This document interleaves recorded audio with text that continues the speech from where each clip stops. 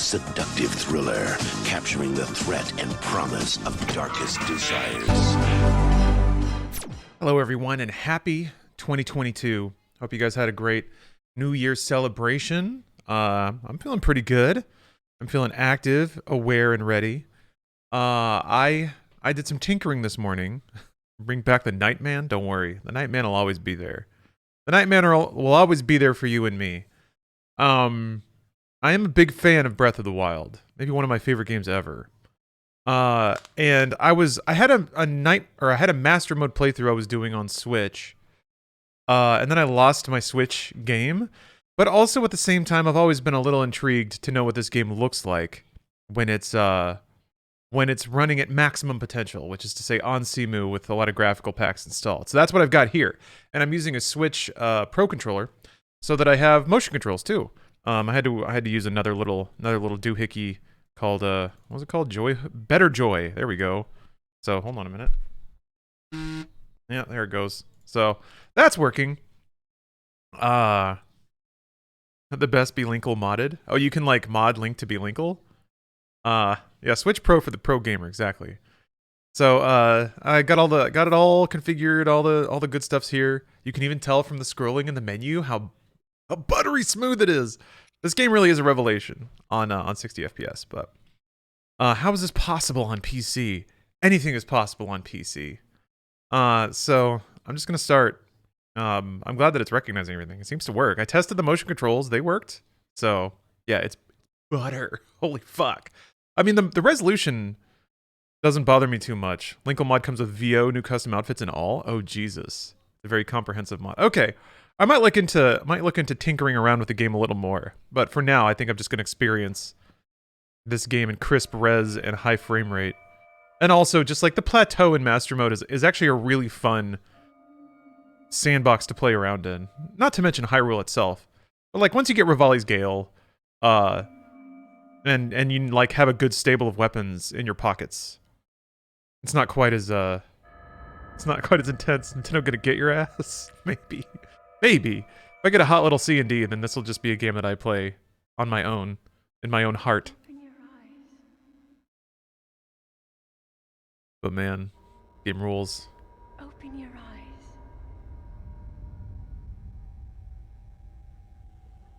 Wake up, Link. Oh, it already looks so good. But, I got my legally owned copy of Breath of the Wild for Wii U and used legal software to dump it on my legally owned and legally operating Wii U. Let's just put air quotes around all this just for the sake of it. So legal. This is outrageously legal. The more I say it, the more legal it becomes. Really.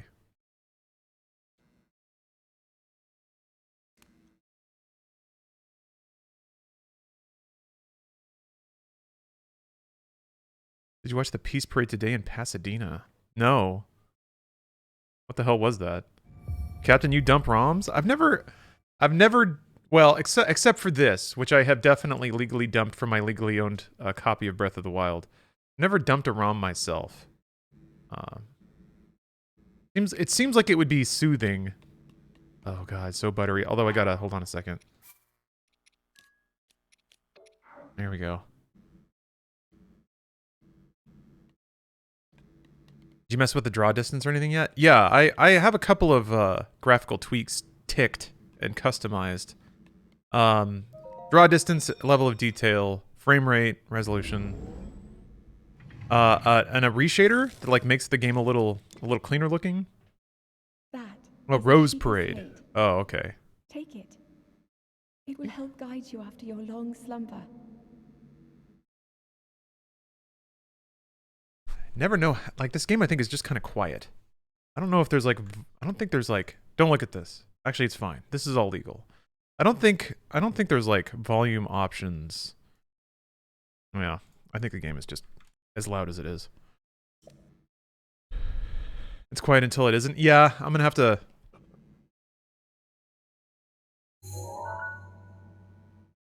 I'll have to wait until there's like a bigger thump of music. Actually, the logo hit at the beginning is a pretty good one. Oh god, the menus are sliding around so smoothly. I'm used to like 15 FPS menus.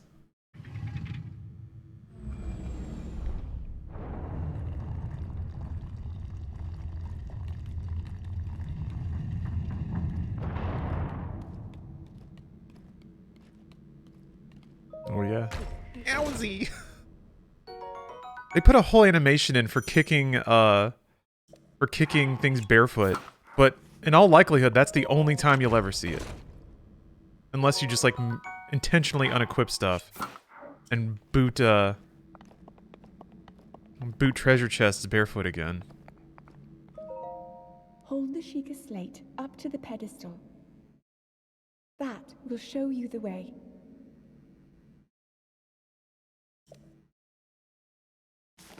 Pretty bummed for Breath of the Wild 2 because it's going to run like butt on the Switch. Yeah, I was kind of hoping in the back of my head that these Switch Pro rumors were going to land with Breath of the Wild 2, so that there would at least be like, even if it is like just image upscaling, that maybe Breath of the Wild could run at 60 FPS in like 1080p or 720p, and then have it upscaled to like 1440 or 4K. That would be enough. That would be enough. Link, you are the light. Our light. That must shine upon Hyrule once again. Hey, what's up, Scribbles Now Hearts? go. How do motion controls translate on PC? We'll find out. But I did verify that it was working. I have a Pro controller synced via Bluetooth, and then there's a separate kind of wrapper that you can get that interprets the motion controls. All right. This is the big shit right here. Do you have to use the motion controls? No, but I wanted to. Because they're actually really good for aiming and doing like slow-mo flips and stuff like that. Did you say it's limited to Wii U 720? No, I'm playing it in 2K right now. You guys are only going to see 900p because that's what I stream at, but maybe I should switch it to 1080 for this stream. I'd have to start over though. Screw it.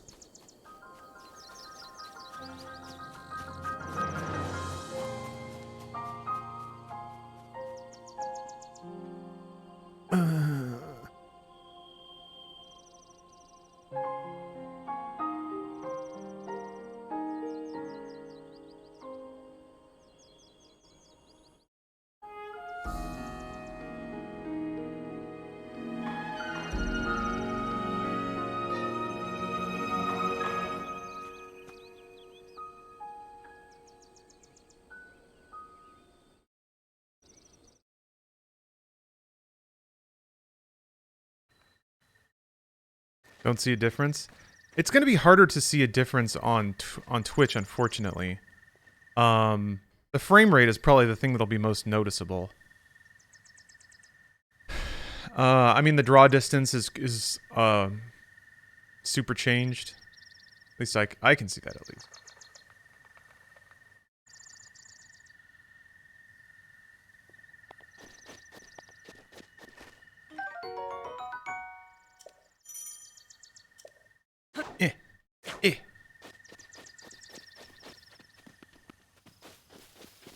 Oh no! Ah. Is this a spoiler-free Master Mode, or do you know about some of the changes? No, I know. I've played Master Mode before. Which reminds me. From Maximum Immersion. Get that shit out of here. Who needs a goddamn mini-map? Ooh, Wara's gorgeous. Thanks for gifting 5 subs. But yeah, I know about, like, enemies regen health. Oh, wait, hold on. I think do I have to turn that back on? Oh, it's already on. This worked before.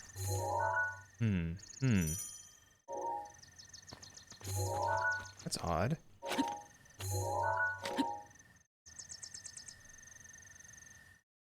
feel like I might have to hit a button. So, this is...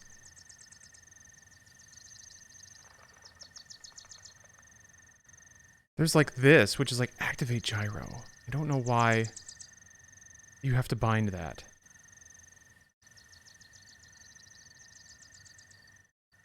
I don't know what stick means. Why did you do that?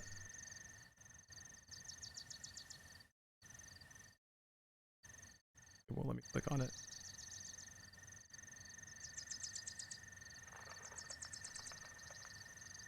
God damn it. Fine. Huh. Play with mouse and keyboard? No. Why? You just come into chat to tell somebody to play the game entirely differently? It was working like 5 minutes ago, so I'm sure I'll figure it out. Head for the point marked on the map in your Sheikah slate. Just do this other thing entirely. Oops. Oh, that's right, it does guide.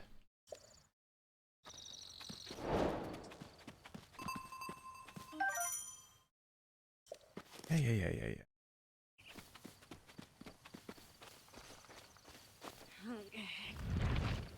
Oh wait, no. This goes into the Moblin camp. Yeah, the shadows. Shadows are definitely a lot different.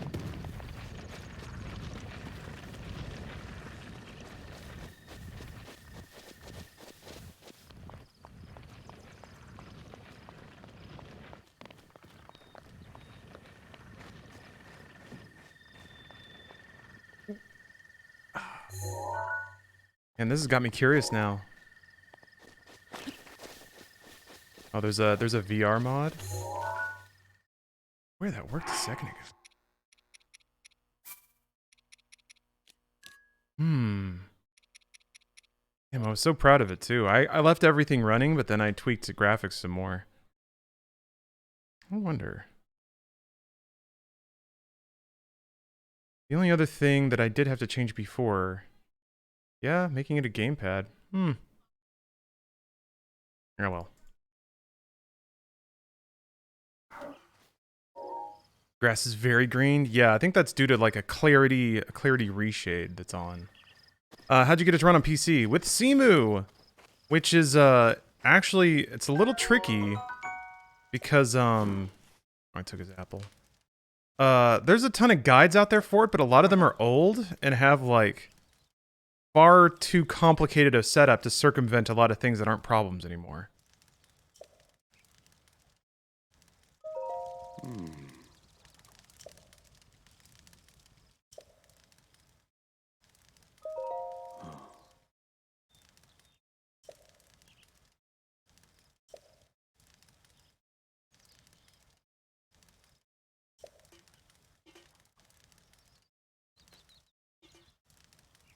I was basically trying to follow some like guides written in 2018 that required a bunch of like extra steps and these like weird little hack programs you had to run on your local machine to trick other programs into working.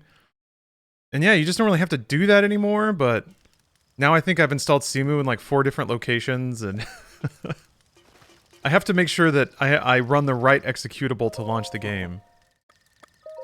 How long has it been since I played this last? I mean, the last time I streamed it. I don't remember how long ago that was, but it's been a while. Picking your torch. I think I will.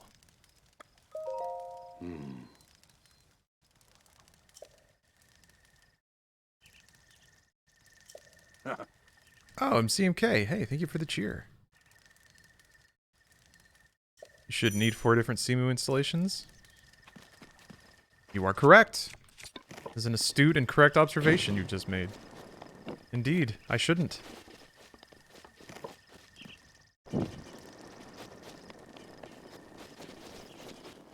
Yeah. Ever like the reshade mod? Too much contrast and saturation? Yeah, it's a fair amount of that. Oh, I think I've discovered why it's... Maybe that's why it's being weird. So I had it plugged in and charging, so this says it's like controller 2, but this says it's controller 1, so hold on, let me... I think this, if I just like shut everything down and then relaunch it, that might... This is real PC gaming right here. You're not allowed to, You're not allowed to just accept when things partially work. Does Breath of the Wild run at 60 FPS on a docked Switch? No. No, it doesn't. Not even a little. Alright, let's see if... I grab it. Okay. Now it says it's controller 1. And this says it's controller 1.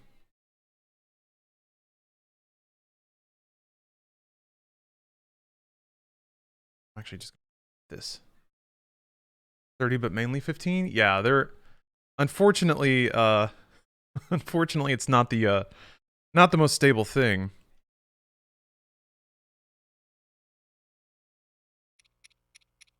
Okay, well,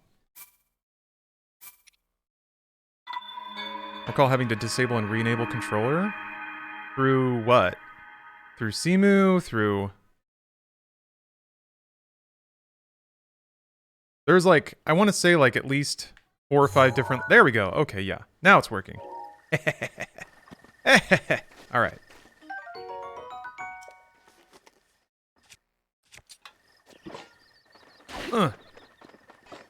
What's that?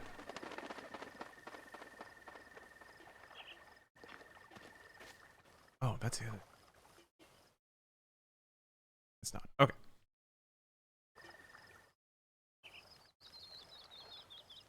I feel like there's a little frame stuttering going on. I think there was another. That might be related to one of the many graphical things I've thrown on there.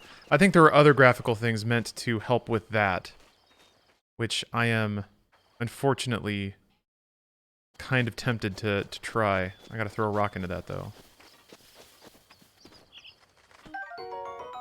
Oh, sweet. Got a free lizard. Still be looking real HD. Glad to hear it. Ooh, missed.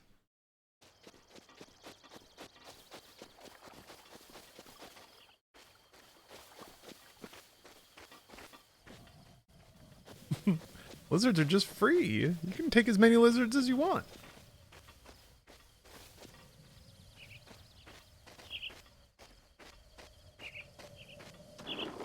No, Jules, you don't have to find your own. You don't have to download a separate shader cache anymore. Which, yeah, is like one of the many things that you used to have to do, but don't anymore. And definitely is one of the steps that I started to undertake before finding forum posts saying that that's not necessary. But then not explaining what is necessary. So yeah, there's a lot of like weird half information that's kind of fragmented over the years.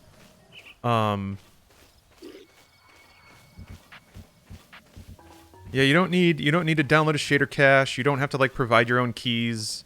I guess provided depending on what solution you use. What's your favorite Zelda game? This one. It's got to be this one. Oops, damn it. I thought if I held it, it would bring up this. I don't think this works. No. Fuck. Maybe you can just dive into it.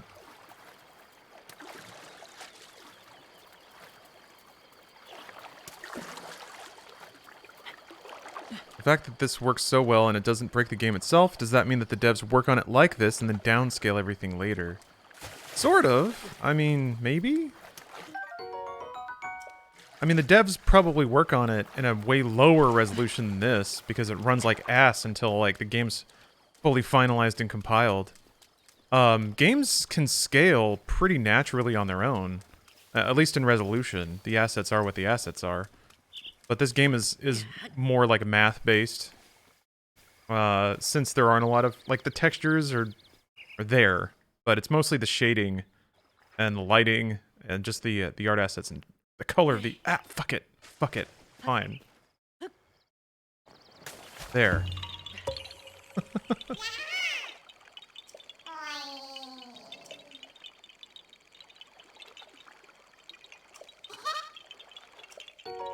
Most games that you play could very easily, like, scale up in resolution. Frame rate is another problem, because often game logic is tied to frame rate, because that makes game logic really easy to write. If you know... If frame rate is locked, and you know exactly how much time is going to pass before the next frame, you can shortcut a whole ton of game calculations like physics and lighting and stuff like that. So, if there's a game that is programmed around a locked frame rate, unlocking that frame rate has a lot of weird side effects. Sometimes older games make very natural and understandable assumptions about what the frame rate would be, or what the max could be. Certainly never over 60 hertz, good god. There's no display in the world that runs over 60 hertz, like before, what, the 2000s? Even like the mid-2000s? So some game engines are, like, the physics may be coded such that they make sense within those frame rates, but once you start to step outside of that, things go a little wacky. And sometimes the game can still be stable. Oh yeah, Super Old Games being tied to the CPU clock itself. Yeah, to modernize that, you just run it inside DOSBox, where you can manually throttle the emulated CPU.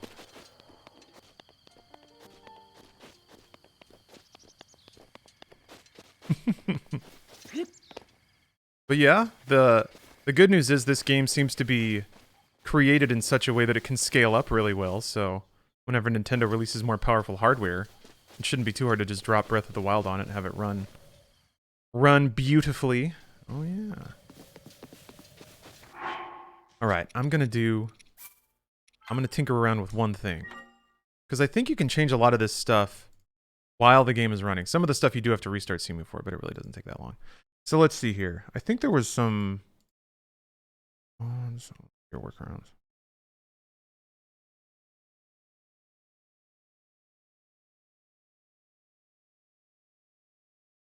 Appreciate compatibility.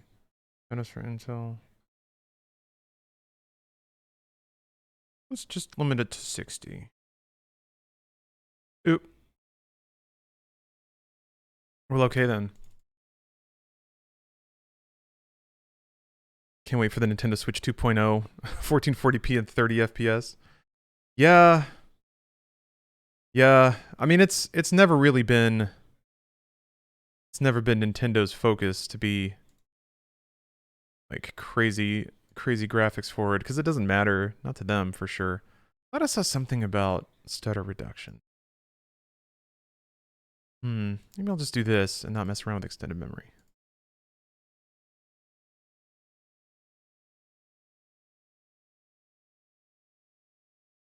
That's weird, some of those options didn't actually change.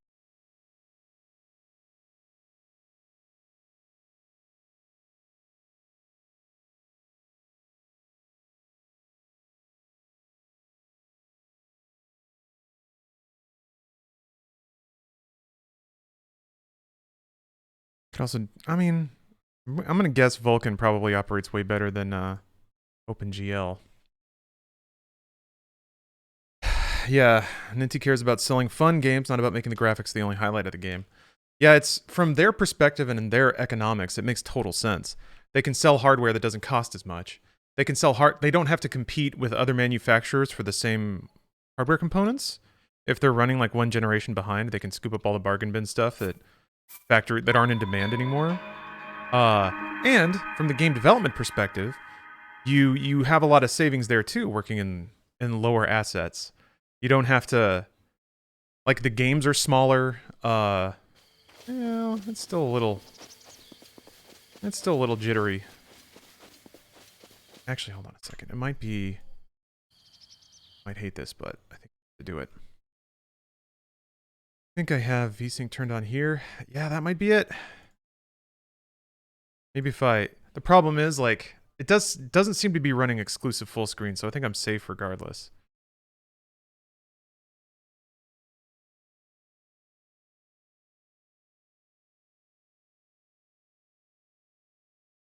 I want a TV that'll microwave my eyeballs.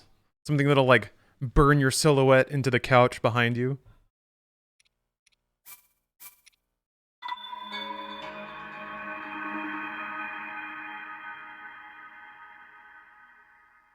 Yeah. Gotta be transported into the game. There, as long as it's not frame tearing. Nah, it looks fine. Okay, fuck it. We'll just go with this. Leave all of my thoroughly neurotic tinkering for later.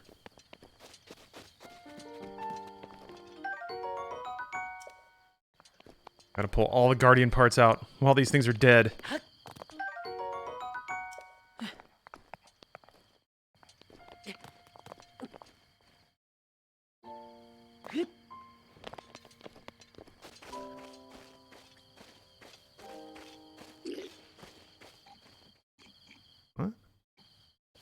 Oh shit. Fuck. Forgot there was a moblin here.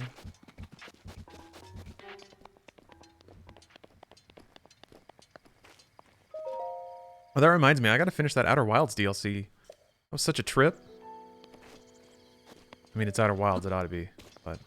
At this point, the story, Link has no idea what those are, but he's still ripping parts out and putting them in his pocket. Yeah. Link's pockets are filled with lizards and ancient machine parts. Might need them later. Oh, God.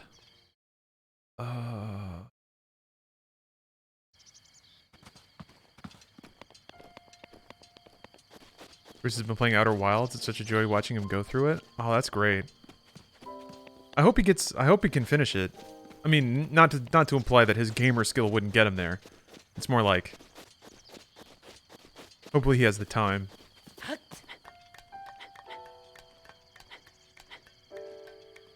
Someone mentioned sort of fixing the stutter when setting FPS 45 FPS in ++, and then triple buffering for Vulkan. I don't want it. I would. The triple buffering might help. That's gonna make it a little laggier, but.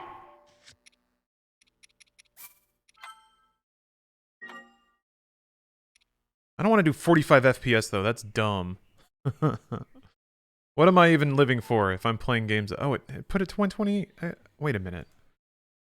I don't think it's saving my... No, it is. Okay.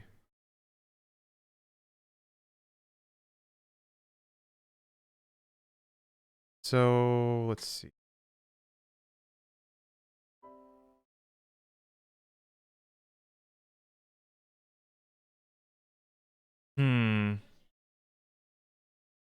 I'll try triple buffering. That's still a little... That's still a little jerky.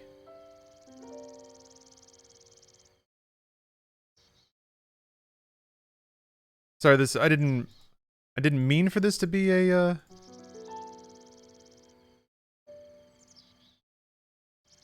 text stream, but of course it was going to be. Of course. Hey, what's up, handsome? How's it hanging? It's hanging pretty well. Have you set the shader stuff to async? Yeah. I didn't want it chunking up the game all the time. And like, since my PC has a billion jillion cores, it can actually async the shaders pretty well. Look at that razor precise memory aim. That motion aim.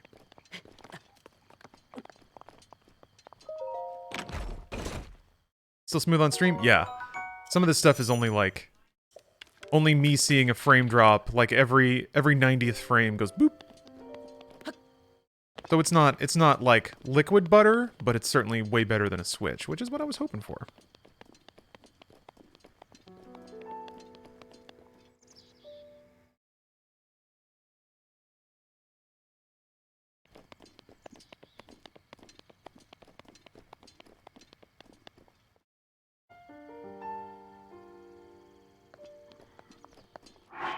Supposed to go to the first shrine, right? To the marker. Joke's on you. I'm not... I don't have that turned on. Wait, this. There we go. Okay.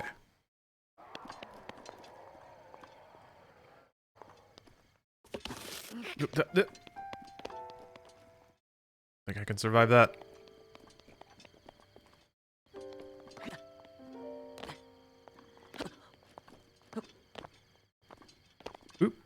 Keep putting off continuing the game. Still don't have all the divine beasts sorted.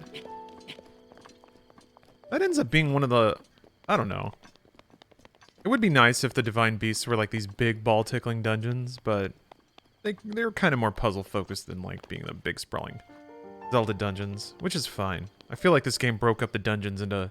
It like took every dungeon room and made it each one its own shrine. What sword are you using? Looks like the sword from Twilight Princess. Let's see. What is it called?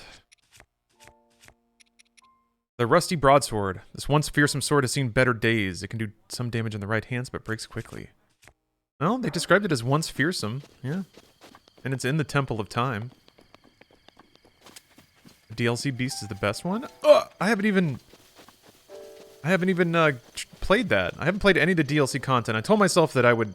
one day start a master mode save file, and that's the one I would play all the DLC on. And that day is today. My 2022 New Year's resolution is to beat the fuck out of Breath of the Wild. I don't know about hundoing it, because that involves getting all the Korok seeds, and Jesus Christ. I don't know of anyone that's done it that said it was a worthwhile endeavor. Ooh!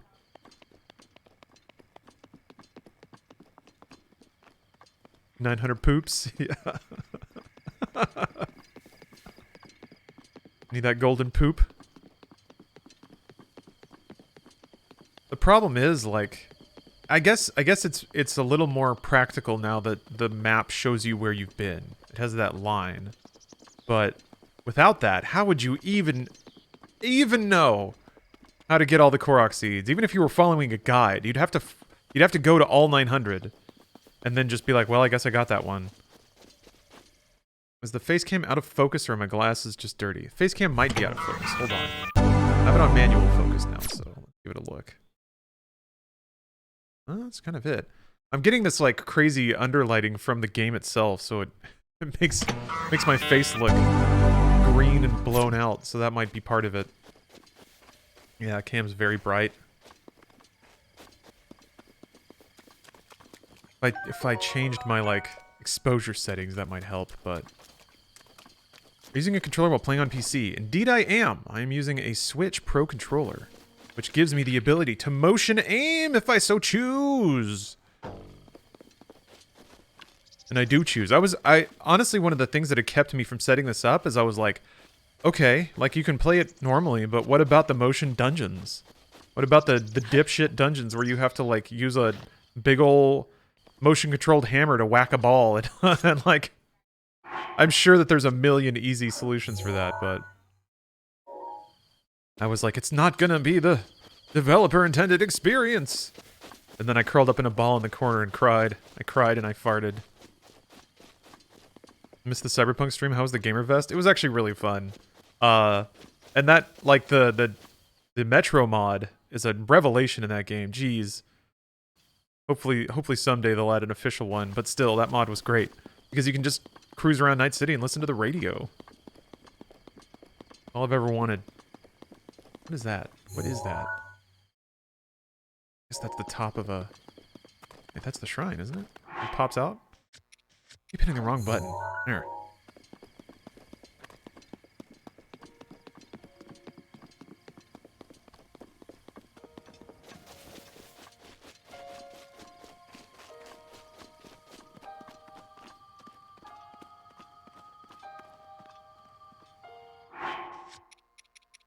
Are there volume controls? Because this game is so quiet. I guess I need to get into combat proper for it to kick up a little bit. Then that, like, acid jazz piano starts kicking in.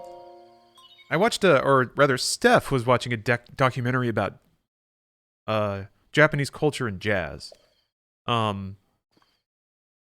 Very interesting. Very kind of, I think, revealing of not only Japanese culture, but Tokyo culture, which was pretty neat. But now that I'm thinking about it, Breath of the Wild soundtrack is very jazzy, which I always interpreted as like it's a natural fit for sort of the free flow, improvise your own path experience in Zelda. Just like improv jazz. Like the fucking crazy piano riffs and stuff. It feels so improvisational, but it still has form. And I was like, my God, they wrote a score that spiritually reflects what it's like to play Zelda, being in a giant chaotic world that has beauty and danger, and it's unpredictable. I'm getting chills just thinking about it. I'm not even listening to it. There were just some piano trails walking up to this tower.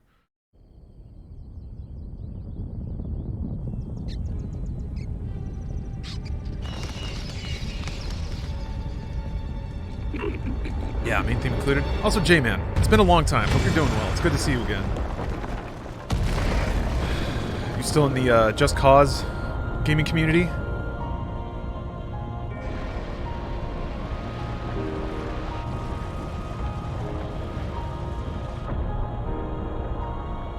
Hi guys, welcome back to the Cassiopeia Jazz podcast. I've been listening to Cassiopeia a lot lately. At the behest of someone in chat. Just Cause is pretty dead now, but the server's still up? Okay. Yeah, I was curious. It's been a while. It's been a while. Obake Dave, thank you for the prime. What is your opinion in the correct order of temples? I don't know that there's a correct one. I think gameplay-wise, getting Rivali's Gale off the top is just like the #1 priority. And then beyond that, maybe the desert one, getting the shield. But like Rivali's Gale is just, in terms of like navigation, it's too good. And the cooldown is really short. So it really does kind of solve a lot of navigation problems earlier in the game. Enables you to get to like better items and climb towers and unlock fast travels and stuff. I always do Burb first, yeah. It's hard to imagine another Guardian power being more useful than Rivali's Gale. You have been asleep for the past 100 years. The beast. When the beast regains its true power, this world will face its end.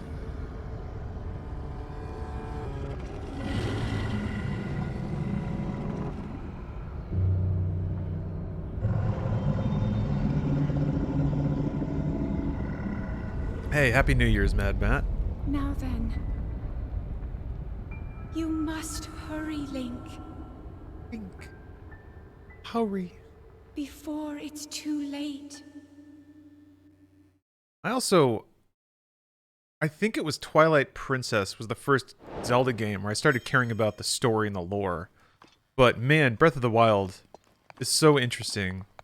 I just love the idea of Link kind of fucking up. And then you're in a world looking at the consequence of your fuck up.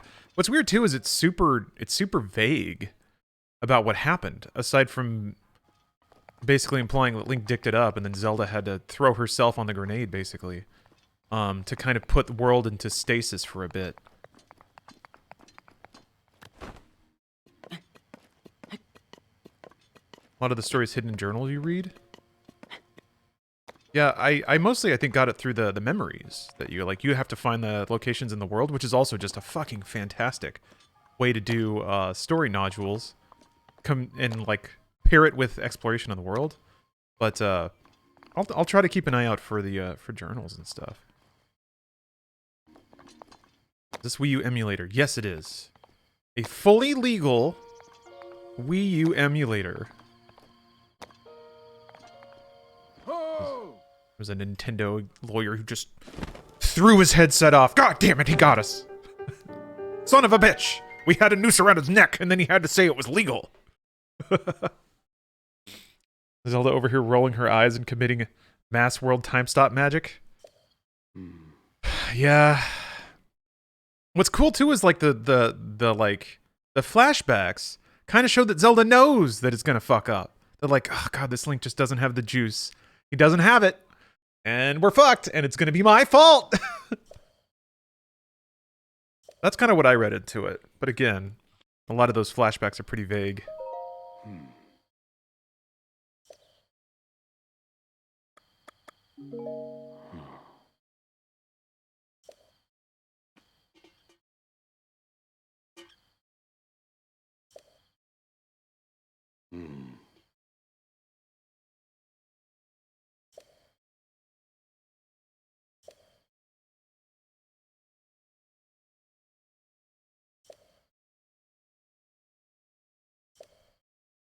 Do you get texture popping with this version? Not that I've seen. But there's still a chance.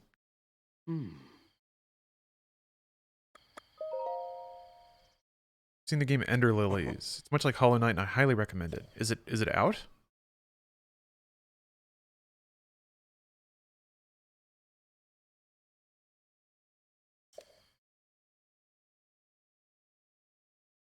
Oh, it's on Steam. Oh, okay. Oh.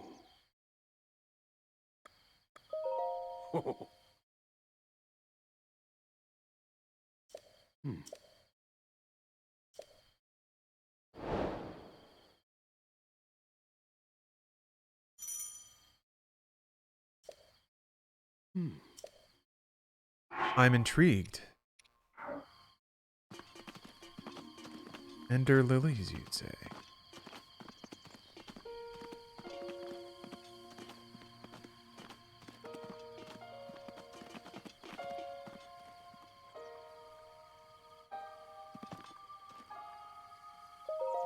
Why is this guy so tall?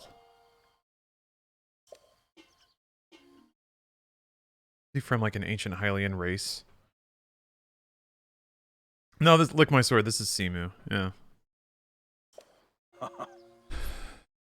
He is half boat. He's the red lion.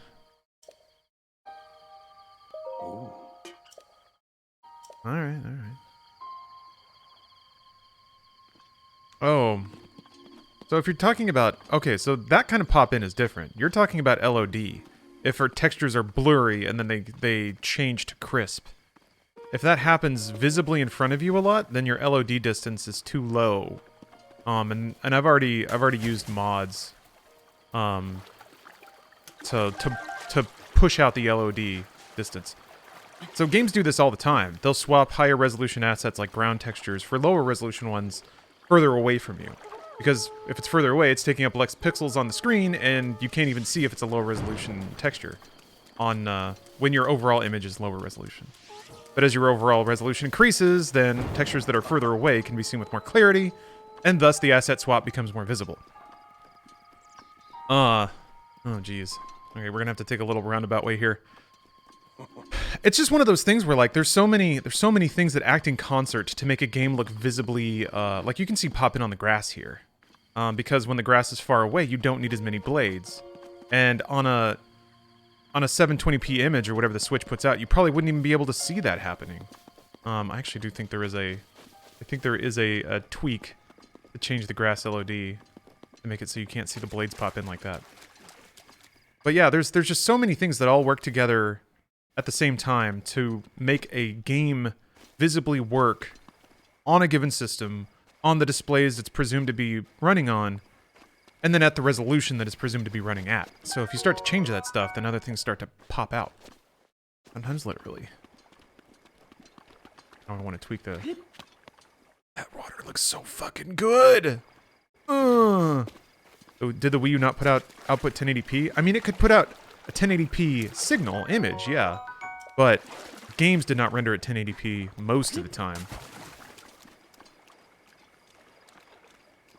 A console can render an image well below the video signal that it's putting out.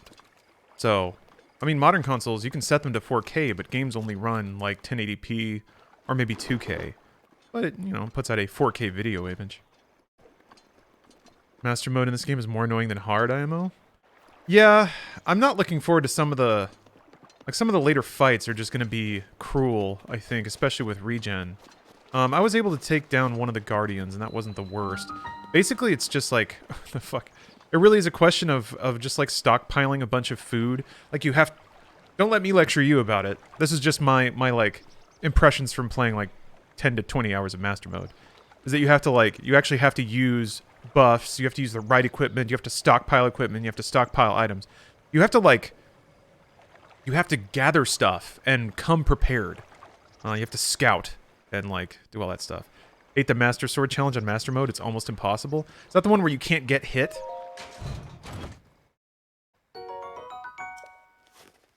And a free ruby for legally downloading the DLC. You stoked for Elden Ring? Fuck yes, I am. I am indeed stoked. I am kind of excited, too, that it's... Even if it looks kind of like open-world Dark Souls, I'm excited that it is a lore reset. So I'm hoping to, like... It'll be fun to approach this game, like, starting from zero like everyone else. Was it hard setting up the emulator/game? Sort of. It was harder than it needed to be because I was following guides that were written for older versions of the tools. The newer tools are a lot easier. And hassle-free. But...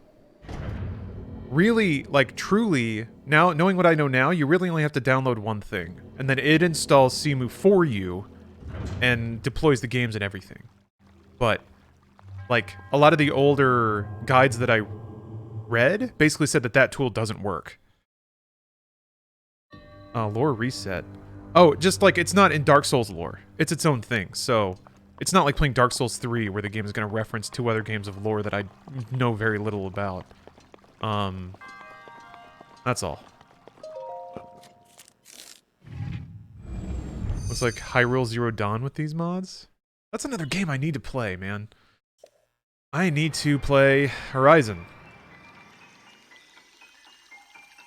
Thing is, the thing that's kind of blocking me is I have it on PC, which is ideal. And usually I stream games to the living room through NVIDIA Game Stream. But, like, the lag of that is not so great anymore. So, the lag with NVIDIA Game Stream used to be equal to the lag of playing a game on, like, an Xbox One or a PS4. Because, like, games were just getting really laggy by the end of the console gen. It would be, like, 2 or 3 frames of post-process on top of the game itself just running really slowly. So, like, compared to playing on last-gen consoles, Game Stream was way better. But compared to, like, playing on a Series X with, like, instant game response on my TV. Like, my TV has a specific low latency mode for game consoles that I don't think I can enable with the game stream. Maybe need to try to look for that again, but even still, just like streaming a game is going to add at least a few milliseconds of, like, at least tens of milliseconds of lag, so feels a bit like a grindy Ubisoft game. Ghost? Yeah. Honestly, that's kind of why I haven't gotten into it, is because I don't like Ubisoft grindy games. And it really felt like one from the amount that I played. And I'm kind of over that kind of game, but everyone keeps saying that... Everyone talks about it as though it's like, awesome! Uh-oh. I think I can climb over that, yeah. Look at that design, though. They put that metal block right there. Because if they put it on the top row and you just shoved it back, you'd be stuck. But now, no matter what, if you move that middle block... You have to be able to get through the wall. I guess they could have put it on the bottom, too. Oh, fuck. Where'd that block go? I'm gonna need that. I don't have a shield! Oh, shaders! Fuck!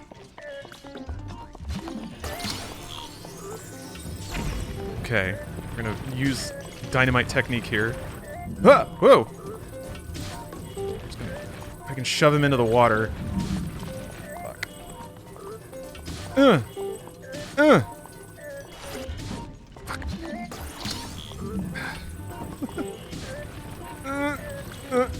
Whoa! Oh! Okay. Come on! Oh, bitch! It's so slippery. There we go.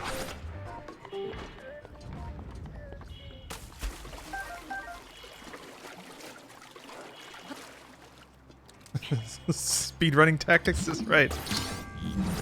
Okay, so I'm gonna guess that, like, this is what running frame rate mods allows you to do. Doesn't seem like there's a cap on how quickly you can move. You can move objects around. Jeez. Huh! Ow. Well, I gotta do it. I gotta bonk myself with it, right?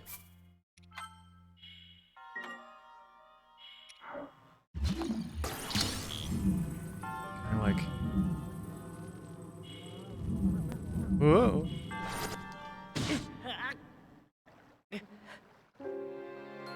Poor Link. It keeps twirling. Death Free Run. Talika Gamer, thank you for the resub.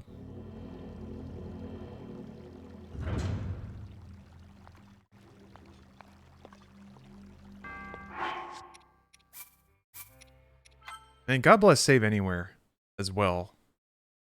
What a revelation. Oh, what? Ah, okay. I guess it's Save Anywhere with a few gotchas. And I have 1 heart. I think the Guardian might be dead though still. Because I guess I could use that to...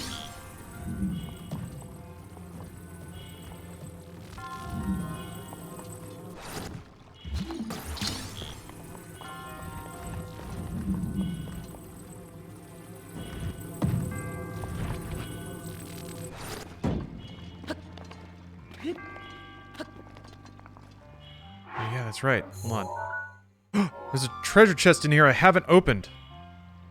If I'm gonna get that big hundo %, I need to find it. Oh, it's over there.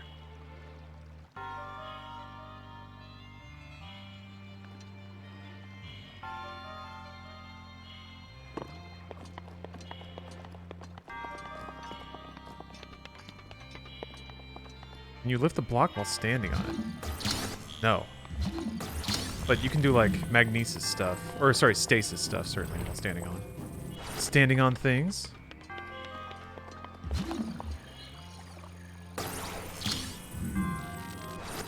Oops, that was gonna kill me.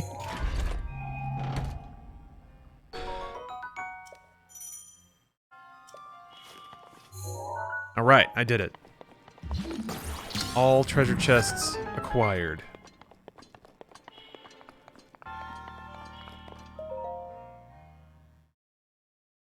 Movie.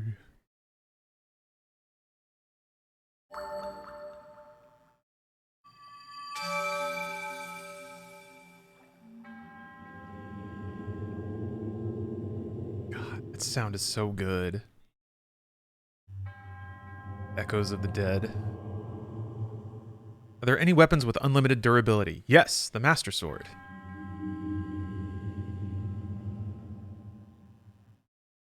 All it does is like it just clicks into non-master mode for a while and becomes less powerful. So it regenerates on a timer, but it doesn't break, and you'll always be able to use it to like cut things. Enjoy the game and Happy New Year, everyone. All right, Artie, sleep well. Thanks for watching. Ah, that's true. Zelda's the best because there are so many orbs to ponder.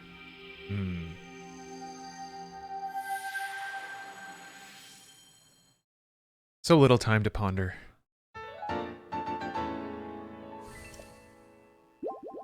It does go away if you use it too much? What, you can't even equip it? I thought it just like lost its shine and like its attack power was halved. And then it like shines again after a while. But I could be wrong. It disappears from the inventory? I thought it just went dull and became a less effective sword, but I could be super wrong.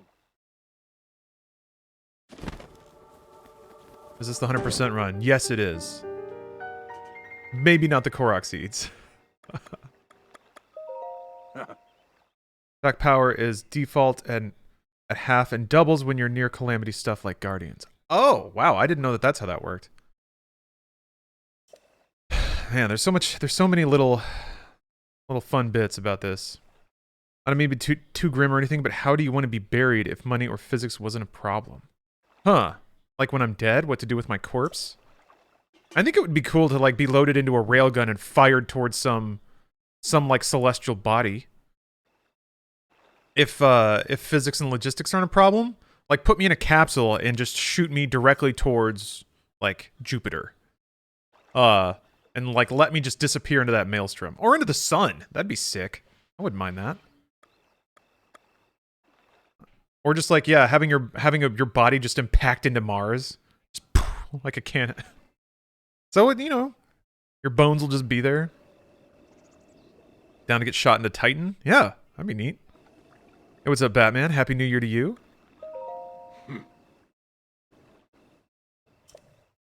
What if you could, yeah, if your body could get shot into Halley's Comet, so it just like travels around the solar system?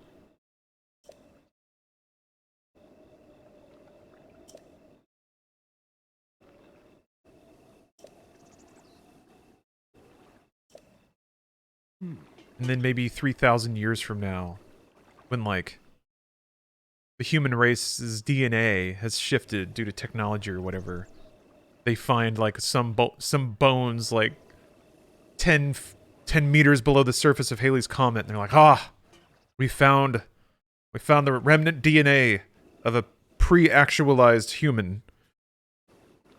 And then they cram my DNA into an AI system that sequences out my entire life and rebirths me in VR.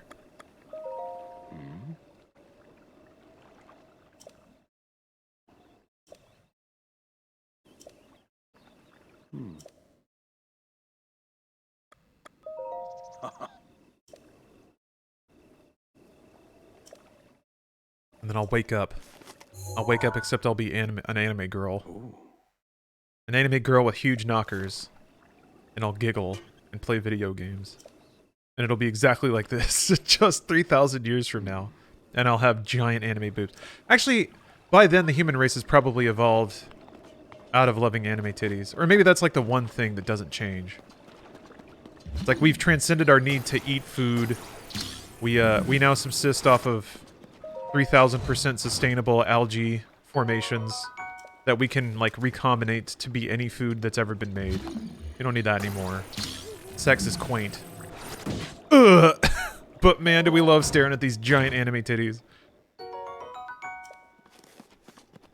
Want to be incinerated and put in a bottle of vodka and have my friend take me to where he went. He said he was afraid to be drunk and then drunk me? What? Is this a dream? Or is this your plan for when you pass? Nimble Walrus, thanks for the sub. I'm running with the idea now, but I like the idea that part of your last rites are your friend getting nervous and drinking you. Or just like that's how they accidentally cope with the situation.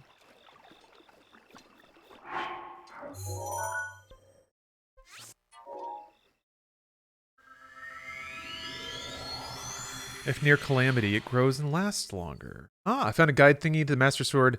After 40 hits, breaks, then takes 10 minutes to recharge. Okay. Huh, alright.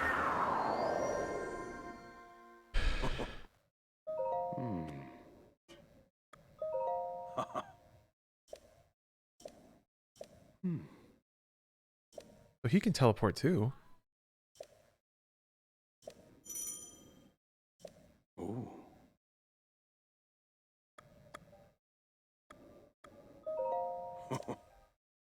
Oh, oh, oh.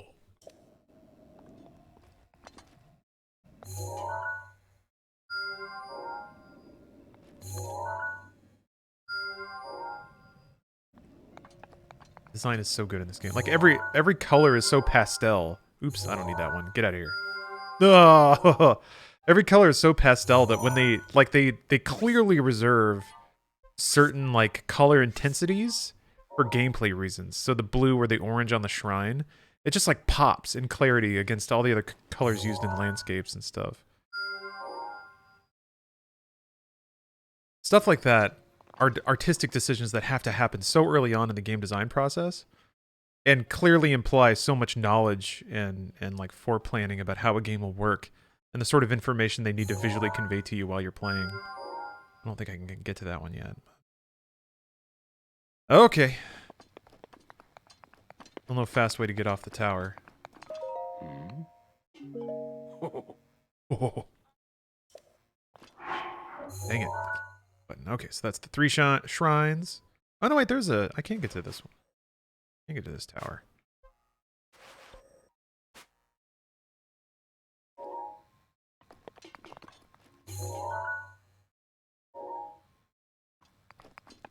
Are the motion controls the kind where you grossly aim with the joystick, then finally aim with the motion? Yes. Yes, that is correct.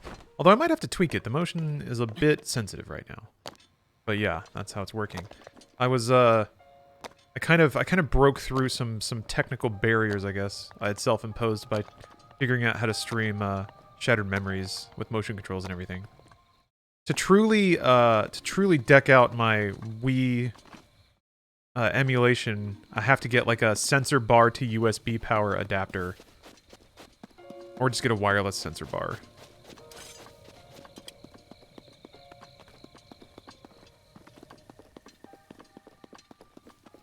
Jump into a conveniently placed haystack. All these haystacks around. I have tea, I have puzzles, I have stream. I have a roller skates injury. I'm vibing. Good Saturday. I always feel at peace with myself when I have some minor cosmetic injury from doing something active and cool. I don't know what it is, but it really does instill a sense of calm in me that I just don't feel otherwise. So I understand that. I want to go skating again though so bad. Oh my gosh, look at that shadow. Oh my god. Oh my god. Relic. Thank you for the sub. It's the longest relationship I've had in ages. Well, you know, you're getting good at it now. You're getting your practice in.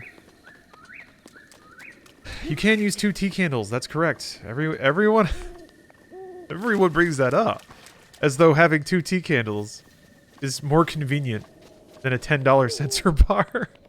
The irony is that Steph actually has a lot of tea candles, so it's really, that actually might be the more sensible option. Well, that reminds me also. Oh fuck, this one wakes up. Yep. This game is a candle game, isn't it? I'm gonna have to set up a candle.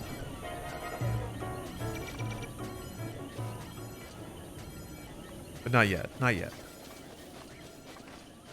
This part's fun. I like having to, like, thread through this graveyard of guardians. I also love that they show you the guardians all broken down and shitty first. And then when you get into Hyrule Field, you see one walking around. That's right. There's some shit down here. This last time I played. I think there's a Korok seed. If you pick up this rock. Yeah. Hear me out. Use 3 ET candles. No, it has to be 2. Otherwise, the Wii's gonna get confused. I think I used this door to try to kill a guardian, and it didn't work. Started Breath of the Wild normal mode not long ago, first playthrough, and I have 3 hearts, bad stuff, and a stamina upgrade. I'm actually at Ganon, and I try my best to beat him, but he's really tough. Damn. You picked a really gnarly way to play the game for the first time, but I respect it.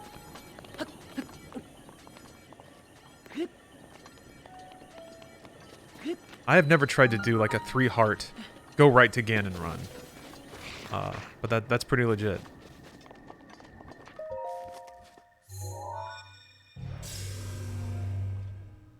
Korok noises make me cry with joy. They are cute, and they're so mischievous. But they're good, they're well-meaning. They're just bored, I guess. They're always so happy to be found. There's some, like, they're all different shapes.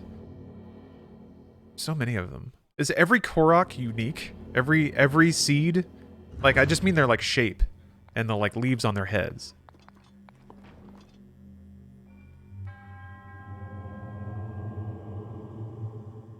Isn't there a Lynel on the Plateau in Master Mode? Yes. Yeah, but you can walk around him pretty easily. That's the thing about Master Mode, is a lot of the times there's no reason to fight. You get monster parts which turn into rupees, which is nice for buying gear. But it really, especially in the early game, it feels almost like survival horror. Not in the intensity or the terror of it, but just in the, like, resource management of it. When you take a fight, you understand that you're going to spend resources to do it. So you better get equal or better resources back out of doing it. And often there's no reason. There's no reason for that. Because you can burn through like 5 weapons just to get to a chest that has 1.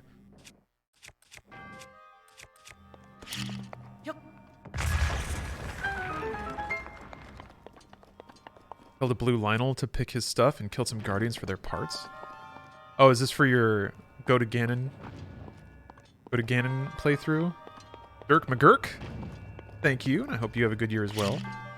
Good years for everyone. Only in this chat, though. If you're not in this chat, I'm sorry. Might not be the best year, but, you know, you had your chance. You had your chance to watch this stream.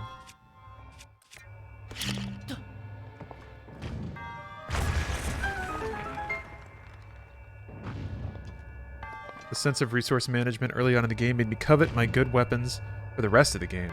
That's the thing, you can't do that. You gotta use them. Use them or lose them. That's what I do like about Master Mode, is it doesn't give you the option to hoard. Every item, every like recipe, every food ingredient is a tool that must be used. I'm just trying to do that in general. Just a life lesson. Just use more stuff. Use it. If it's in front of you, use it. Instead of like artificially restricting for some weird conviction about the way the world works or something. I don't know. I've been playing mobile games and like using all the stupid little boosts and stuff instead of just trying to arbitrarily play without them. This is like match 3 that has all these. It's basically a Candy Crush clone that I play, and I try to avoid like using any of the things. Oh right, that's not metal. Is it true that if you don't use it, you lose it? Yes, it is. In fact, it's true in more than one way. Because if you never use it, then you never enjoy it. So you might as well never have had it in the first place. So yes, you've lost it. You had it, but you lost it because you didn't use it. Oh wait, that's right. I have to put a bomb in there.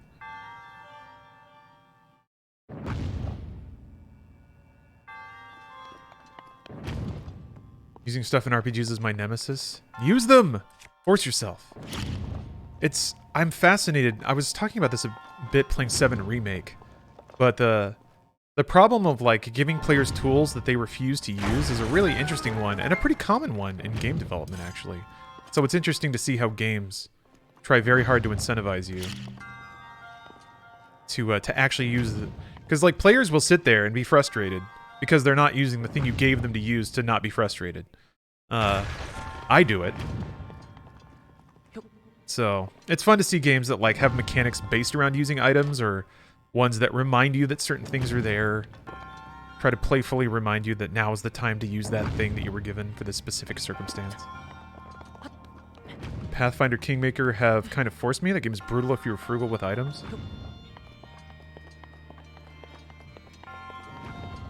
I love it. Absolutely love it. Wait a minute. Oh, I don't have all the chests. I've not acquired all of the gear.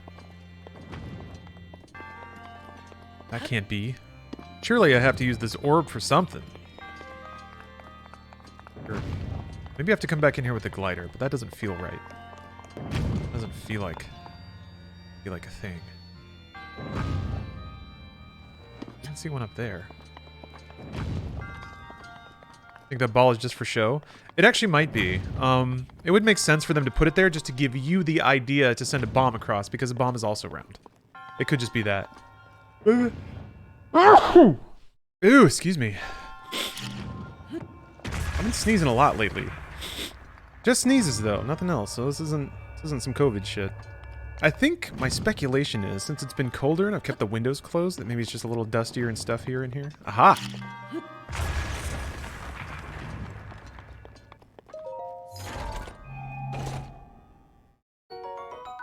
Alright, yeah.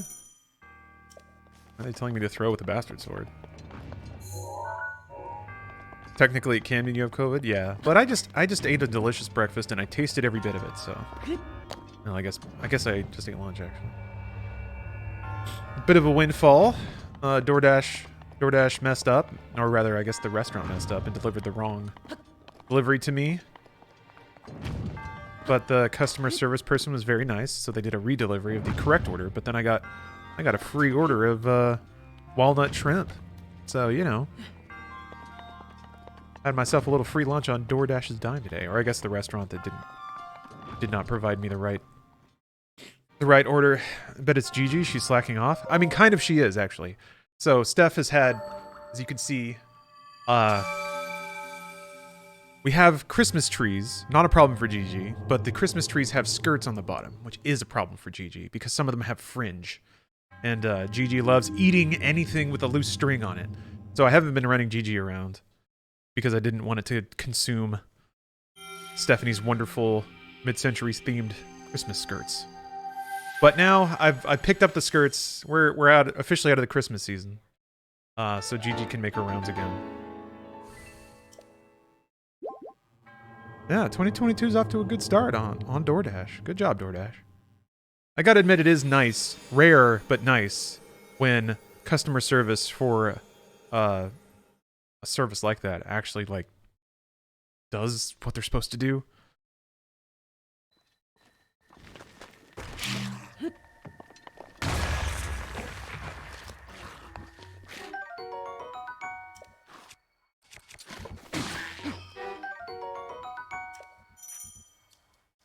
Yeah, hold on. Gotta go kill this guy before he picks up his head again. No! Okay. I think it's 4 orbs for an upgrade. Yeah. You get just enough to upgrade one time off the first plateau. I think you can upgrade at the... I'm sure you can upgrade at the Temple of Time area. Yeah, DNY, I agree. Good customer service is underrated. There's a few companies that, like, this was mentioned before, but EVGA stands out as a company that actually, like, has kind of gone above and beyond in their customer service, for me at least. I mean, I got my 3080 because EVGA's customer service is rad. Okay, sure. Let's... Yay! My uncle works for Nintendo. Ask me how I got this shirt. Go ahead, ask. I bet you'll be impressed.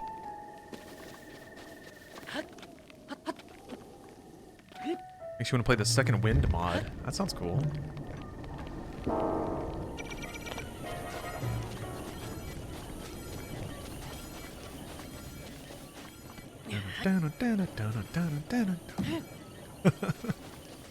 Thanks, an IT guy. If he were an IT guy, he wouldn't be wearing a maroon shirt. Maybe if it's like a promotional shirt he got at like an IT conference or something. Linux Con 2021.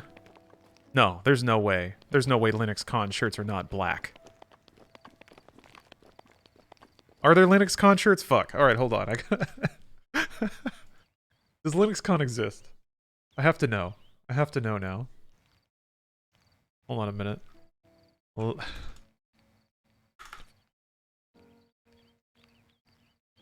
Open Source Summit. Of course it's called that.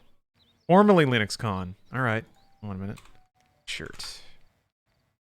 Oh, blue? Hold on.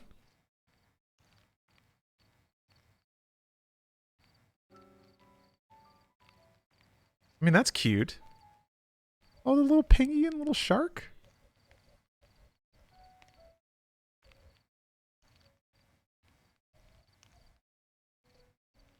I have to admit, I was expecting something else. Oh, wait, hold on. I don't care if this is an ad. Linux System Administrator only because full-time multitasking ninja is not an actual job title. Jesus. The AI have gone wild. Smart move putting it on black, though.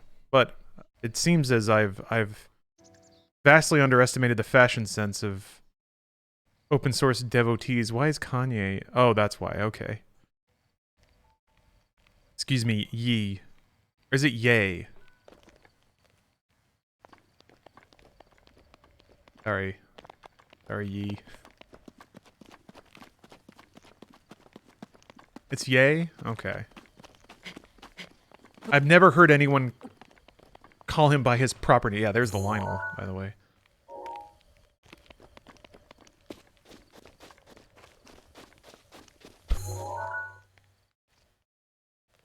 Oh, can't you like drop the bees and then the bees attack the moblin? I mean, I don't have any arrows. Doing. Oh fuck. Damn, I didn't know his vision was that long. I love that meter too. It's just like, eh? I don't know, must have been nothing.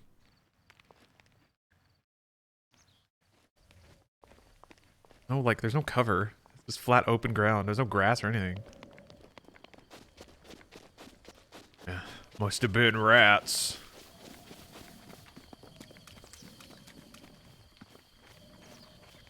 I guess I could throw a twig at the beehive. I think the Lynel will ignore you as long as you keep weapon sheathed and don't get too close. Like even if he sees me, he won't attack me. I think you're not as visible in tall grass, right? He's coming this way though. I don't like that.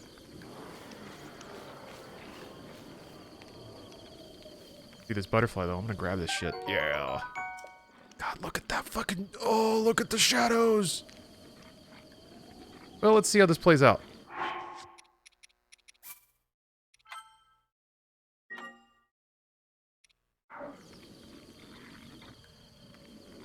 Yeah, I don't know about that one.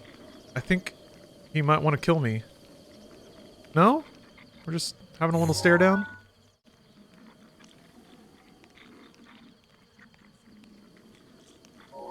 I'm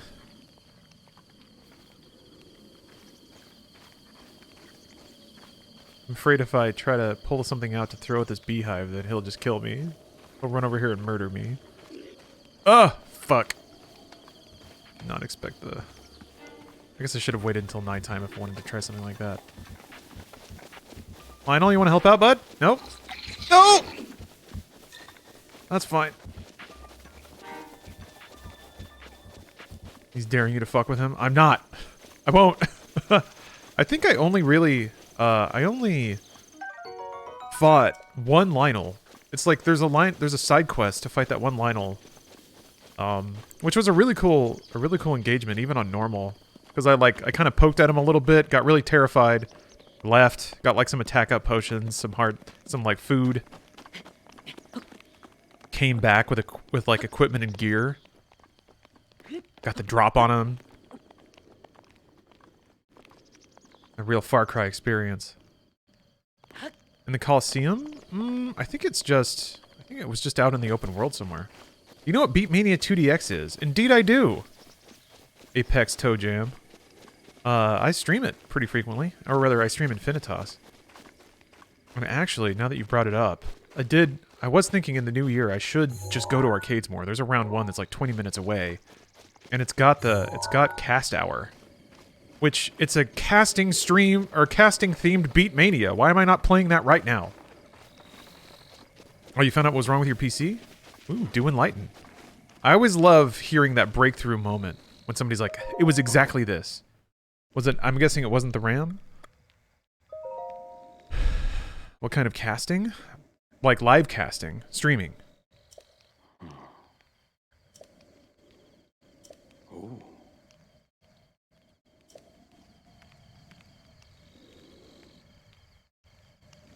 Huh? Karaoke with Steph? I don't see why not. I've been trying to convince Steph to be on more stream things. Can I just grab a bird? You have to kill these, right? You can't just like grab it and then stick it in your pocket like every other living creature. Oh, somehow my GPU was not screwed in place after moving. That shook loose, and I don't know where the hell they went. Got to get some new screws. Resecured it. Problem is gone. Yeah, having like a loose hardware component inside your case could also result in random crashes and instability. So I'm glad you found it. Yeah, sometimes it really is as simple as just like unplugging and plugging back in all the wires. Gotta kill it? Alright. Well, I only have one thing that can do it. Yeah.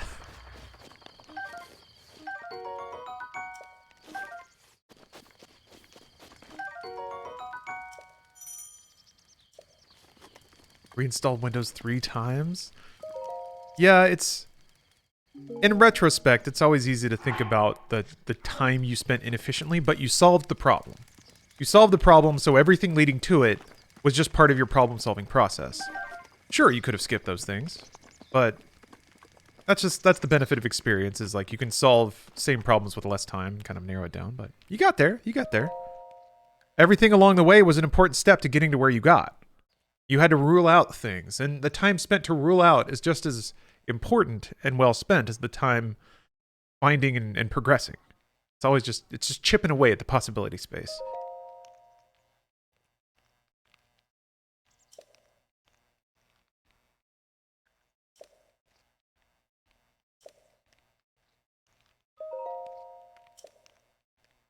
Raw meat and spicy pepper. I don't think you can use chicken.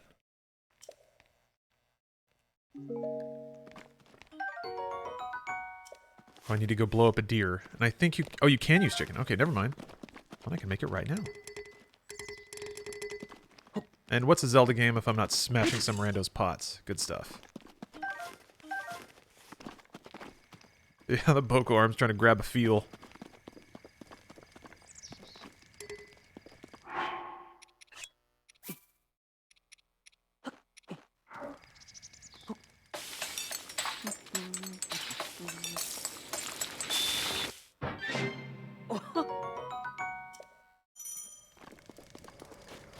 Alright, where are you, old man? Time to give me your jacket.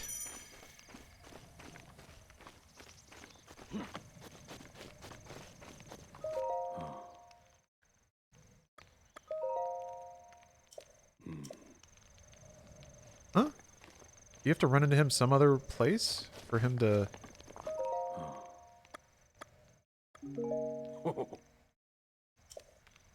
Hmm.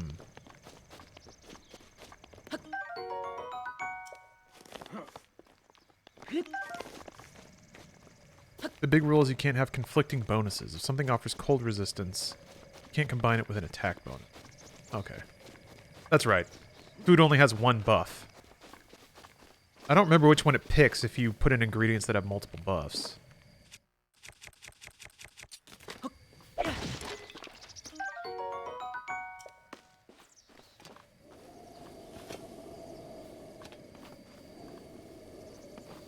Did you read all the book? Not really. At least I thought it did. It seemed like it was repeating.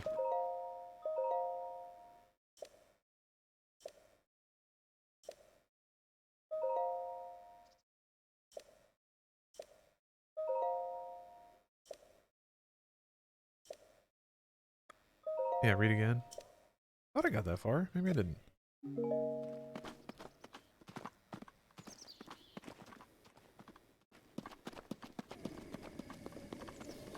Alternatively, you can carry a fire-enchanted weapon on your back. I can't. Well, I don't have one, but I am on the opening plateau. But if I see a fire whiz robe, I'll bop his ass. Huh. I thought you just talked to him. I guess he's got to be at his house, like somebody already said.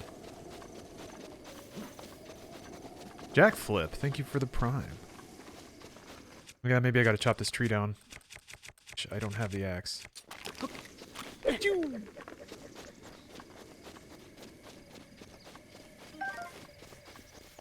Drop it at his feet? I thought he knew that you had it. When it was in your inventory. Maybe you have to hold it?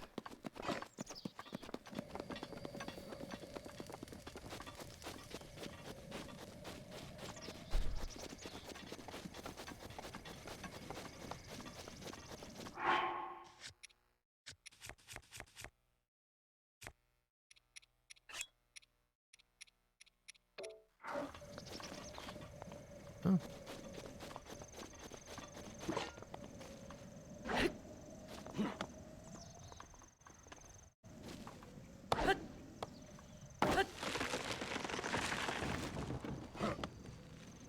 So cool. I think maybe you might have to go and get stung by the cold a little bit and then come back. And he's like, ah, it was cold, wasn't it? I don't know about these moblins. I might be able to blow them up and throw them off the cliff here.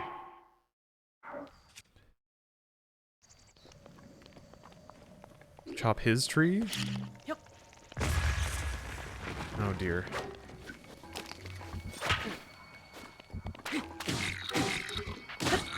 If it breaks, then it'll probably... Nope. Nope. Ugh. Fuck. And I don't have bomb plus. Fuck, I blew up my bridge. Okay, that knocks these guys. Okay. Okay, I think we're cooking with gas now. Stasis would make this a lot easier. Yes! Ooh! There we go. Alright, no problem. Playing at 60 or 120? I think it's at 120 right now. Stream's only at 60, obviously. Lateral problem solving. And an entire treasure trove of apples is my reward. I don't know. There is another tree on this side. Otherwise I'd be boned. I guess I do have the food that I cooked. But I want my free armor. Money's hard to come by. Does having fire arrows equipped make you colder? Or make you warmer? I don't know if fire arrows emit heat when they're just sitting there.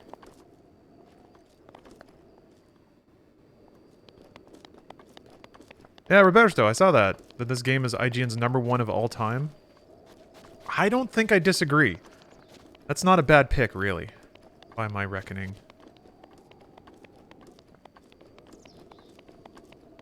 Yeah, Happy New Year. I'm doing pretty well. Had a nice day so far. It's been calm. I woke up with a bit rumbly of a stomach, just because of all the seltzer and wine that I drank yesterday, but that's largely faded now. I'm learning how to drink like a civilized human. which is to say, oh, he ran. I probably won't be doing a whole lot of goal for January. Want to get through January with no booze, no weed. It's gonna be a sobers January. Oh, okay, here we go. Which means it's gonna be nothing but 100% rail focus. No booze. That's so hard. I don't think it's... Yeah, I mean, it was harder at the beginning of quarantine. Yeah, Roberto, I haven't listened to your new mix yet. I'm sorry about that, but I will. I intend to. Where does Witcher 3 line up if Breath of the Wild is IGN number 1? Oh.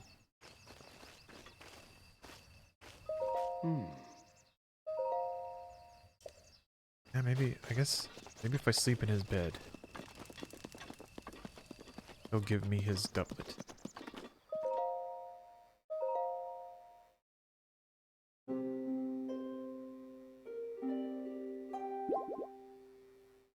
Hippo, this is on Simu. Doing no booze for the whole year. Did it in 2020. I can do it again. You got this, Law Dog. Well, thank you. Yeah, it only stands to improve my life, really. If I had more drinking buddies, then there might be something that I would lose out on. But none of my friends really like drinking like that anymore. Not that they ever really did in the first place either. So I'm not really losing out on much socially. A lot of empty calories that I don't need to take in. Thing is, like, honestly, I've always struggled with just being at rest, and that's what weed is really nice for. Without that, my mind just kind of always strains to find something to do, just because my mind likes working on things.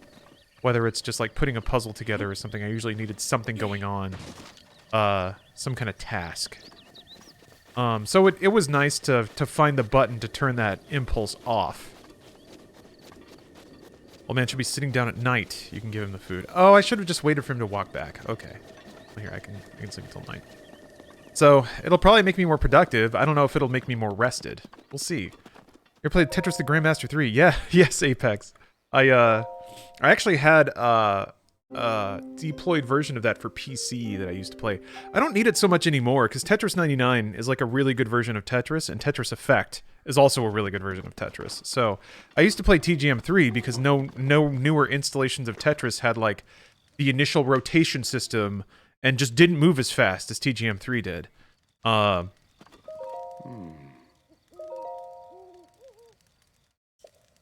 But yeah, now I just play Tetris 99 on Switch.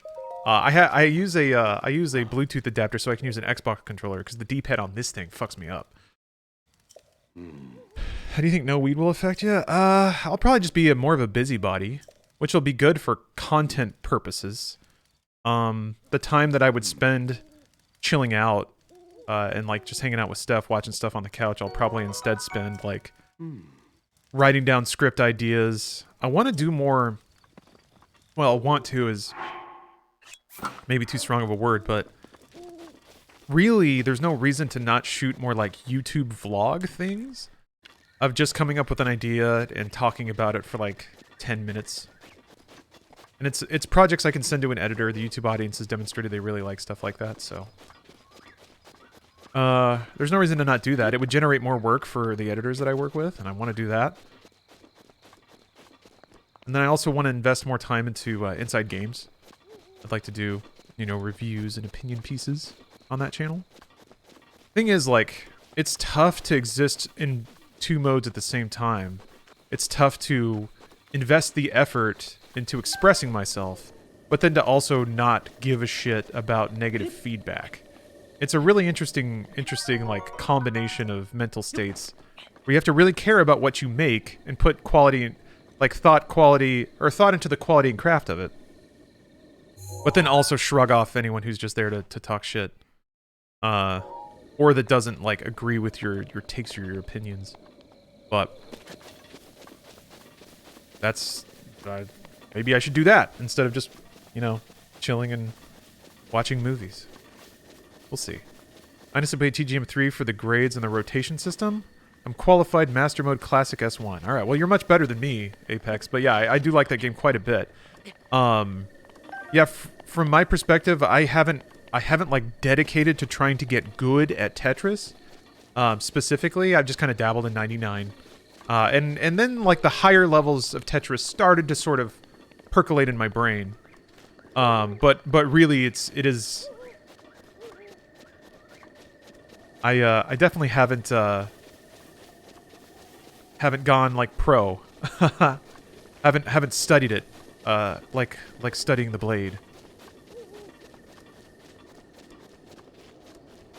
It was nice though. When I was streaming 99, there would be some really good Tetris players that would come by and chat and like kind of provide a lot of good feedback and tips and stuff like that. Maybe I'll pick it back up. You took a break. Your dreams were insane. Yeah, I guess the dreams will be interesting, and that'll probably provide more. What I really like doing is if I have a particularly vivid dream, I'll write it down or part of it down, and then I'll use that as sort of a writing prompt that sometimes will go into the newsletters that I put out. So there's been some fun ones there. So yeah, that process will be fun to sort of revive. Oh, what am I? Well, Bokoblin or Staffels. That's right. They're pretty easy to kill. Staffels are great because they die. You can kill them in one shot. So they. Oh god. And they drop a lot of monster parts that you can use to make potions and stuff. Dream journals?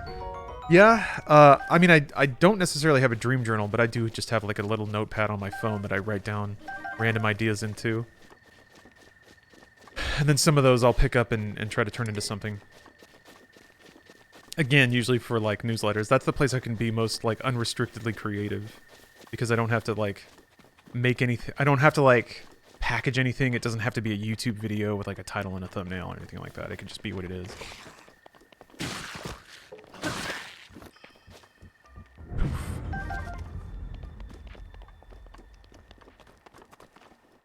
And they put the spicy peppers right here.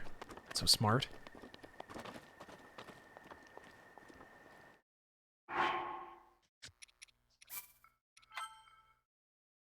Oh, Pop-Tart. Hey, how you doing? Thank you for the resub. Oh, Xander. Thank you for the prime. Let's see. Which one is... Oh, it's that. Nope. You have to hit this and then this. That's right. And I don't want to use... Can you change arrows? You can. I don't have any normal arrows. All right, fuck that then.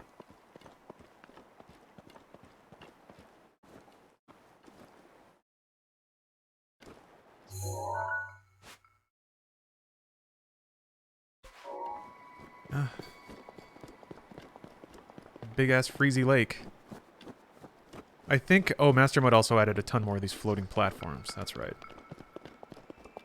I really enjoy dropping into this channel for the dialogue and conversation. Always feels informative and sparks thoughts. Hopefully in 2022 I can support with some donations. Well, Boo the God, or Booth God, that's probably more accurate. I mean, certainly I'd appreciate that, but you know, just being here and watching is good enough for me too. I'm just grateful that people are interested in my my ramblings.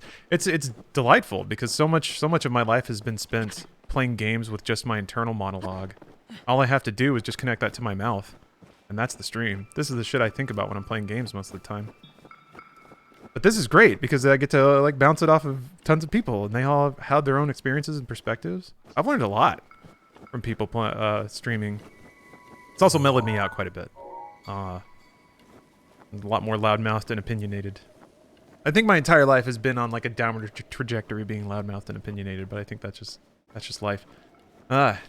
Jake's bad at games. Thank you for the cheer and kicking off a hype train. That's a choo choo. Choo choo. If you want limited time emotes, now's the time to shower me with money. That's right. You can get a stealth hit if you get them while they're sleeping. Yeah, sneak strike. I'm gonna take all their weapons first. Actually, I don't think... Ah, fuck! Oh, that doesn't explode. I thought it exploded if you just threw it. Didn't kill him. They don't die. All right, well, let's get out of here.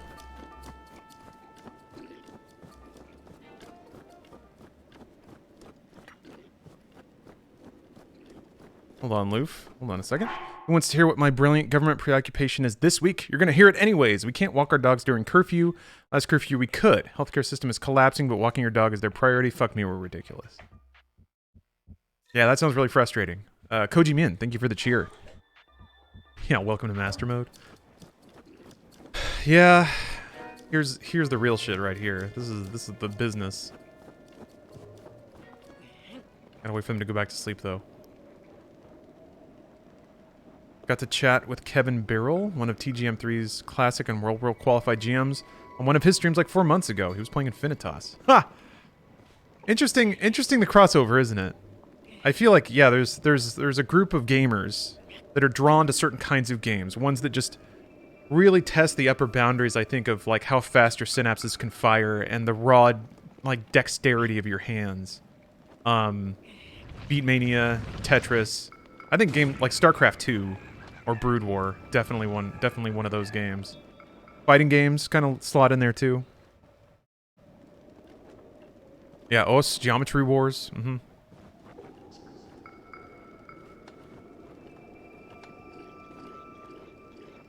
Hey, what's up, Jonald? DDR? Yeah?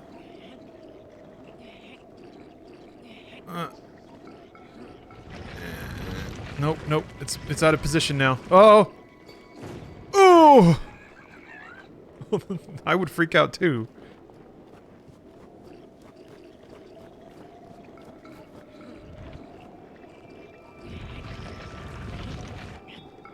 God damn it.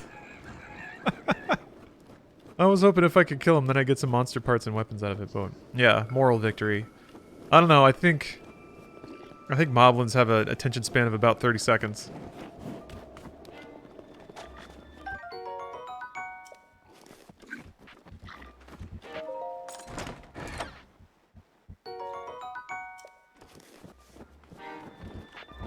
And never not think of Oendon whenever anyone mentions us. Well, I mean, that ought to be. That's what it comes from. Yeah, I was a huge fan of those games on DS. I imported Oendon and Oendon 2 and played Elite Beat Agents. I actually have a framed poster of Oendon in the other hall. That was one of the first, like, ultra classy game purchases I made. I imported a Japanese poster. It's just, was it Hajime? Tanaka Hajime, yeah. Just sitting and screaming. God, that art is so fucking good. You go shield sledding. Yes, of course. Of course. Oh, I completely walked by the shrine. Double Crystal, Happy New Year. Ooh, that snow crunch? Ah, Death John, thanks for the 2 years of subs. Appreciate it.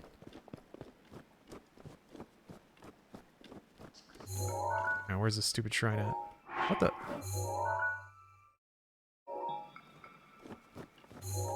I don't even see the tail of it. Oh, there it is. Okay, well, I'll get that on the way back. Where's this one? Not up there. Although that's got to be a Korok seed, so might as well go get it. 100%. Bought a poster for Hades because I love the art so much. Yeah. Hades has some preem art.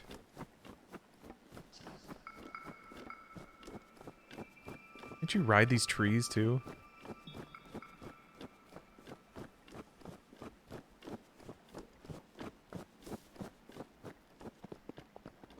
I'm mostly seeing gifs of like people stasising a tree, smacking the shit out of it, and then surfing it across Hyrule.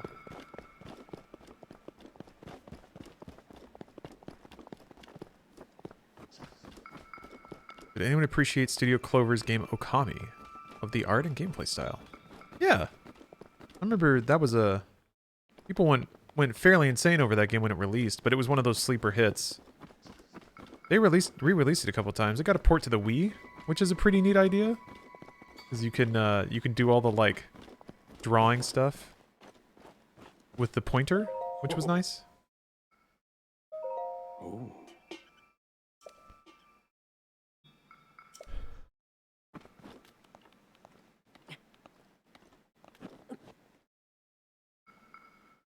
Where are these dang shrines? So I gotta blow it up, right? I have to blow this up.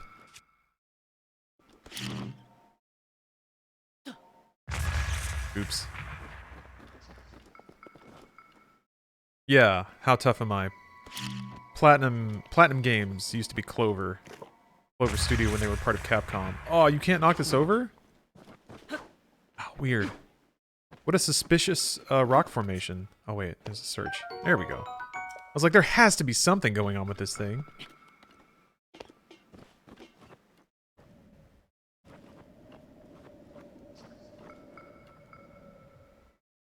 Oh no. Oh no. I see another suspicious formation of rocks.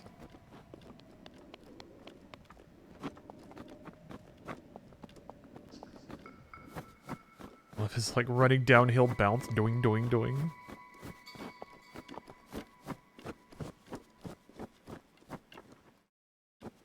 There must be one rock around here somewhere, and there it is. Clover did not do No More Heroes. That was Grasshopper. But yeah, Beautiful Joe, Wonderful 101. There was one other Clover game, I think. Oh, God Hand. Wasn't God Hand under Clover?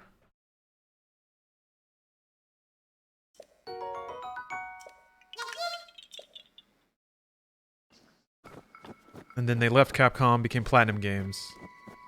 It made a series of many, many more awesome, awesome games.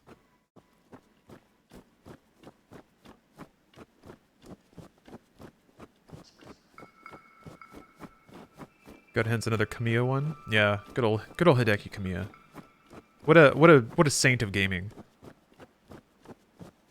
I just love any game creator that doesn't play into this like servile notion that they have to beg and plead for their audience to please play their game. Please, gamer, please play my game. Oh, you didn't like my game? I'll try harder next time, gamer. He's so over that shit, and I love it. That stuff frustrates me because I don't know. I guess it's like, it's the open market, so whatever. But man, gamers get their heads pat way too much. Like games do it. Games are nothing but head pats for gamers most of the time. And I think they start to expect it from other humans. And then, to me, it kind of goes against this notion that game creators are like working professionals. They're working artists. They shouldn't have to answer to the audience. And they certainly shouldn't have to affect this like customer is always right sentimentality.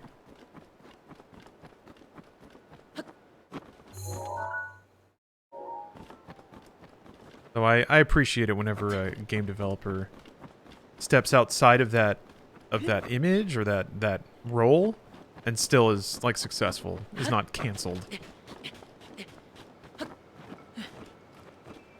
What is this all about? What is this? What is this mysterious ice thing? I'm gonna blow it up. Next Metaphors. Thanks for gifting a sub. I guess I need fire. I do have a fire arrow and a bomb arrow. I'm afraid if I shoot a fire arrow at it, the arrow will just like tink off and I'll get nothing. And I don't think a bomb arrow is going to do anything either. I bet I have to actually cast fire on it.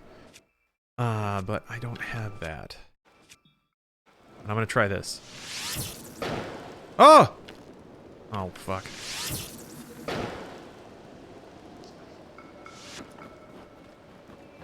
God damn it.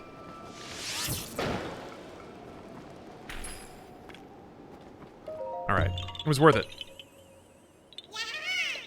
Maybe. Those are expensive. Yeah, now that's gaming. That's gaming. Right there. You just saw it. That was gaming happening. Alright, let me actually go do the shrine. Wonder if we could burn our wooden items next to it? I would bet yes. I bet you can probably like hold a stick, a fire stick next to it. But I'm not sure.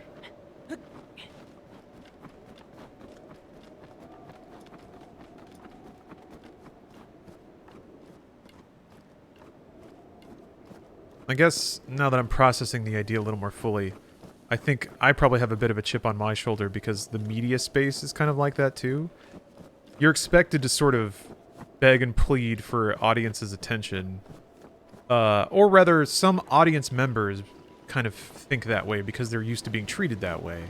They're used to influencers being like, oh, thank you so much. Please watch me. I'll do whatever you want. I'll change it all. Just please watch me. If you're upset, I'll fix it. I'm like, I think people are used to media types taking a very conciliatory tone because they are trying to be liked and trying to curry an audience. But like, I'm definitely moving out of that attitude. Now I'm much more, and it's a privilege for sure to be in like, well, this is what I made, and if you don't like it, then you can just not watch it. But yeah, people are not good for that. Sometimes.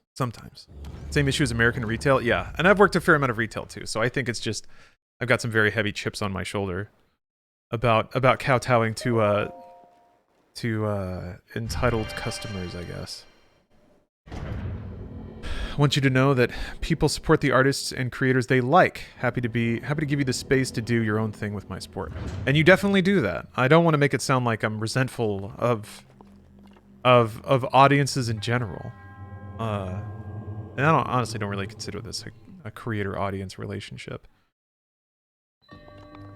Even though I guess that is a factor.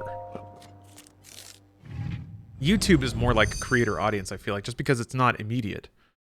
You make a thing and then you put it out for everyone to see and engage with, but that there's a step removed in that process.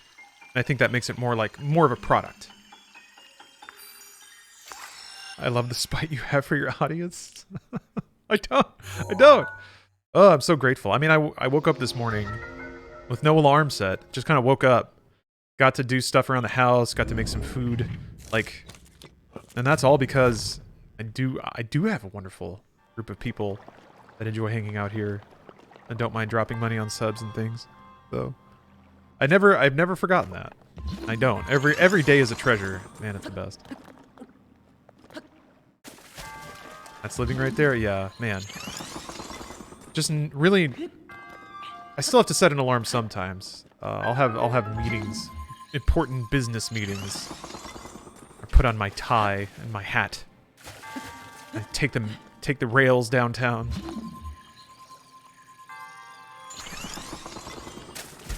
Actually, often when if I'm ever talking with ad agencies, they're often situated in Eastern time. So,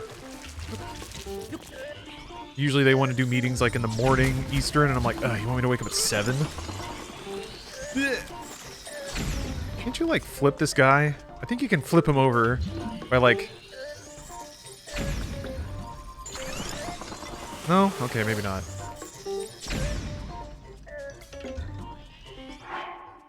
Typical Californian, yeah.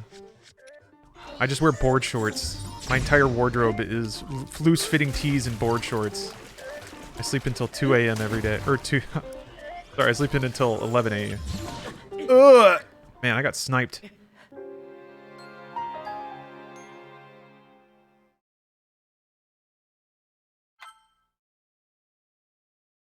Yeah.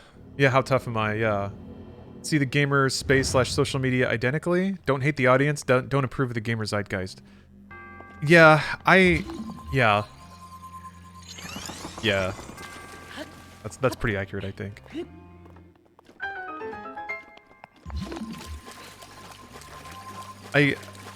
Just to clarify, I guess. I think the thing that irks me the most is the gamer bubble, really. The people who get together and decide that, like, since they care the most, that they are then, like, conservative or through the transitionary I don't know what I'm saying here. It's the people who assume that, like, the most care, passion, and time spent also equals the most importance in terms of audience. Which is not really the case. Ugh! I guess what's weird to me is the people who spend the most time thinking about games and emotionally investing in them prefer more emotional narratives about games. you would think that passion about the space and its craft would lead to an earnest desire to understand it on a practical level. Like what are the actual movings of the industry that cause these things to be made in this way, or just trying to learn more about the artists that create games and their creative process. But not really, no. That doesn't really happen. Most people just like engaging with games on a very superficial level, which is, what's the drama, you know? What's the narrative created that is like more spicy to buy into? I want to hear about games that have fucked up. I want to hear about developers being greedy. Those are the narratives people really, really like. The people that like, even the people that self-identify as being really like into games and passionate about the art form. By and large, that's how that audience moves. So it creates an interesting and challenging problem, especially when it comes to news reporting and media creation. Is how do you grab that audience? But then that's sort of the give and take of what I try to do in terms of my creative output is package something like it is that, but have it actually be something else. Yeah, learn about how they're made and what challenges are encountered. Yeah. Yeah. Matt McMuscle's What Happened, that one? That's more of a kind of like documentary narrative series. I've seen that pop up here and there. I haven't watched any of it myself, but... Another thing this is an interesting thing that sort of tumbled out of the jazz documentary I referenced earlier about Tokyo culture. A lot of his What Happened videos can be summed up with crunch and greedy execs. See that I haven't seen any of the videos, and I'm not reacting to his content specifically because I haven't seen it. But the greedy execs thing is just like, it's such a blanket straw man thing. I mean, it might be true for all I know in the subjects he covers, but it's such like a non-thing. Greedy execs. Gosh, I remember when like the cyberpunk discussion, the discourse was happening. Everyone was like, this game sucks, but the devs are okay. We like the devs. The devs are fine.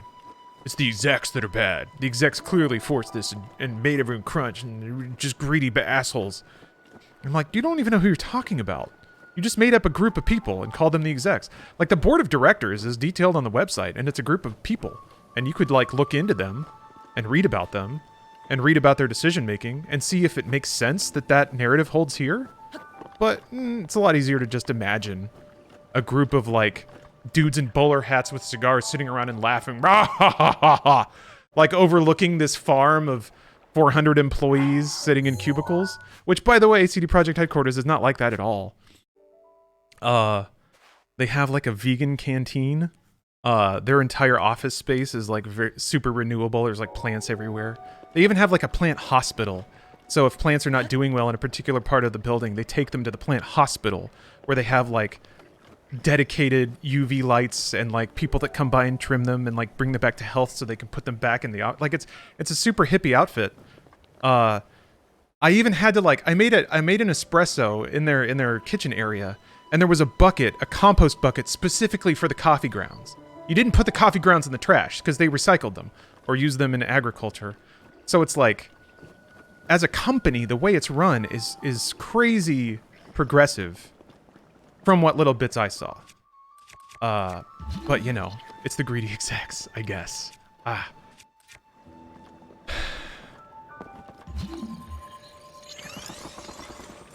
It's a... I think I can... It's all the way in the middle. I think because you have to, like, stair-step your way there.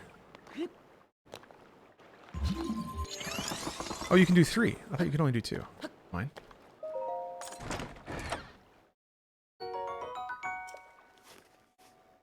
So it's an interesting challenge. Ooh. The thing is, like, you can't fault anyone for liking a spicy narrative. I do. I watch like Real Housewives. It's fun.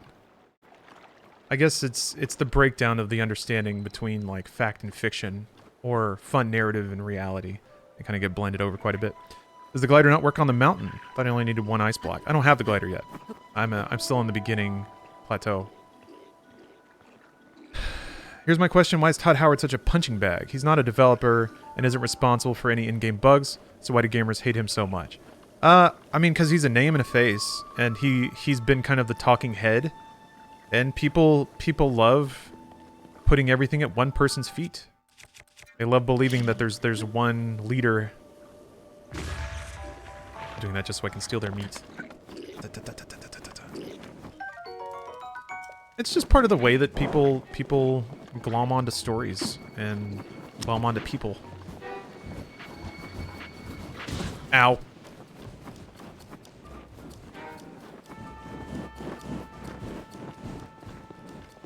He's the easy scapegoat. Yeah, people really like believing that there's one decision maker.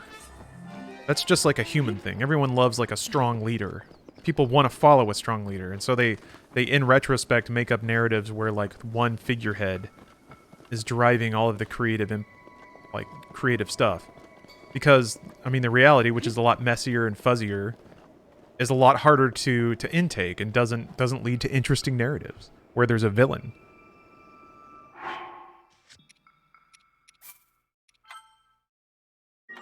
What emulator is this? Oh, this is Simu. Yeah. It's easier to make memes about a single person. Now that's true. Todd Howard memes are fantastic. Yeah, there's multiple factors really. I'm not complaining about all this. I would say observing, but I'm not making these observations to indicate that these are all problems that need to be solved. It's more just like these are the ways that people interface with their hobby. So there's some parts about it that are kind of a teeny bit annoying to me, I guess. Messy truths make for uncomfortable and complex emotional responses. Man, you said it. You said it.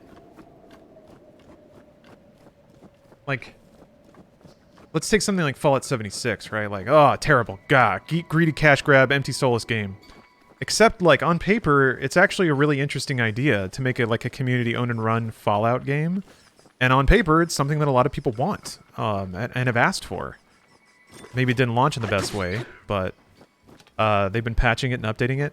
I think also the thing that people don't think about and rarely acknowledge, which is tragic, is that developers don't want to make the same thing forever.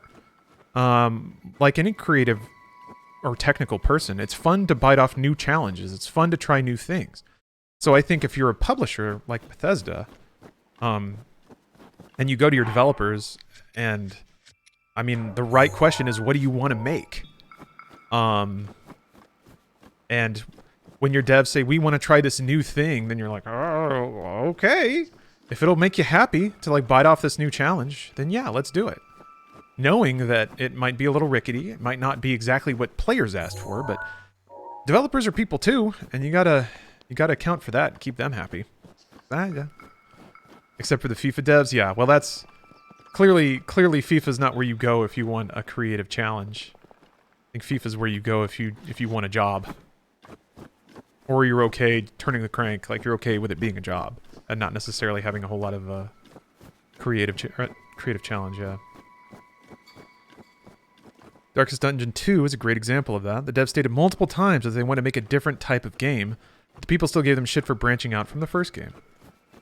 Yeah, I mean, it comes down to expectation, and somebody's not wrong, by the way, for buying a game with a 2 on the end of it and being like, why is it so different from the thing that had 1 on the end of it? But that's the tricky world.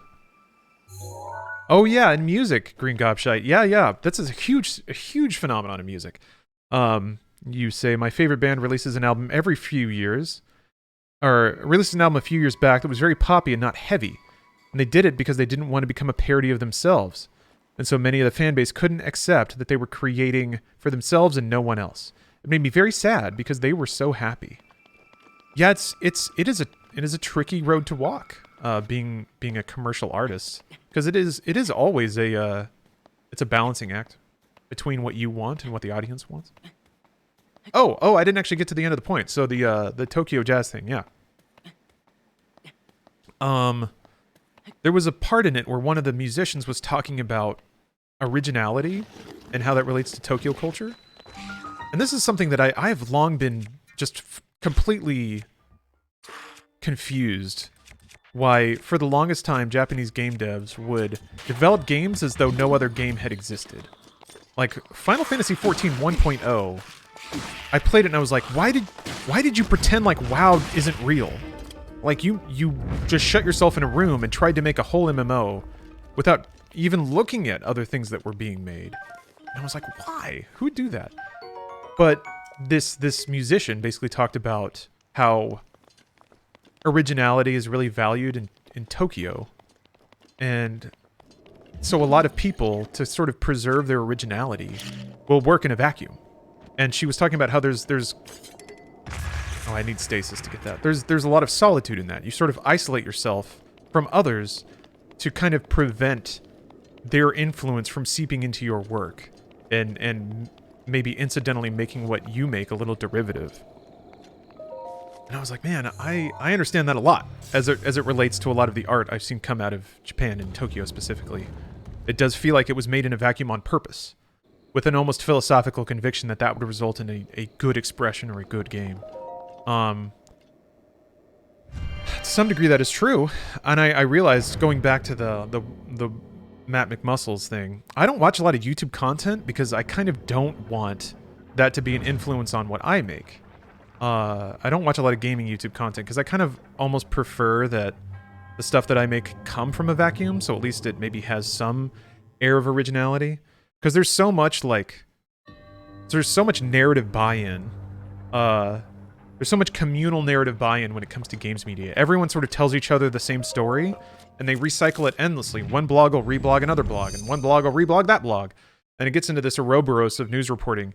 And all along, the only thing that each outlet has to add, every YouTuber or person like covering the same story, is their take on the storytelling. They retell the same story in a different, more incendiary way. Not only does that ratchet up the sort of intensity of a story, but it also starts deviating away from truth more and more and more. So, I'm not saying that Matt McMuscles is related to this, but certainly in the news space, very much happens. So, when it comes to news reporting, at least, I do like to have a relatively empty head.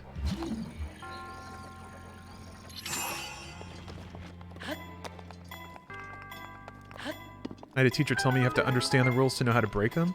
Well, now that is true, but that largely comes from a fundamental education, not necessarily just taking in reference material. Those are kind of two different things. I think a lot of today's artists, or like emergent artists, and of that I guess I consider myself one, if you can consider what I do art. I guess it is writing and expression, but I'm talking primarily about YouTube here. I don't really have any like formal writing training. I don't think it's necessary, but I think that is where that sort of expression comes in. It's like, if you want to do something entirely new, you kind of have to know the fundamentals. Oh. But if you want to just kind of remix what already exists, taking in tons of references is good enough.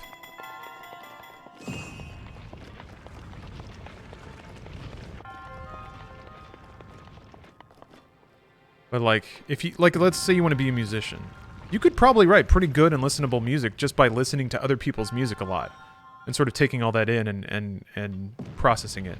But I think if you want to come up with something fundamentally informatively new, I think that does require a bit more of a classic approach, a more academic approach, so you can know specifically what has been done and why, at what points in history. I feel like all art is derivative, so trying to completely isolate yourself from external influences can lead to indirect imitation if you're at least somewhat aware of what's out there. Now that's true, yeah. There's been more than a few examples of that, of artists, craftsmen, or technicians sort of reaching the same answer to a similar question independently of each other. So yeah, that can definitely happen too. For me personally, I felt like I did music better before I knew the rules. Interesting. That's interesting because it's like a self-appraisal, right? Maybe knowing the rules just made you aware of the things that you weren't doing as good. I'm just throwing ideas out. I have no idea what your relationship with music is. But, interesting to think about. You drive yourself crazy. For the MCATs, there was an interesting passage for a problem where it was compared to two types of musical artists. One was more of a formulaic style where you get better with again versus the more rock style, where the older you get, the harder it is to develop new inventive music like during your youth. Yeah. Happens in engineering a lot? Yeah, Crab. I remember John Carmack was venting a lot of frustrations about copyright. And he was like, how is it that two equally talented engineers can come up with the same solution to the same problem because they're both equally, like, smart. But since this person did it 6 months earlier, they get to own the solution forever. Whereas that other person gets nothing because they did all the same work in the same environment, but just happened to be a little bit later. That's how math rock and gent genres grew to be huge in the rock scene. Kids who were getting classical training in jazz and music theory, but grew up listening to pop punk and playing Tony Hawk games, found a new way to express rock music, and it's one of my favorite genres. Yeah, I agree. I agree. I need to look into gent a lot more. It is sort of the like, it's like the next gen new metal, right? Kind of. It's just got that big thump. Like that big thump.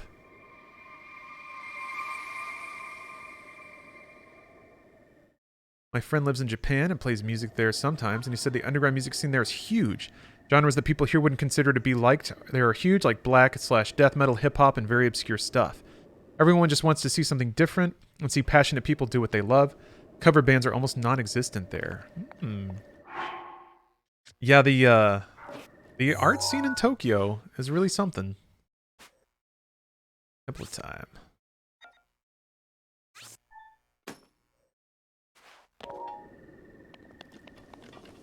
Via by the band Volumes. Right. Let me look it up here.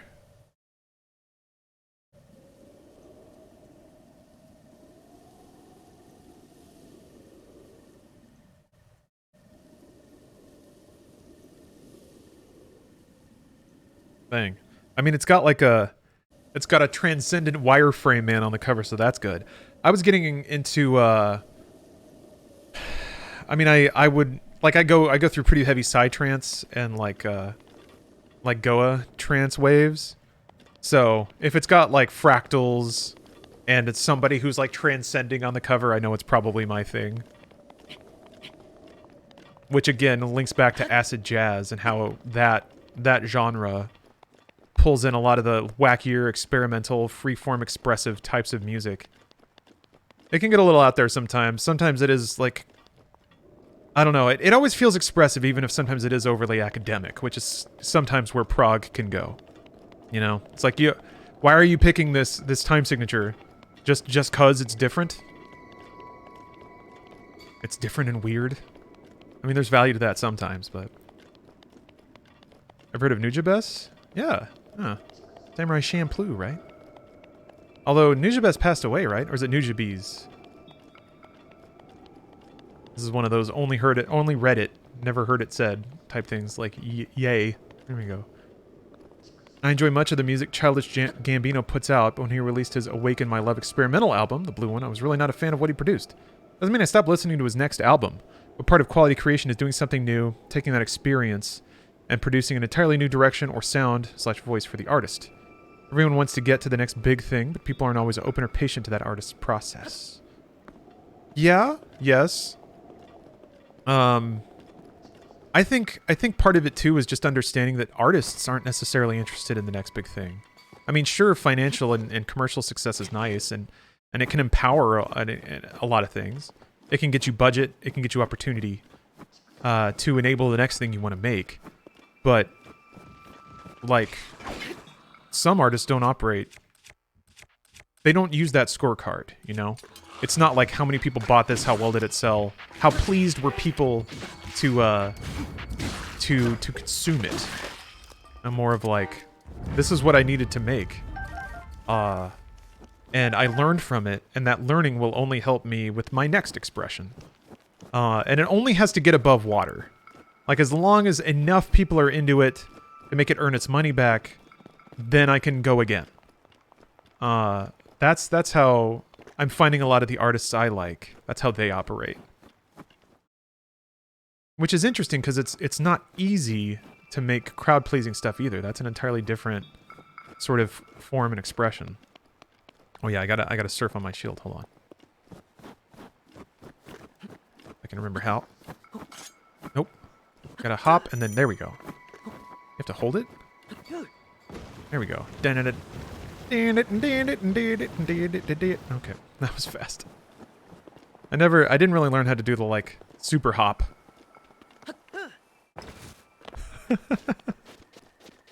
Also, that was the impression that I get. That's not Superman. That's not the skateboarding song. 1 second. Penciano, I hope I'm saying your name right.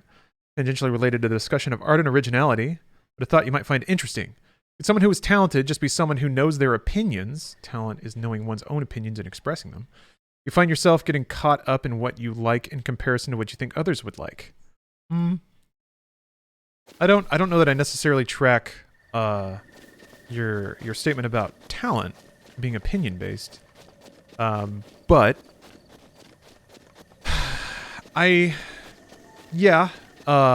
second part of your question though, like tracking my own likes versus others, I'm becoming much more comfortable in liking what I like, but I think the important part about that is not reverse judging others for not liking that stuff. It was a bit of a challenge for a while, because for a while most of my social circle would only interact around media, exchanging of opinions about media. And my opinions wouldn't necessarily align, or I just wouldn't be interested in certain kinds of media. So, like, it was just weird because I was kind of seen as the investment you did in the relationship. Is that you had to, like, watch the thing to trade notes about it. And I guess that just means you're not really on the same wavelength as people, but it's easy, I think, to fall into that you have to, like, that the point of consuming media is that you have something to connect with people about. And that's not a bad thing, but that's where comparing my opinions and takes and likes and desires versus other people's, that's when it starts to become a roadblock. Is when it is just it's a bridge for social interactions. That bridge doesn't exist if I don't do my homework. The creative process is both intangible and undervalued, though I guess those go hand in hand. Never forget, Revolution 9 made it onto the White Album. Yeah. Number 9? Number 9? Well, certainly nobody had heard it at that point, and probably sparked a lot of discussion from people that were having their minds opened. I love Muse, Devin Townsend, Frank Turner, and Beck, because even though all their albums are similar, you can tell that they try new things with each album, because it's better to try something new and possibly fail than sound the same and have some people get bored or uninterested. I do like, yeah. I like all those artists quite a bit. Thing is, like, Steph has long sworn off prog, and I don't blame her, because she's been in game development, so she's had to deal with dweebs idolizing Rush and Muse for too long. I, however, am that dweeb, so I like prog music a lot. I think there's been a few... the armor's been cracking, though. I think it all kicked off with, like... So, Racer Trash did an edit of Superman called Suprogman, where they basically re-edited the whole original Christopher Reeves Superman, but with a prog soundtrack, and it fucking rips, because Superman is a pretty, like... Just conceptually, it's like a prog album, basically. It's like a concept album. On an alien planet, there's like intrigue and politics, the planet blows up, the child comes here and becomes like a superhero that has to wrestle with like moral problems about being a god. It is a prog album, basically. So to have it like put alongside Pink Floyd and shit, really, really awesome. And she really enjoyed it, despite not liking prog, and now she's getting into jazz, so... One of these days, I'm gonna put a Muse track on, and it's gonna blindside her. Although, the vocalist always gives it away. You can't not know that it's Muse. How hard is the game? Just asking? Well, I'm playing it on Master Mode, and it can be pretty challenging on this mode, but... I have that problem too. I found that feigning interest for media others talk about for long enough can ease them into talking about bigger concepts. I think people want to have conceptual conversations, but it's a social contract thing to keep things surface level. Let someone let their own guard down in their own time, and they'll have something interesting to say. No, you're absolutely right. Yeah, you're right. Asking questions is the way to get around that. Kind of letting people express themselves, or inviting them to dissect their... I was just curious, yeah. Allowing them to sort of unpack things. Yeah, that's the real solution. That's the way you can turn something that you don't have a lot of knowledge in into something that is a little more formative. I guess the problem is, and this is getting more into like specifics, but what happens when you do that, but then when you want to talk about your thing, there's just like zero interest. I guess that's just a lopsided relationship. All right, where are you, old man?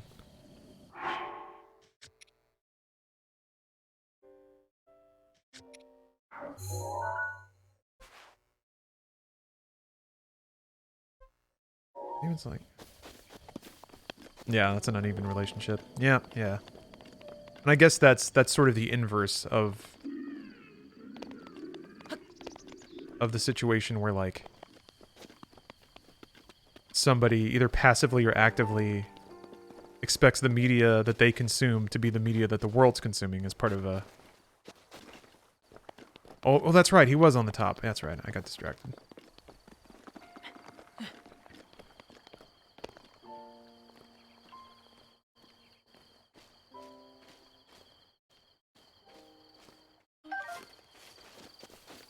Yeah, I'm a huge fan of media that allows me to have a dialogue with myself about what it's saying and how.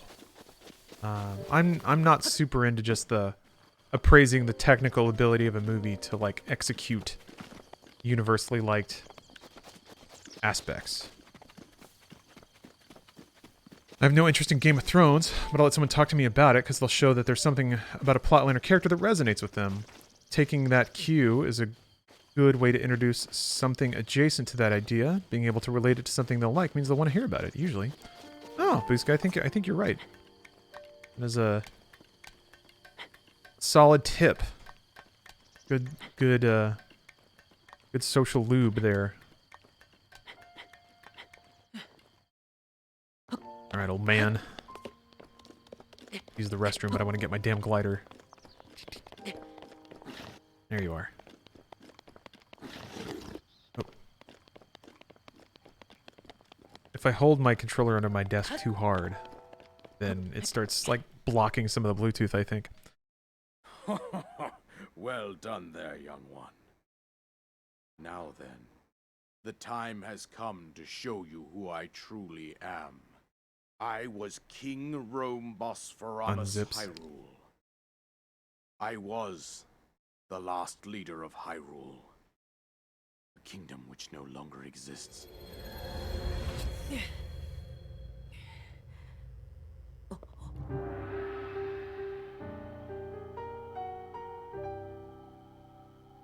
The Hyrule Castle? The great calamity was merciless. It devastated everything in its path, a century ago. It was then that my life was taken away from me. And since that time, here I have remained in spirit form. I did not think it wise to overwhelm you while your memory was still fragile. So rather than that, I thought it best to assume a temporary form. Forgive me. I think you are now ready. Ready to hear what happened 100 years ago. Ready for lore. An extremely obscure video of Kanye West performing with a Japanese rap group in circa 2007, if you want. Is it a good video? The Demon King was Yeah? born into this kingdom. Sure. Fire it over. His transformation into malice created the horror you see now. Alice. Stories of Ganon were passed from generation to generation in the form of legends and fairy tales. But there was also a prophecy. The signs of a resurrection of Calamity Ganon are clear, and the power to oppose it lies dormant beneath the ground. We decided to heed the prophecy and began excavating large areas of land. It wasn't long before we discovered several ancient relics made by the hands of our distant ancestors. These relics, the divine beasts, were giant machines piloted by warriors. We also found the Guardians, an army of mechanical soldiers who fought autonomously.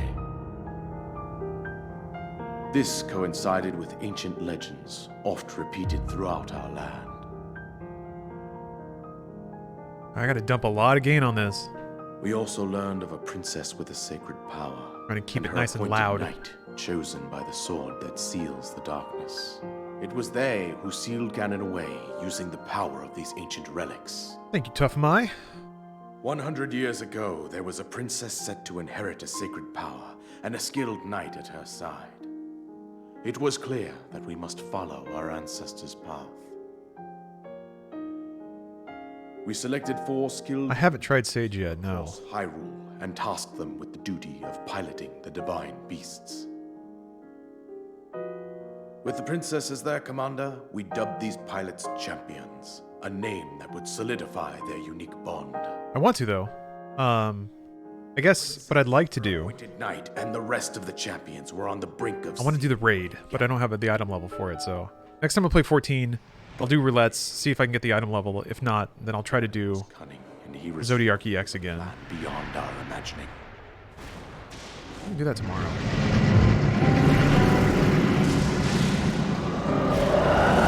Sage is the true barrier mage of 14.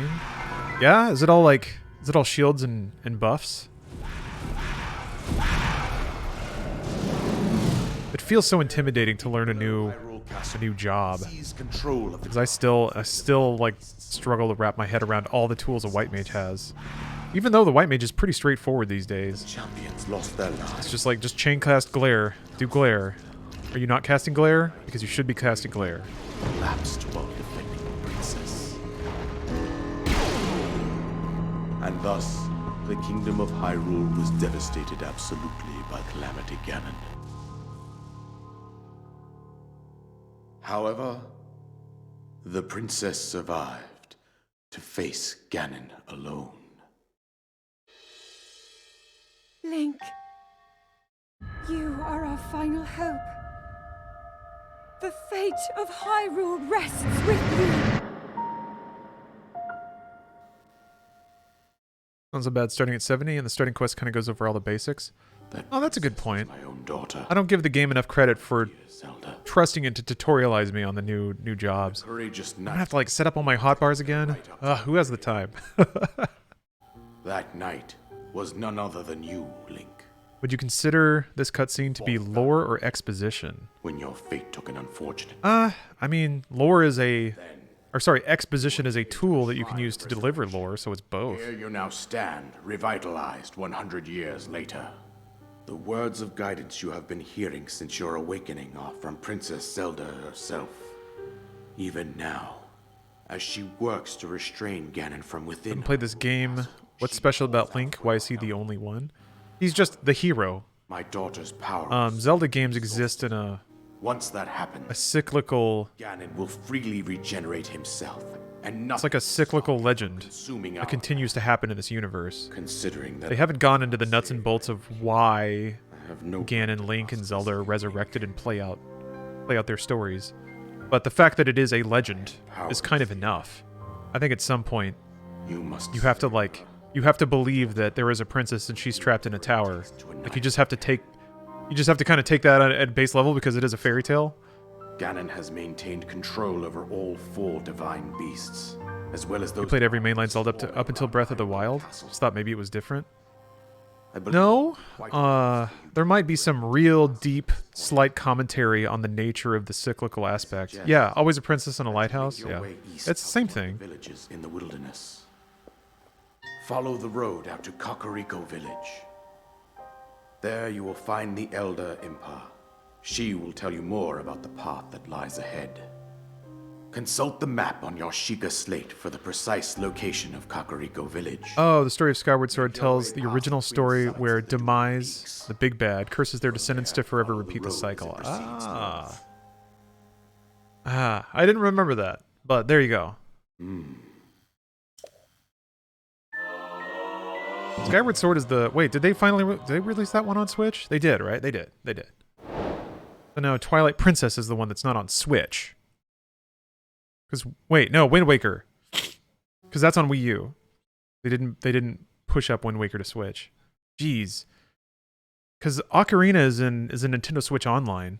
And I think Link to the Past is in Switch Online too. Switch could have every Zelda. I think. But like not before too long. That's pretty great. There's a hardline cyclical pattern that starts in Skyward Sword. Breath of the Wild is post-Wind Waker. Wind Waker is post-Majora's Mask. Yeah, I think until Breath, Wind Waker was supposed to be the most, like, time-wise advanced.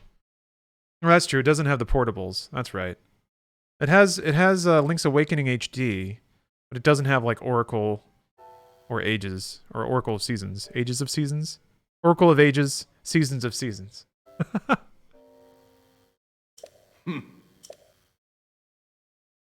Oh yeah, the DS ones. Yeah, Spirit Tracks, Phantom Hourglass. Those don't matter. I played those and I was pretty done with them by the time they were over too. I was like, ugh. It's always a little depressing when the scaled back version of an experience just doesn't. The smoke and mirrors don't work sometimes. The CDI Zeldas, yeah. I actually want to play those. I've never played the CDI Zeldas. I've watched enough playthroughs, and they look like as much as they get dunked on for their cutscenes justifiably, the game itself doesn't look that bad. Like, compared to Zelda 1 or Zelda 2, which were just wholly arcane and mysterious experiences. Oh, crap. Okay, I thought I was going to lose a fire arrow there. Zelda Infinite? I mean, that's what Breath of the Wild is, basically. It's so weird they're making a 2. Can't wait. I think. Someone made fixed versions of the CDI games and they're more tolerable? Oh, that's interesting. I mean, they got bitchin' music, and I actually kind of like the background art. It doesn't look very Zelda-y, but it looks pretty good if you can take it out of that context. Are you a live one? Probably not.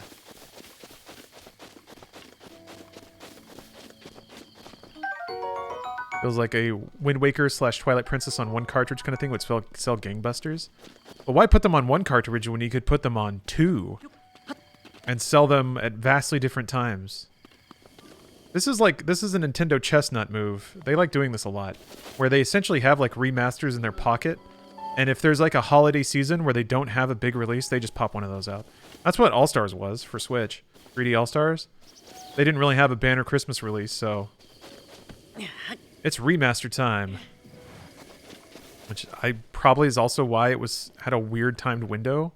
Maybe so people wouldn't make value comparisons between that and Nintendo Switch Online.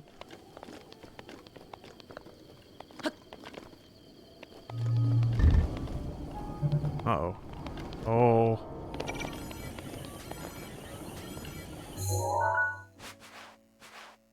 Okay, alright.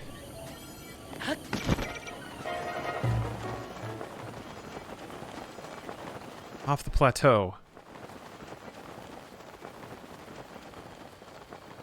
And Master Mode is not hard. All-Stars felt like such a scummy product that so many people bought into anyway. Made me feel like an insane person. I don't know. I mean, it's not a bad value, right? Three 3D Mario games that are all pretty good.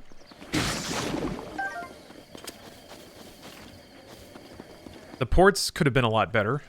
That I'll agree with, but I don't know. when it comes to Nintendo, you're lucky to pay anything less than $60 for a 20-year-old game.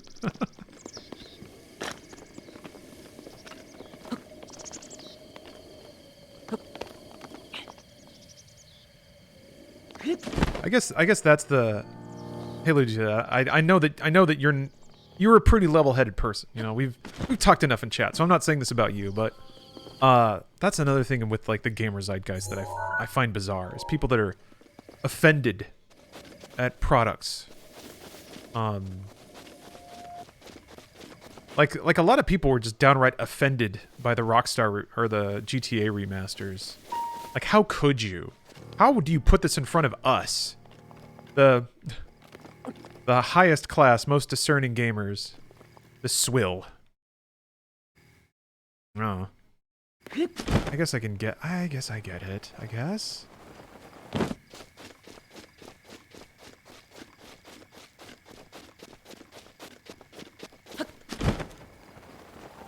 I don't know. Part of me wants to say that I'm speaking from a place of privilege when I say just play something else, but then the other part is like, no, I'm not. There's so many free-to-play games, and they're all pretty, like, not all of them. They're not all pretty good, but there's a lot of really good free-to-play games out there. In a world with Genshin Impact and Apex Legends. It's a false equivalence, but man, who's got time? Who's got time to be upset? Maybe they felt their Rockstar goodwill was tarnished. Yeah, maybe. I guess in that regard, just don't give companies goodwill, because they're companies. Although I guess that's a lot to ask for. It's only natural to believe the best in a creative team. I think kind of like, you know, I think throwing the. Oh my God, these shadows though. Fuck, that's so good. I think like.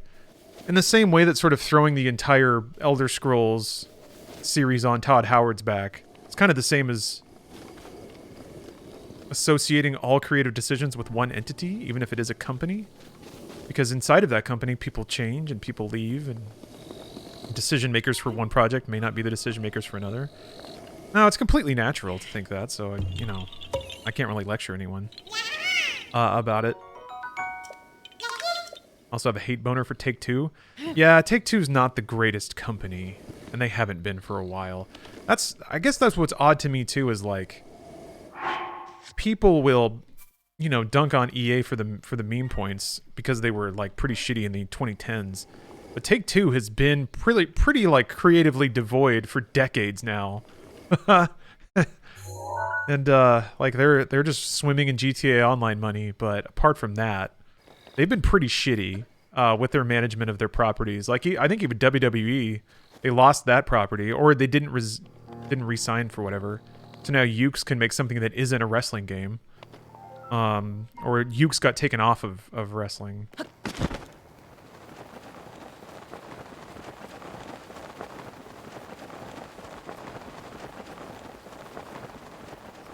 I am glad that people are.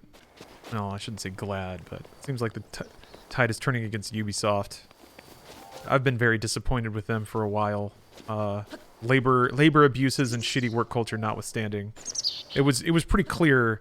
I think once Odyssey came out, which is a game everyone liked, and I guess I get why, because it's close to Witcher 3 in terms of just like being a very pleasing game that doesn't push back on you very hard, and there's a minimap with tons to do. But man, I played Odyssey and I was like, blech. All right, this is where they're at now. This is what they do. I finished Origins, but Odyssey had even less of that, and Valhalla even less of just like something interesting, something notable, something daring, maybe. Oh no, JC, you lost your wallet? Damn, what happened? Hopefully.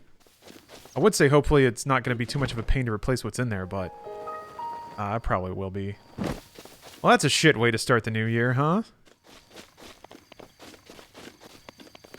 Think about it this way. It's unlikely to get much worse. I probably shouldn't have jinxed you like that. Anything that lets me be a buff Greek lady running around the Great Green, fucking killing whoever I want is all I want in a game? Yeah, and that's... You know what? More power to you. I'm glad that there's a game that gives you that fantasy. Oops. Because it is a pretty good one. I still don't have normal arrows. I don't want to waste fire arrows on this. Ugh. A bit out of nowhere question. Do you plan on going back to the Yakuzas anytime soon? I don't have specific plans now, but I will. I promise. I will.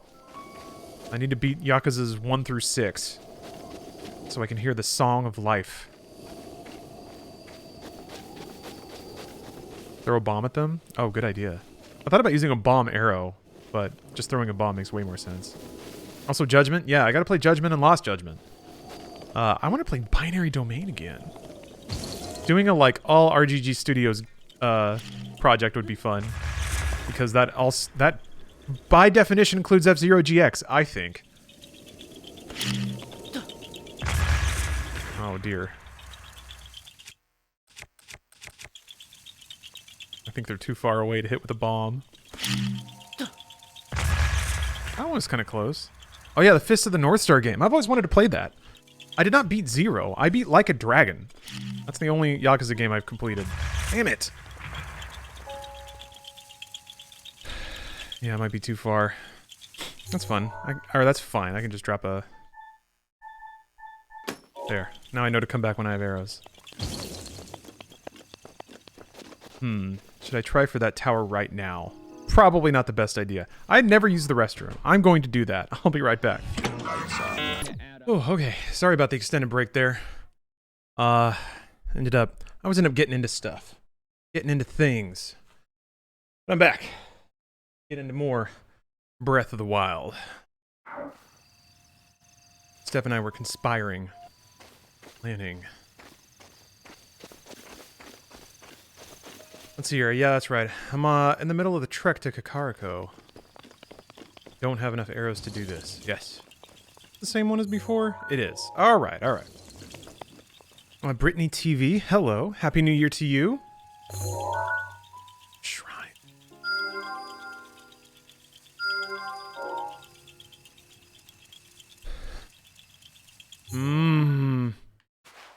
I mean, this one's on the way. I have to get it, right? There's even a convenient little landmass to jump off up to land right on it. Alright, alright. How am I gonna do this? Just got Witcher 3 and the 2 DLCs. Ooh. You got a lot of gaming in front of you. Blood and Wine is really, really special. I mean, Wild Hunt is special too, but you can definitely tell that they got more comfortable with the tools and like I think like the combat encounters got a lot more interesting. Oh, Rick Slinger has redeemed a VIP or ban. That can have one of two outcomes. Let's find out what you get. There's been a lot of bans lately, so gotta be due, right? Perhaps you've waited just the right amount of time.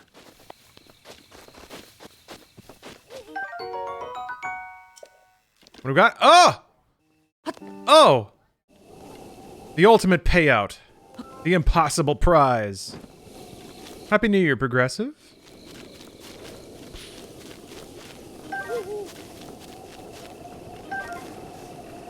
That's a big win. That's a big win. You've bested the system. You beat the house. Rick, congratulations.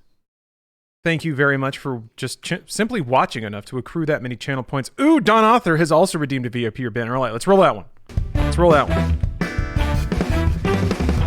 But Rick, congratulations. Let's see if Don Author is as lucky. What's gonna happen? Ooh, no! Not as lucky, though. Not as lucky. The thunderous fart has resonated. Damn. Hate to see it. I hate to see it. I hate it. I hate banning people, but I have to. I have to. Otherwise the system's gonna fall apart. Don Author, thank you very much for watching. That's a lot of points, and I really appreciate it. You're also really nice to have in chat. Just wonderful all around, but guess what? You're banned. You're banned for an hour. Well, Carmine, what's up? Playing 14, wanted to stop and say hi. Well, hello. Best of luck. You getting through the MSQ? But yes, thank you, Don Author, but you're banned for an entire hour. Yeah, it's a 1 hour ban. It's weighted too now. It is a 30% chance to get a VIP. It used to be 50-50. But I only have so many VIP slots.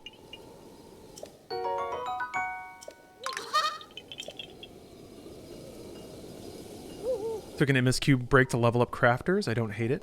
Yeah, I haven't really gotten into crafting as much as I should, for as much as I typically like crafting. I think I'm afraid, I'm intimidated because I feel like it's going to be a huge gill sink. I'm sure there are guides about how to farm crafting materials, or I can just make cookie biscuits. Was it coffee biscuits? Yeah, that's the one. Mounds and mounds of coffee biscuits. Oh, what's that? I don't remember there being a giant green plume on the horizon. Is that like a... Is that a meteor fall? Is that what that looks like? 14 did a great job of gamifying the crafting and gathering jobs. Go to it? It's so fucking far! Those don't leave, do they?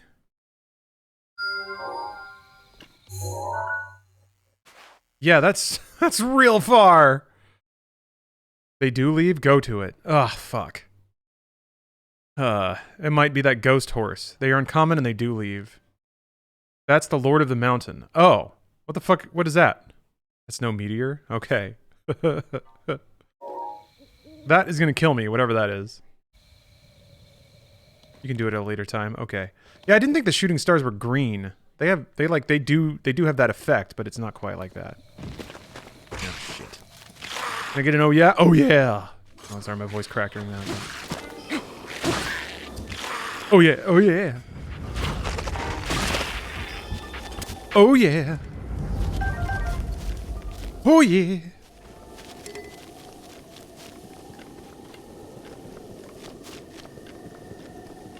Alright, let me start sizing up this tower here. I'm such a Zelda baby. Step 1 is to get towers so that I can fast travel. Is this modded in any way? Yes. Yes. There are mods that make it run at a higher resolution. There's mods that make it run at a higher frame rate. There's mods that increase the LOD distance.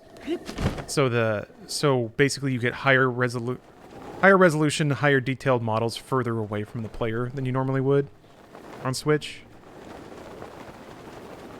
So Zelda doesn't have a better traveling thing than walking and horse. I mean, it's got fast travel and gliding.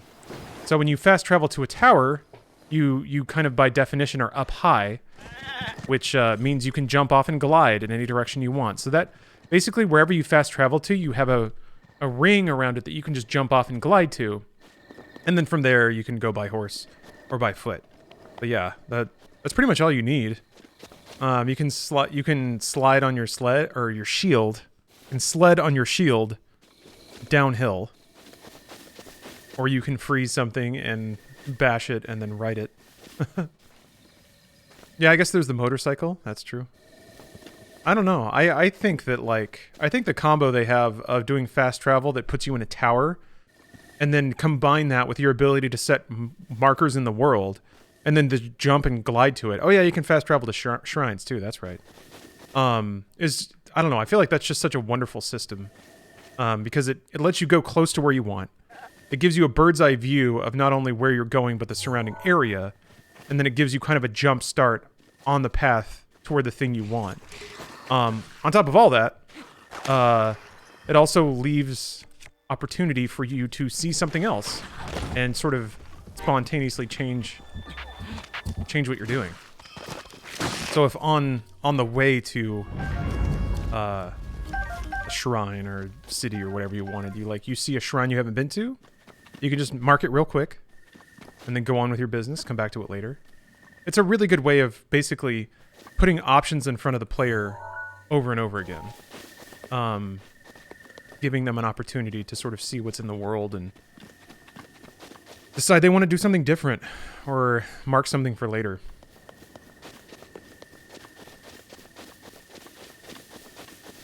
Okay. There's a watchtower there. But it's nighttime, so if I can sneak through the moblin camp, I could just climb the tower. I don't know if that'll wake them up, though. No, this is not my first time playing King of the North. I've beaten the game before on normal mode, and I played a fair amount on master mode before, which is what I'm doing now. Still don't have normal arrows. But I finally got it up and running on Simu, and it is gorgeous, and this is gonna be it. This is the real playthrough.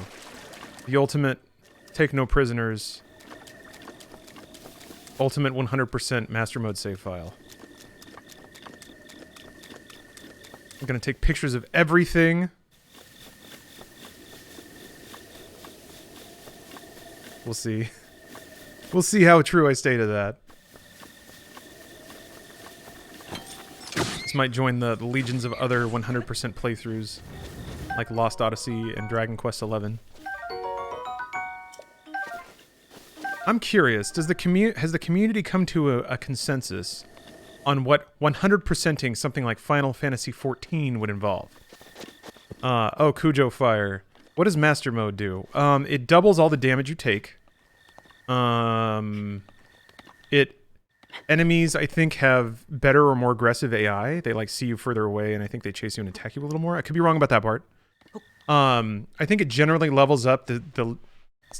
So, like, you know how there's, like, normal moblins and then red moblins? Like, there's different colors of moblins, and they have different AI intensities and different health. Master Mode basically ratchets all of those up around all of Hyrule. So all the enemies are just, like, a few levels higher than they would be normally. There are Lynels in different places. There's more floating platforms around, like these things. There's just generally more of those in the world. They aggro much faster, yeah. They regen health. If you don't hit them for a while, their health will recover. So you kind of have to, if you're going to kill an enemy, you kind of have to single it out and just drill it until it's dead. Otherwise, you'll break weapons and not kill it, which really sucks. Look at this, though. Look at this problem solving. Using the environment. You could just run up like a troglodyte and try to run up it. You could do that. Or you can be smart. Use the terrain.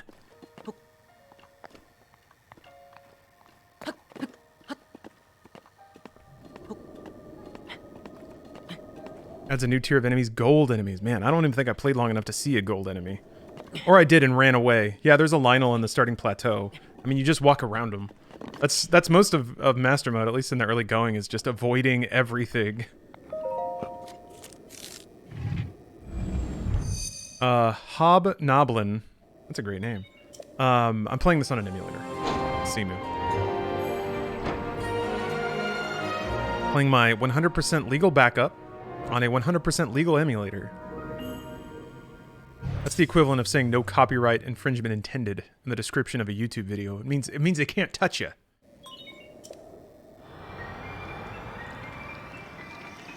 Yeah, it's the Wii U version. Yeah, I do own a copy of the game. I guess technically. Nintendo lawyers, you can't listen to this part. Strike this from the record.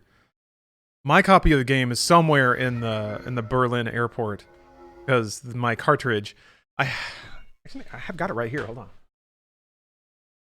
So this is my like Switch travel case, and there's these little pockets for Switch cartridges on the bottom here. They're pretty useful. I don't have that many cartridges, but like I was picking it up, and for some reason my finger just like slipped right through it, and like my finger caught on the bottom and just went boop, and like just like flicked it, and the cartridge shot out like a bullet and landed. So this was in the This was in like the security line, right? And you throw your luggage on that tray that has all those rollers. So you just slide it into the security. I was on the other side of security. I was picking up my carrying case. My finger fired it out of the thing, and then it like dropped in between the rollers, and I was like, ah!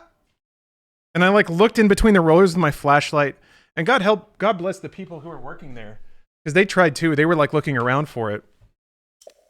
And they were just like, I don't think there's any way to get under this. Because we were just kind of looking at that giant rolly thing. And there's not like a panel or anything you can pop open to look under it. So that's where it is. Yeah, Wombat, that's how I lost my original save file. Oh, did I just unlock the shrine scan? Oh, okay. Neat. Blunk, blunk. This is a really cool way to do this, too. Like, it's not a glowing arrow. It's fuzzy enough to kind of make you look around, look up, look down. It's all the, like, the little things about Breath of the Wild that nudge you into exploring and, like, kind of taking your own path.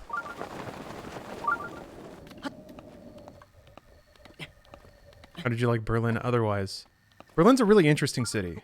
I would like to spend more time there.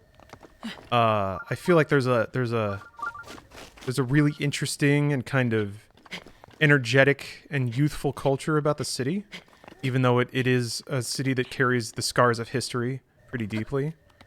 And I feel like I'd have to spend a lot more time there to really feel it. It's not a very touristy city. There's a fair amount to do there as a tourist, but like the culture of it isn't quite like set up to be boisterously receptive to tourists and their money. Unlike places like Venice, which I had been to just before, so the comparison in my mind is a little hard to avoid. That happened to me with a Bluetooth earbud and an old heating vent in a bistro in Seattle a month ago. Oh no, just dunk dunk shunk. And it's just gone forever, huh? Wherever we go, we leave parts of ourselves behind. It's the first rupee I've gotten in the game, damn. Where the hell did you and Steph get a shark champagne gun? Hey, Steph! Someone on Twitch is asking about your shark gun. I don't know. She found it. Steph's really good at finding cool things. It's from Amazon. Uh-oh. So people peed in bottles so that you could have a shark gun? Sorry, but it's not seen. Else, I get it. Ads. That was for. I probably told you for the longest time. Oh, yeah. But that requires A Magnum? Yeah. no. Well, the little one is better and like.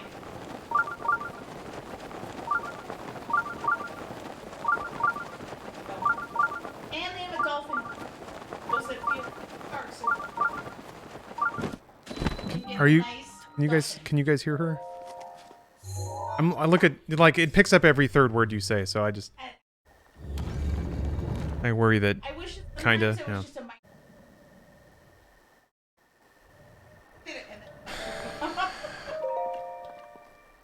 I might actually be able to figure something out. Maybe. Maybe. I mean, would you be okay with there being a mic mounted to the wall? As long as I remember to turn it off. That's the thing, yeah. It just has to be a problem. Redahi. Okay.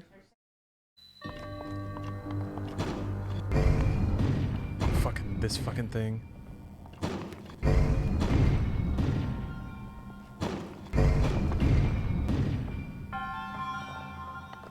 Man. This next part is a bitch, as I recall. Was that question for us or her? That was for you, sorry. People in Twitch chat, can you hear it when Stephanie's talking?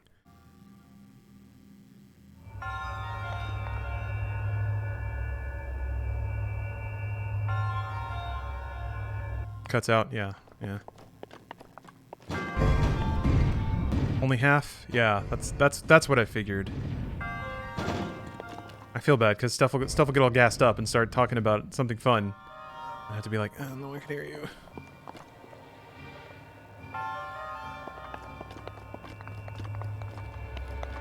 Every third word is accurate. Well, maybe that's enough.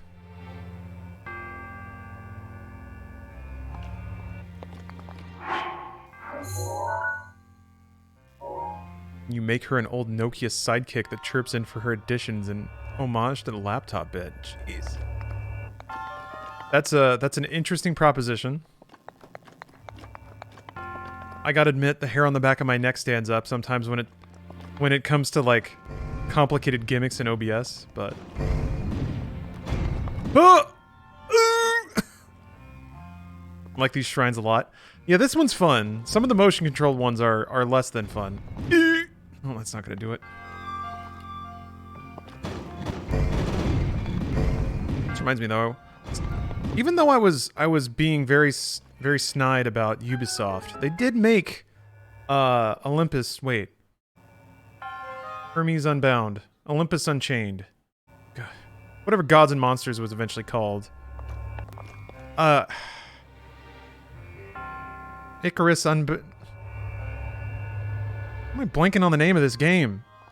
It was the like Breath of the Wild-ish game. Immortals, there we go. What? It was like 2 words, right? Immortals Phoenix Rising, there we go. Immortals Phoenix Rising. Gods and Monsters was actually a way better title. Immortals Phoenix Rising. Immortals Phoenix Rising. Phoenixes always rise, though. That's what phoenixes do. I don't know. I don't know what Ubisoft marketing. All right. I mean, they had some market data showing that like that was more memorable than Gods and Monsters. But okay. Oh, wasn't there some copyright stuff? Oh, maybe. That makes sense. I don't remember. Oh, that's right. You have to. That's right. I remember now. You got to put a barrel on the thing so that it stays in permanent ramp mode.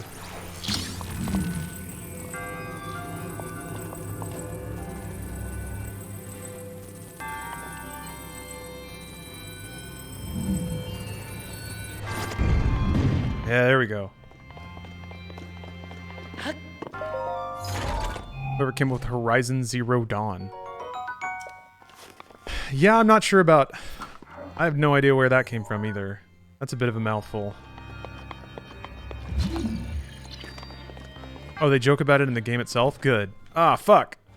I really did like the sort of Statler and Waldorf banter that Zeus and, who was it? It was Zeus and, Fire Guy.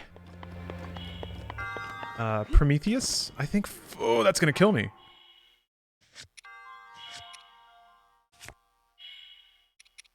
Yeah.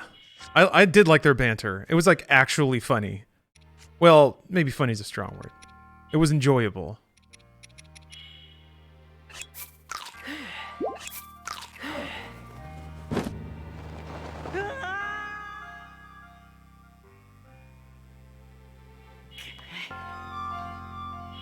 Okay. No! Oh, are you kidding me? Fuck it, I'll just die.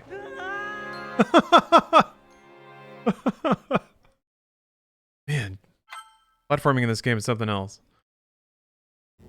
I changed my idea right at the last second. How do you compare this to Biomutant? Are you? I wouldn't. So your question is an interesting one because I feel like it is a challenge. How could you? How would you? Biomutants. I mean, I only played the first, I want to say 5 to 6 hours of it, but it's not at any way the same game. Yeah, they were both kind of open world. I mean, Biomutant's kind of open world, I guess. I get to do the whole thing again. At least I still have my cool do-rag.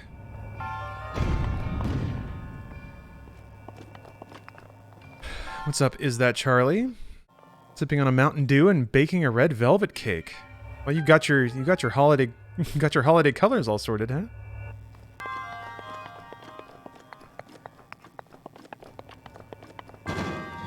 Sounds like a good Saturday, good weekend. Yeah. Oh, clutch.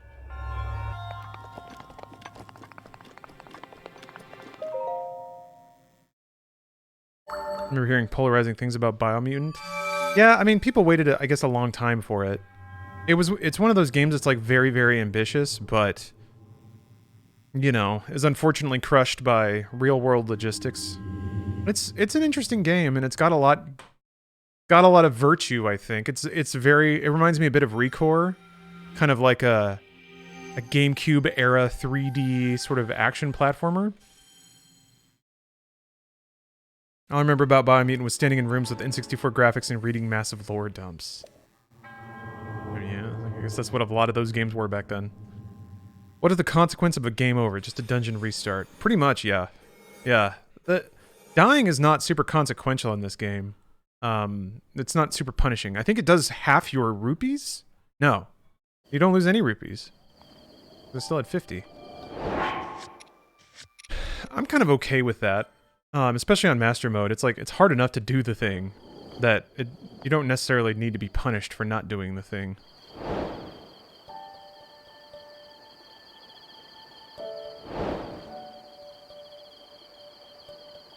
Why are all these unlocking now? You're playing Breath of the Wild as a birthday celebration? Hey, Vincent, happy birthday. Also, you've got good birthday taste. Oh yeah, that's right. Zeldas usually have death counters. So, my 100% no death run has been destroyed. Defamed. Better delete it. Uninstall Simu. Snap my 100% legal Wii U copy of Breath of the Wild in half.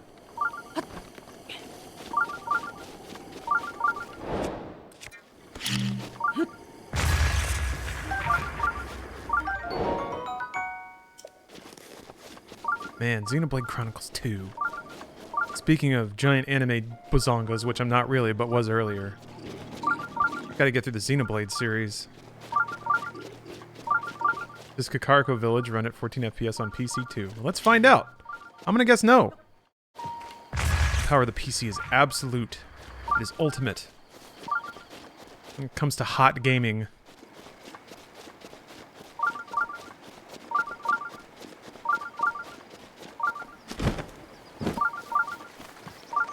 I think you have to glide into it. Making this my climber hobo jank link. If there was a puzzle, they do it wrong, and an unclimbable surface, merely a challenge. No bugs in the game? Sounds sus to Hobo Link. A safe path into Goron Village? Nah.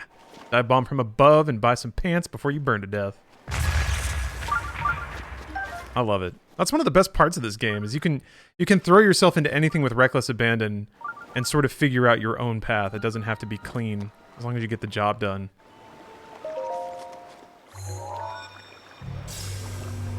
You played through Xenoblade Chronicles 1? That was a good game. And not nearly as embarrassing. Like, your parents could walk in on you playing Xenoblade Chronicles 1 and you wouldn't have to, like, cover up the screen and make excuses. But holy moly. There's some times where you don't want to be caught dead with Xenoblade Chronicles 2. I appreciate a JRPG that really tests the boundaries of shame for its player.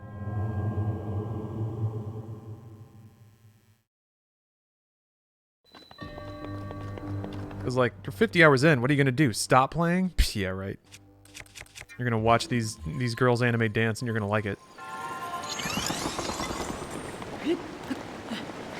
Also, I love that you can climb up ice. For some reason, Link slips down off of slippery surfaces, but he can just scale ice. Like he's got sticky gloves or something. Okay, so there's treasure in here, and I gotta find it.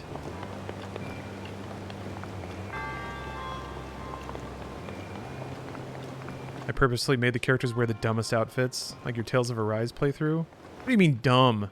Huh. My Tales of Arise characters look cool. Matrix is back. Didn't you know?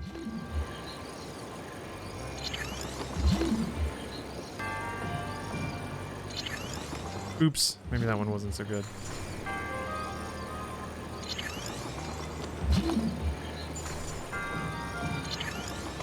Darn it. Alright, there we go. I just want a little nick. Damn it, that's not... It's still too much. It's still gonna just rest there. Blech. There we go. That's probably got it. Yeah, there we are.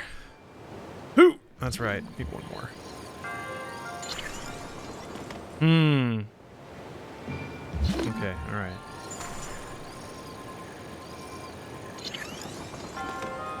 Oop.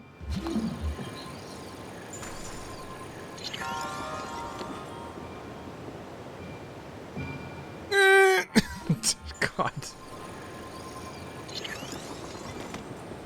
Oh, too high again.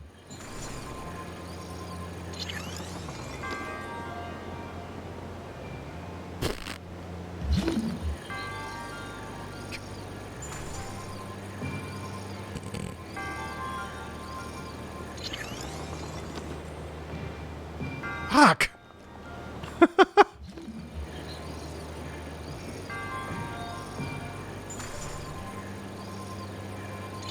You really have to get it at just the right...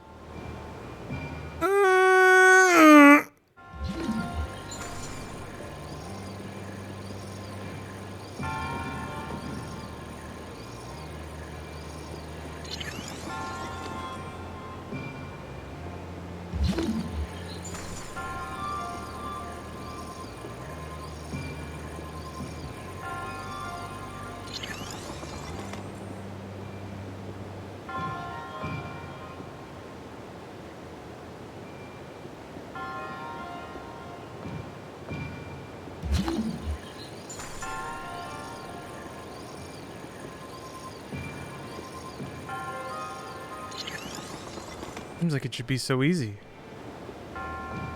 Oh, there we go. What are your thoughts on the series of unwinnable fights toward the tail end of Xenoblade? I didn't get that far. I did not finish Chronicles, so... I have no thoughts at current. Belms, thank you for the GG. I'm gonna assume it was meant for when I achieved ultimate victory. Just then.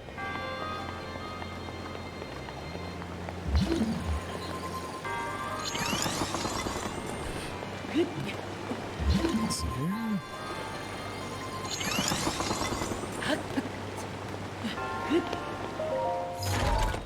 What about playing Xenogears? That'd be fun. Finished Xenogears when it came out and haven't touched it since. See here, I have a fat PS3. So, presuming it's still you can still buy it digitally, that would probably work. Been replaying this the last couple of weeks. Your graphics look so smooth though. Yeah, this is running on a PC, that's why.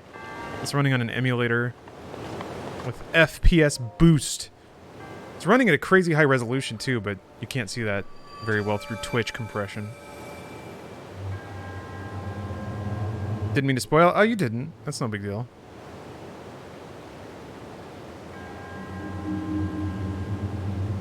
I don't know. I'm not super protective of game spoilers. Plot spoilers, really. This is going to sound a little jaded, I guess, but very few game plots are good enough that spoiling them would like significantly alter their impact.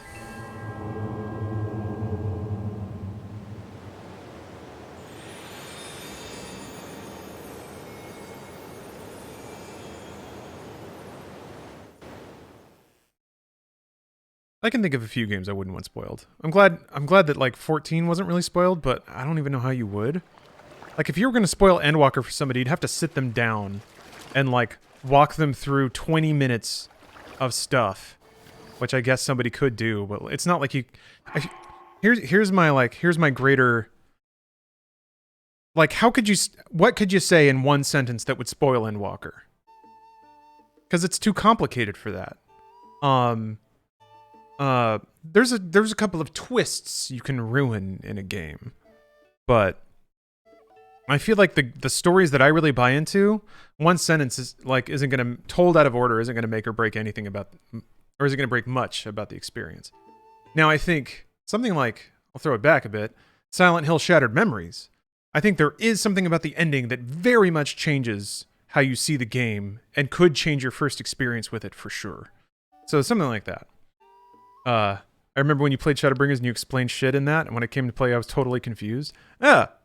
So, like, some narratives are spoiler-proof because it's not about, like, that. Now, something like No Way Home, where it's like there's surprises, and surprises are kind of the goal the shock of it. Yeah, than that, but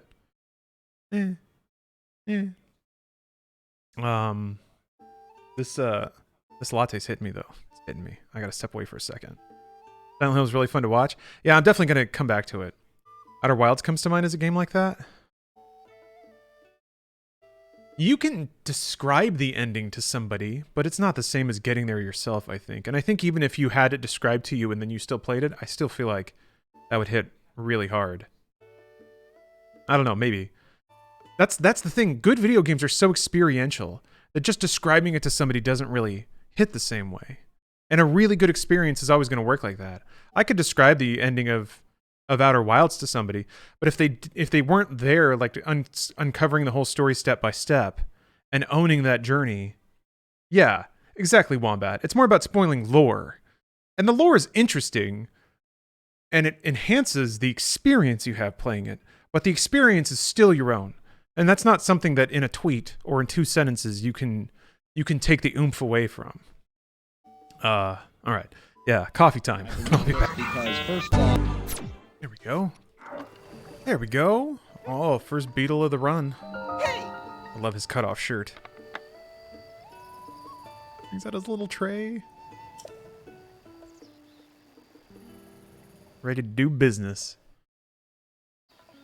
I just realized, not only is Beetle's backpack like a beetle, but I think his hair is supposed to be like the Beatles. I never for 1 second put that together.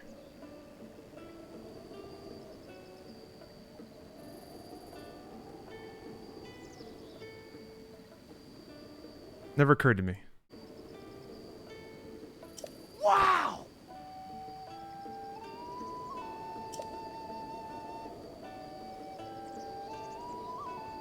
Hoo-hoo! Sa! Oh. Oh.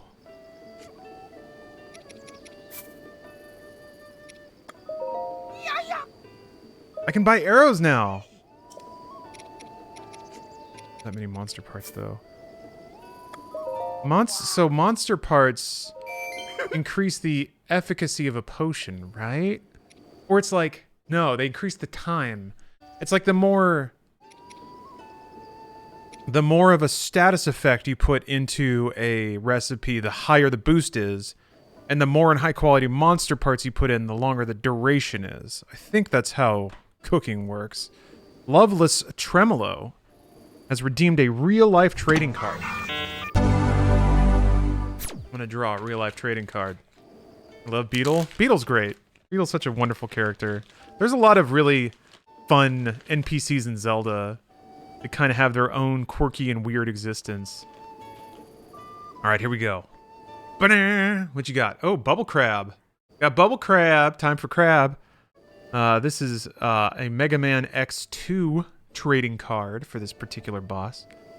Bubble Crab. The spin wheel is the weapon of choice. Climb the wall, drop down, and shoot the wheel at him repeatedly. Shoot continuously and scale the walls to avoid him. If he tries to corner you at the top with his electricity, dash to the other side and fire again. You'll receive the Bubble Splash for beating Crab. And it looks like he's the 4th robot villain. 4th robot master you have to fight. So congratulations. Congratulations on Crab. That's a good pull there. That's a 5-star card, I believe. That's a 5-star card. It's very rare, and I believe it's worth $20,000. $20,000 card there. But it's yours now. It's yours. You have to pay taxes on that. Just FYI. You will have to pay taxes on that. It is a capital gain winning that card. And I'm not going to do that for you. Let's see here. But thank you for watching the channel enough to save up that many points to afford that card. At some point, I'll either whisper you for a mailing address, or you can just send it right to me. You can whisper me and send the little Twitch whisper, telling me where you'd like to put that, where you'd like me to send that. I need to buy some arrows.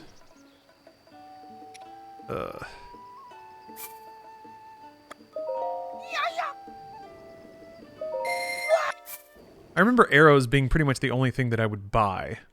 And then I would sell monster parts to afford armor and gear. There's a couple of side quests here, I believe. Oh yeah, and this is when you can get a horse for the first time.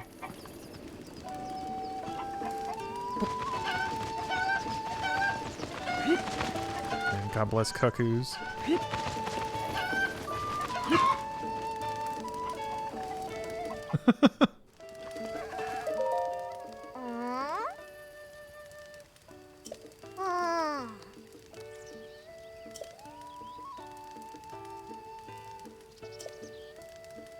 Would it be frowned on to redeem a second card? No, go for it. Redeem as many as you want.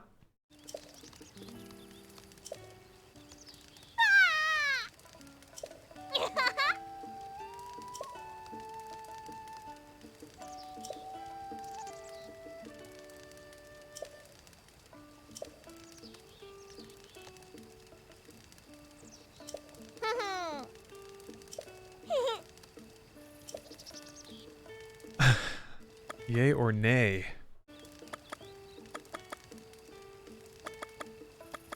I know all the... Oh, the horses... I guess the world freezes when you're talking to somebody. Kind of weird.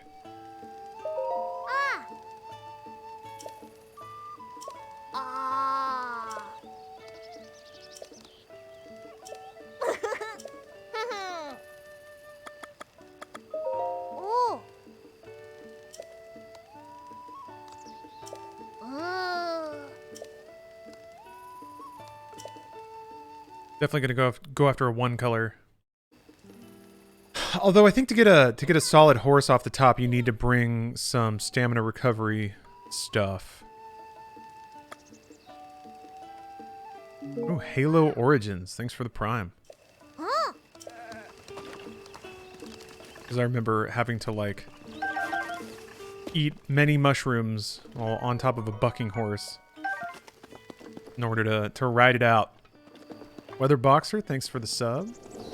Moved into the perfect time for horse getting.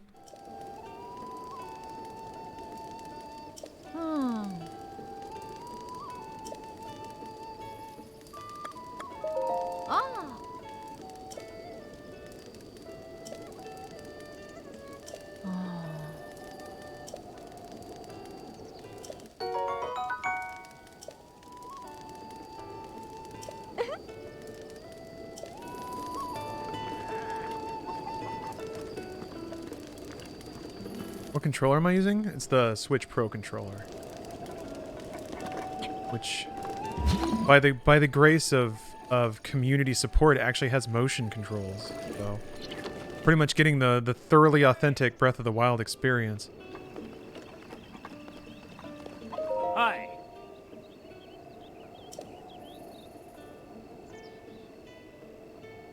We'll play along.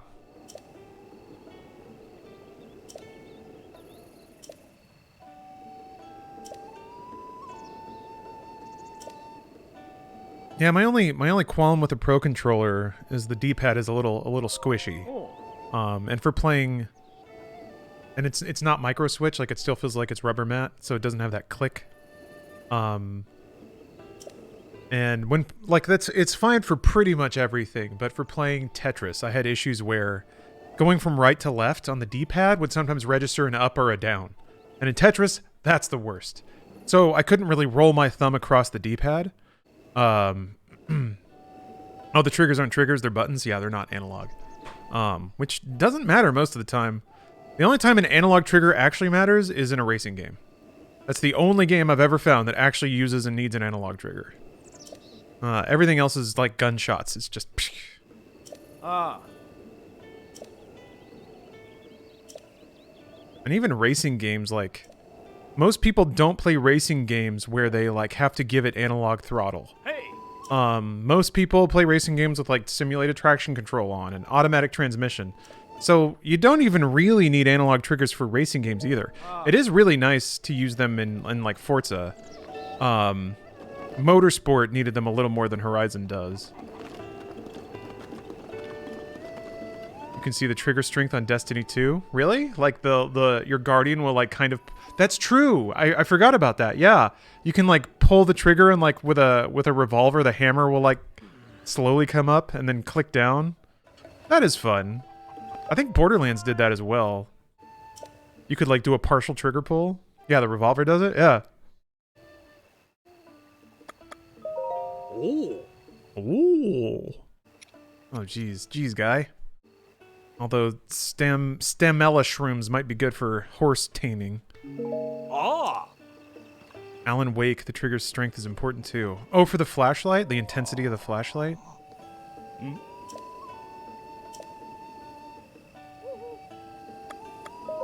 No.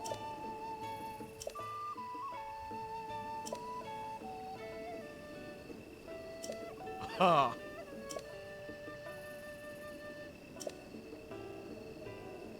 The analog trigger isn't necessary, I'm just so used to it. It feels better. There's no getting around that. It does feel better to like have a nice spongy trigger to squish in. And that's just as important, really. Ah. Well, maybe not just, but it's important. Ah. I feel like the characters are a lot more expressive at like high def. I can see this little smirk on this guy's face. Ah. Ah.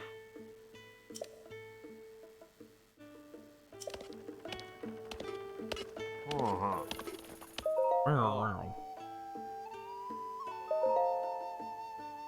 Ah. Super Mario Sunshine, it's absolutely necessary. That's true. It is absolutely necessary. It is a game mechanic in that game, unlike a lot of others. Ah. Leave it to Nintendo, like the only company that seems to really use all the hardware gimmicks they put into their controllers. God, the Wavebird trigger was weird because it wasn't hinged. It just like sunk in. So there wasn't like a lever action to it. It was just pushed down in a linear thing with like a spring on it. I don't think there's ever been a shoulder trigger like that on any other controller. Oh. Even the N64, like the Z button was on a hinge.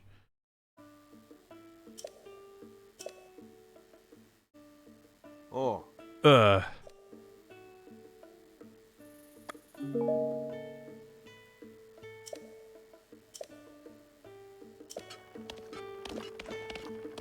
I guess I could probably sell enough shit. Hi. I don't remember what softbed does. It gives you like a buff, right? Wake up more energized. Oh. Ah. Wait, does that give you a stamina buff? Because I might need that to get a horse. Get a good horse.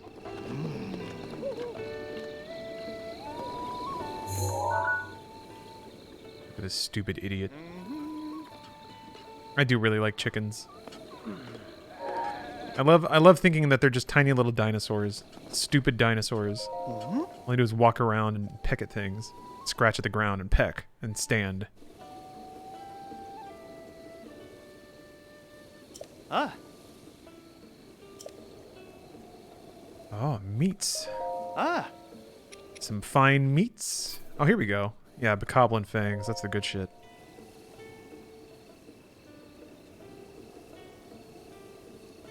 I'm gonna keep a few of these, just so I can make some stamina potions if I need them. They look majestic in a dumb way. Yeah, that's the perfect description of a chicken. There's like, it stands like a proud animal, but the second it moves or does anything, you're like, oh.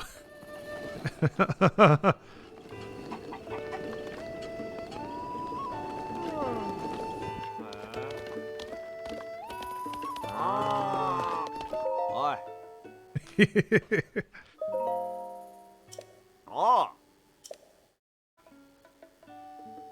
There's a chicken live stream channel I follow for when I want to watch chickens. Ooh. That's one of the greater things to tumble out of Twitch. Is like 24/7 animal streams. The otter stream is pretty great. What's the chicken channel? I'm curious now. Fun fact, chickens are descendants of the jungle fowl, hence why they're so very colorful. Even the white ones are pearlescent. Cool. Ah. And jungle fowl. Those had to be some hard-ass chickens. Prison chickens. Oh. Like straight-up velociraptor chickens. Slicing necks with their, like, feet claws. Jumping and scratching at things. Pecking and picking.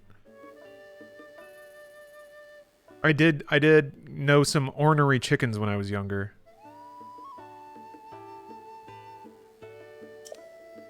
Doesn't every horse stable have a side quest from that journalist lady? I remember, what is it? The painter went around to a lot of the stables and he would give you like hints about memories and stuff. I don't remember a journalist lady though. My donkey. Tell me about your donkey, Agus.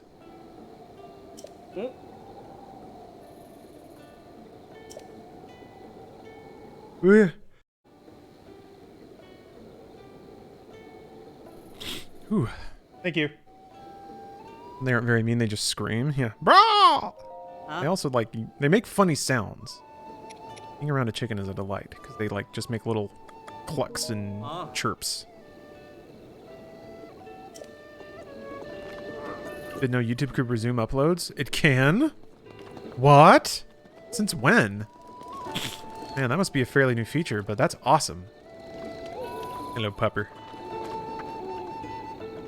Oh yeah, you can't pet them, that's right. You can feed them, and then they like you. Oh! You sure you can't pet them? Dang it, I want to pet you.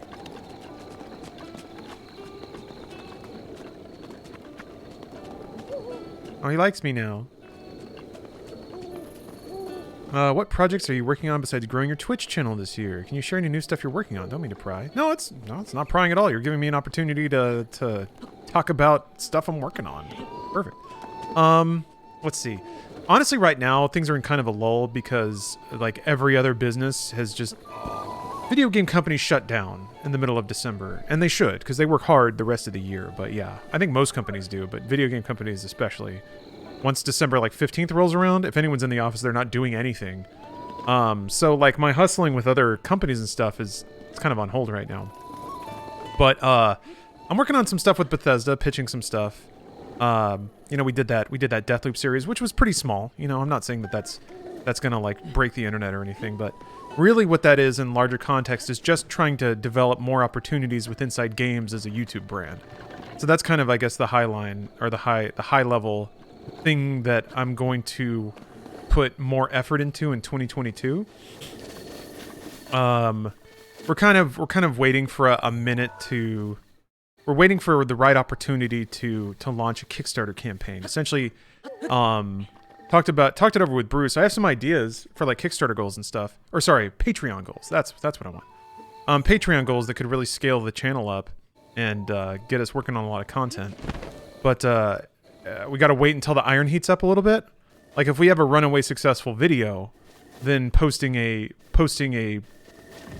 pledge, the video after that, because like if a video does really well, it kind of brings everything up around it. It's just kind of a YouTube thing.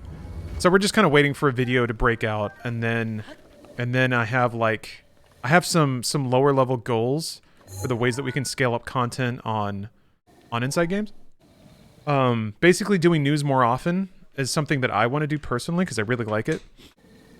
And then beyond that, I would like to do I really like doing reviews. They can do pretty well in terms of viewership.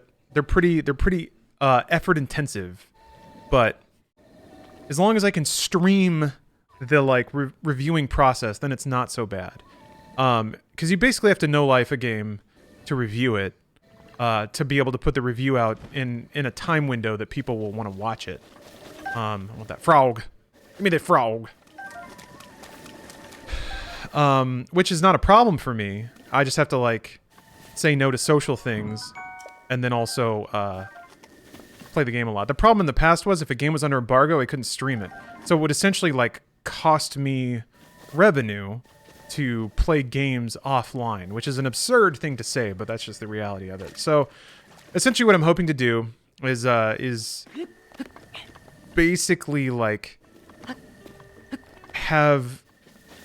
theoretically have revenue coming in from the audience that puts money behind that kind of content. And then it becomes a lot easier to spend time doing it because it's not giving up revenue for content that wouldn't bring in as much. So that's the idea. And then just more like thought pieces and research pieces and stuff like that. I'd like to like have more people on the channel to enable more kinds of content, more collaborative stuff. But again, it's like, it's that time spent collaborating and working out times and coordinating. It's tough to invest that time into it when I can just hit go on Twitch and talk to people directly and bring in revenue. Right now though, I did start this in 2021. I am running a production company. I don't have any hires yet aside from myself, but it would be cool to hire somebody. But that's the sort of thing that comes with like a pretty crazy Patreon explosion. So yeah, it's weird because we're... Oh, thank you, Surgical. I think your art and effort deserve it. I'm glad that you and Bruce have gone more independent. Me too. Me too. It's really interesting actually. We're seeing like a really interesting amount of... We're seeing a good amount of organic growth on YouTube. But organic growth is slow. You know, we didn't really have anyone to... We didn't have any promotional mouthpieces. We just kind of started uploading, and that's it. All we had is our like personal social media to plug stuff. So discovery has been pretty slow, but the YouTube algorithm is kind of getting it in front of people. But it's interesting because oh, the doggy's chasing his tail! Yay! It is an almost chicken and egg thing. Like the dog's eyes are green from far away, but they're orange close up. Interesting.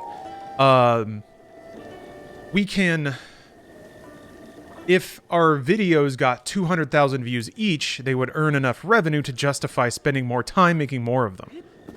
But uploading like once or twice a week, probably unlikely to break that view barrier.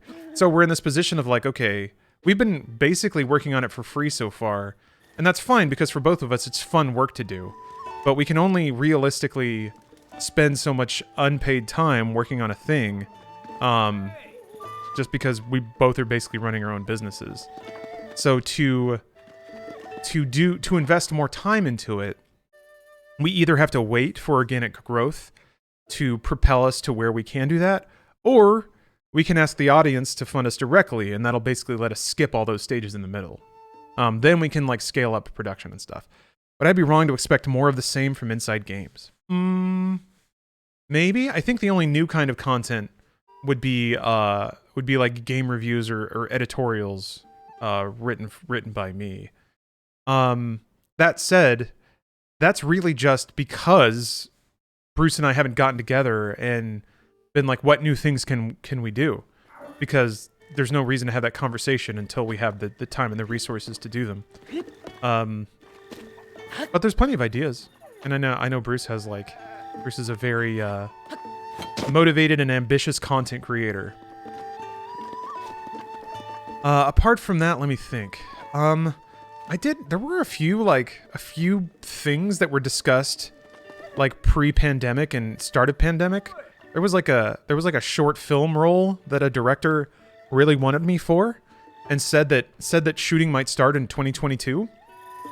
So that might happen, or not. It could have just completely evaporated for all I know. We'll see. It'd be nice to do more performance stuff. I mean, personally, I'm getting more into amateur wrestling, but that's not really something that would turn into content for the internet.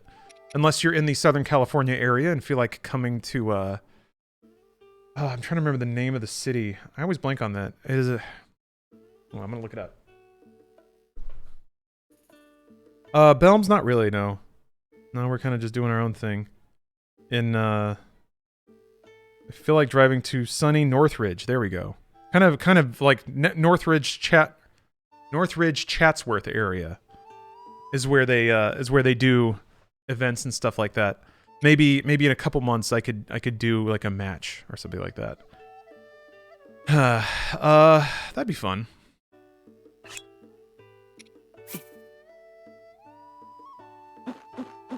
Actually, I'm gonna save before I do this because I'm pretty sure doing five shrooms will give me like a lot of stamina. It actually might be more than I can actually hold. Hold on. Let's try 3. I'm prone to injury. I gotta be careful with contact sports. Yeah, I mean I'm getting old. So we'll see. We'll see if my body gives out. Now it's like it's a fun trade-off because as my technique gets better, I will be less prone to injuring myself. When it comes to like taking bumps or doing moves or whatever.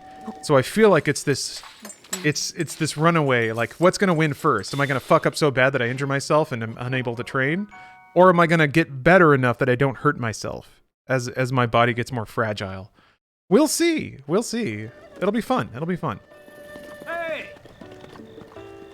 Apart from that, gosh, I'm trying to think. What I would really like to do... Yeah, Buska? I'm glad to hear that. All right. Yeah, we'll see. We'll see. If I can make it up there. The problem is it's a bit of a drive for me. And basically any disruption of my schedule can make it very difficult to make it up there in time. I basically have to leave here by 11 a.m. On a Saturday, which is not that hard, but it has basically amounted to me having to say no to things or start to like ask that people like make room for my plans, which it was kind of difficult for me to do. That's honestly a personal goal of mine in 2022. I have this habit of, since I'm self-employed and my schedules can be flexible, I'm very used to just saying yes to anyone else's plans and then changing my plans to accommodate. But I think what I'm going to start doing is trying to protect what I want to do and then just requesting that plans alter around that. Saying no is hard, yeah. Or saying yes, but typically I just say yes. I'm just like, yeah, I can do that. And then I like go back and sort of reorganize all my stuff. Let's see here. Do you have any connections for inside info on upcoming games? I saw the videos you guys did on Dark Souls 3 back in 2015. It makes me think these are the guys to pay attention to. It's funny you bring that up because that stuff is starting to happen. And that's just a side effect of being in the game long enough. Just being around long enough and doing enough work on a often enough basis that people just gain awareness of you and trust of you. But yeah, I mean, we were able to do... I was able to do that piece with Raven QA, and that was because a connection of Bruce's, who used to work at Raven, made those connections. Okay, here we go. What's the soothe button? Is it this? Oh, it's L. Ooh. Oh, wow. Got him already. Okay. Oh, I got 4. I got 4 kicks. That's not bad for a starter horse.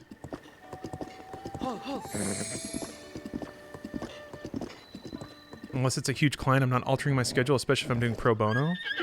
Yeah, Loofbox. I mean, that was an issue. Like in 2020 especially. I guess part of it was sort of promising myself that I had unlimited freedom. Is that yeah, I would like be on people's podcasts or join other people for streams and stuff. Hi. And it was like I would reorganize all my stuff or like table or not do things that I just personally wanted to do in favor of those things, and now I'm just like, wait, this is oh. What does strength mean? I can't remember. I think that's like how much damage you can take. Horses can attack too, right? They kick.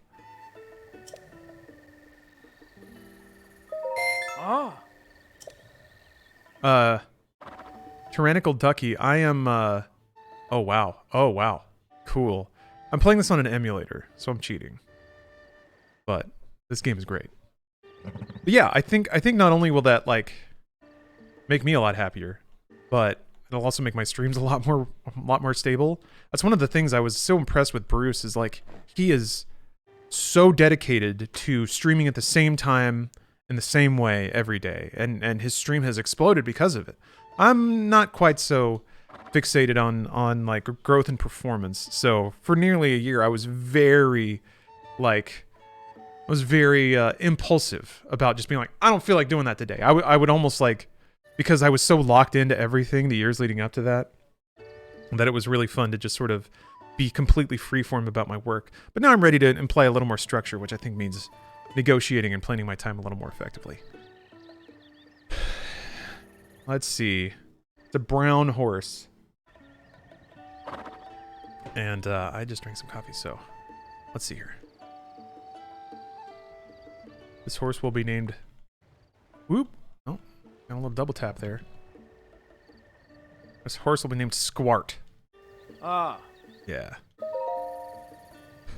Name the horse Roach? It does kind of look like Roach. Oh. Does this mean a lineup of games for streams this coming year? I mean, that's always been there, really. But I'm also pretty bad about sticking to, like, I'm pretty bad about mainlining games on stream, I've noticed. I like being pretty impulsive. Different game every day.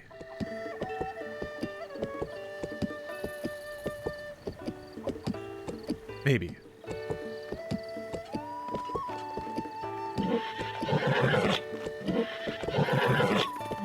Why is the horse named Roach? And that's just the thing Geralt does. That's like a weird Geralt quirk. He names all of his horses Roach. Which I guess knowing a little more about Geralt as a character, that makes sense. No, Dawn, you're back? Alright. You've made it through. You've served your sentence. Yeah, all of them, yes. Every horse he gets, he names Roach.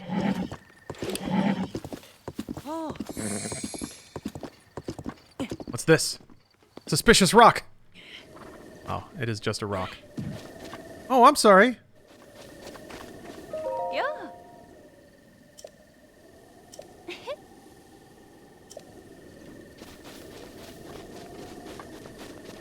IRC, it has something to do with a Polish fish species. Oh, okay.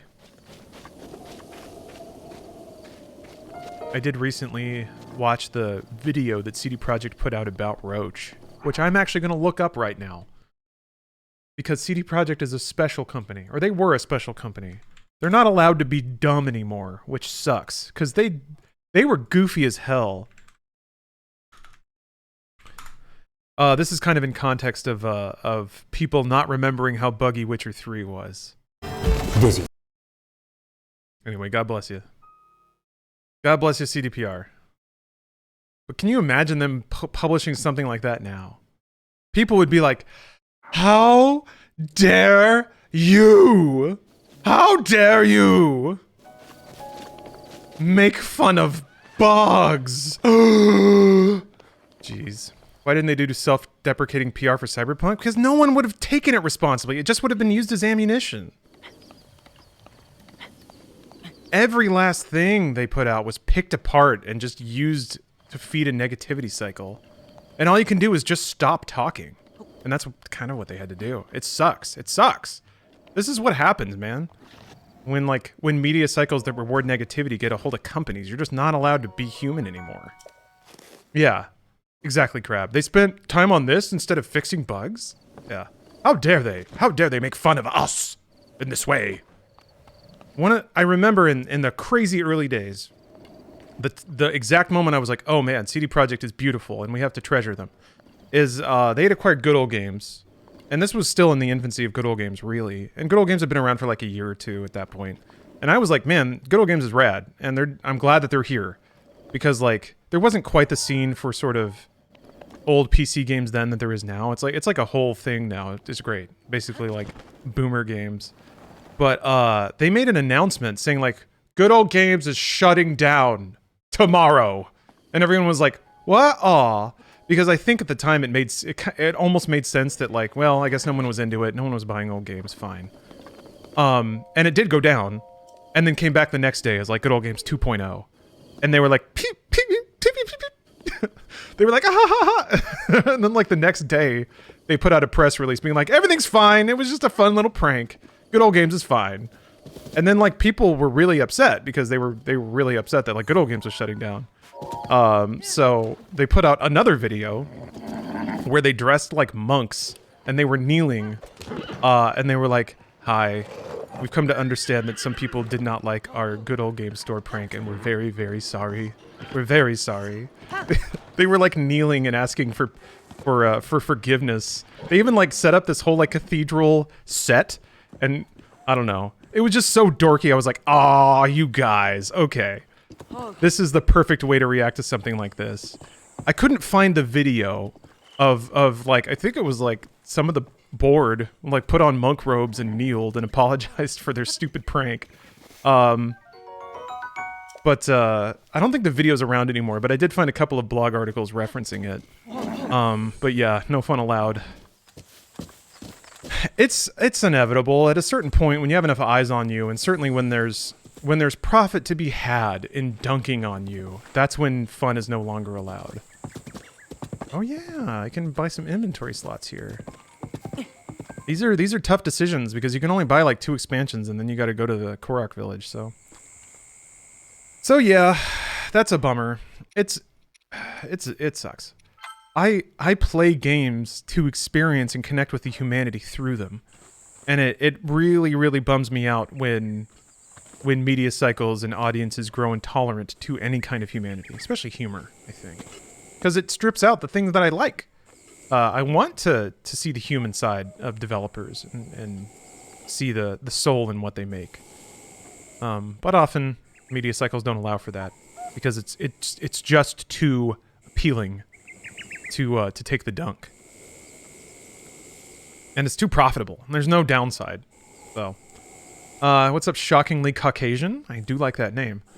Been a while binging Armitage videos. Oh, okay. Did they do compilations or something? Really doing compilations of old Inside Gaming and Funhouse? Great era of videos. Glad you and Bruce are doing well now. Me too. Me too.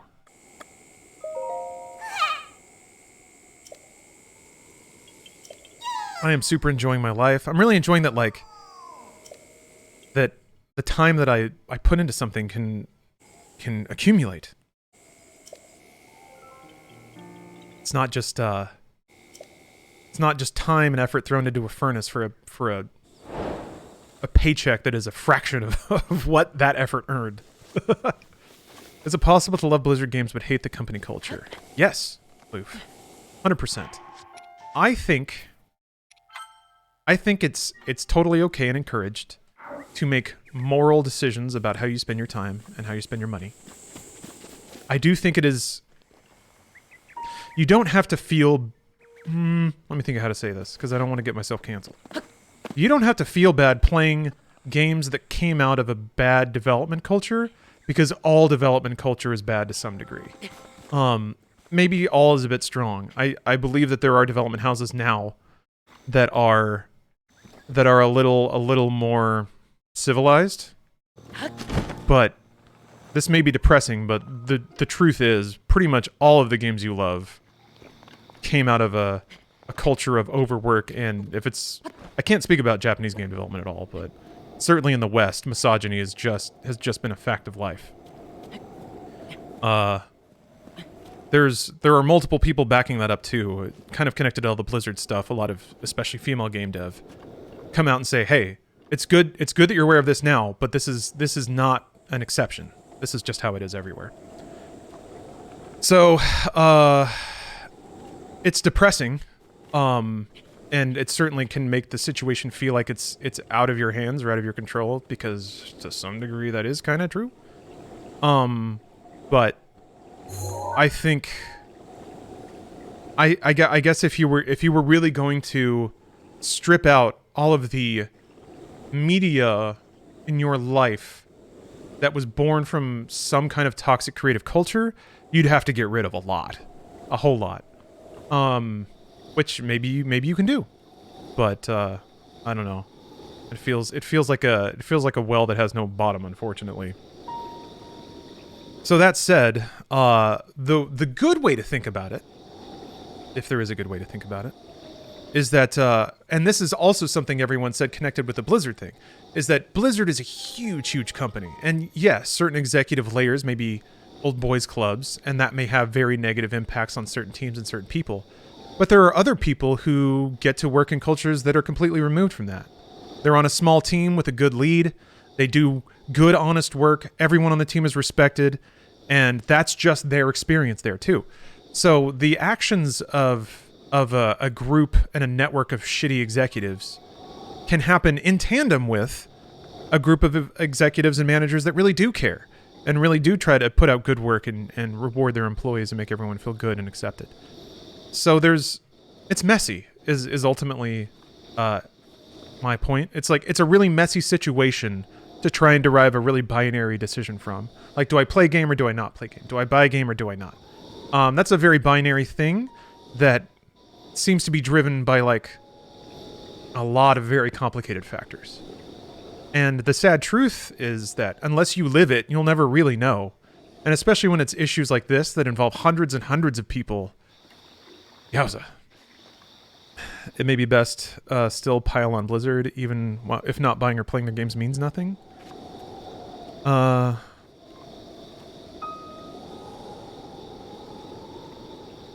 wait, hold on. I love Overwatch, so the Blizzard news depressed the fuck out of me. Like my fiance and I spent a huge amount of time in it, and it formed a large amount in our own relationship. So the news made me so sad, like it invalidated a lot of the stuff we'd done. I understand that. This is a little Pollyanna, but the way I would invite you to look at it is, even if that game, like, if that game came out of a bad culture, it still led to something good. So knowing the origins are tainted doesn't change you and your partner's relationship and all the good times you had connected with it. And to some degree, if it helps you find a path back to rewriting those memories into being positive, there's no explicit guarantee that that bad behavior happened with Overwatch. I mean, it may have, probably did, but never know for sure. So I have to kill these guys, I think, which is actually a really hard thing to do. I think I can knock them off. Oh yeah, they throw rocks. I wonder if I can still do the leaf. Ooh! What if I'm dead? Ugh! I need to get them over here. Ugh! Ugh!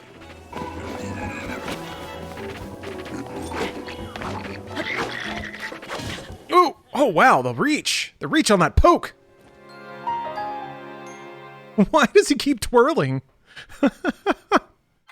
That's happened twice now.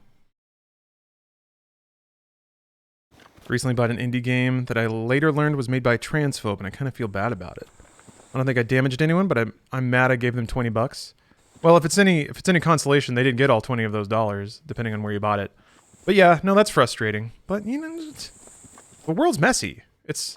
You cannot be expected in any way to like be responsible for the morality of the entire world all the time. You're allowed to make decisions with whatever scope of information you have, and you don't necessarily need to judge yourself for making the best decision you could with what information you had.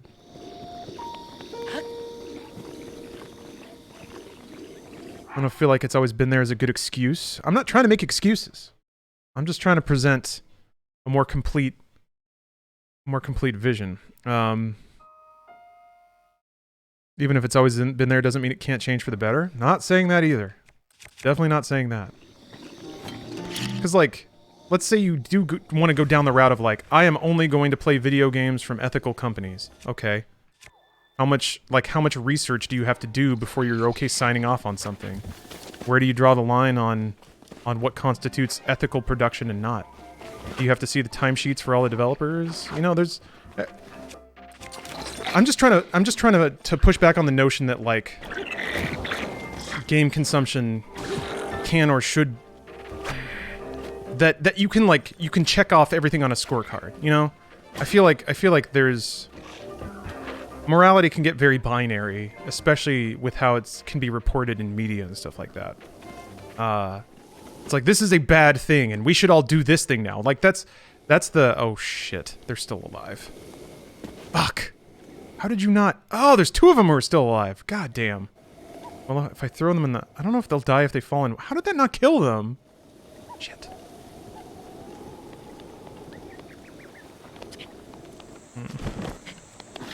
Killed one of them. I can see the pile of stuff. Yeah, that's basically the blog / YouTube technique. Okay, they do die when they hit water. Okay. I'm debating jumping down there and getting all that stuff. Drop bombs? Yeah, bombs might have flipped them over. Bombs don't do enough damage, but they do push them around, so yeah, that might have worked.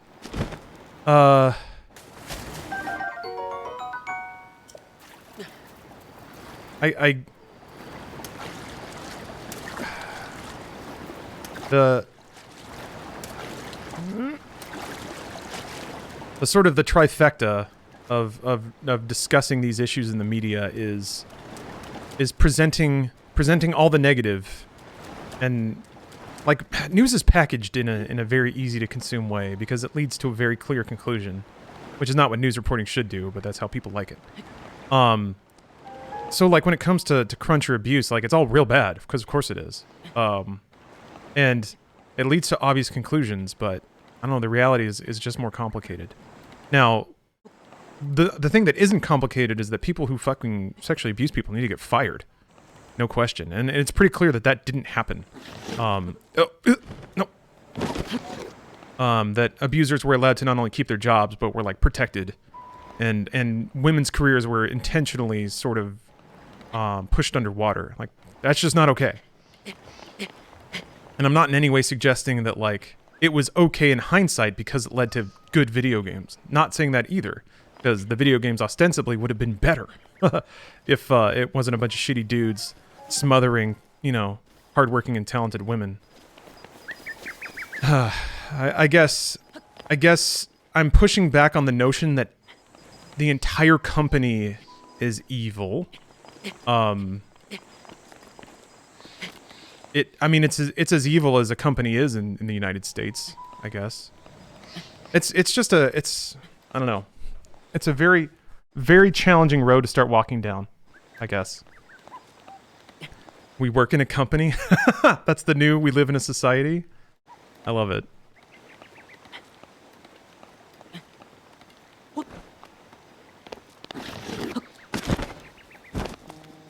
I mean, I have seen a Woody Allen film in my life.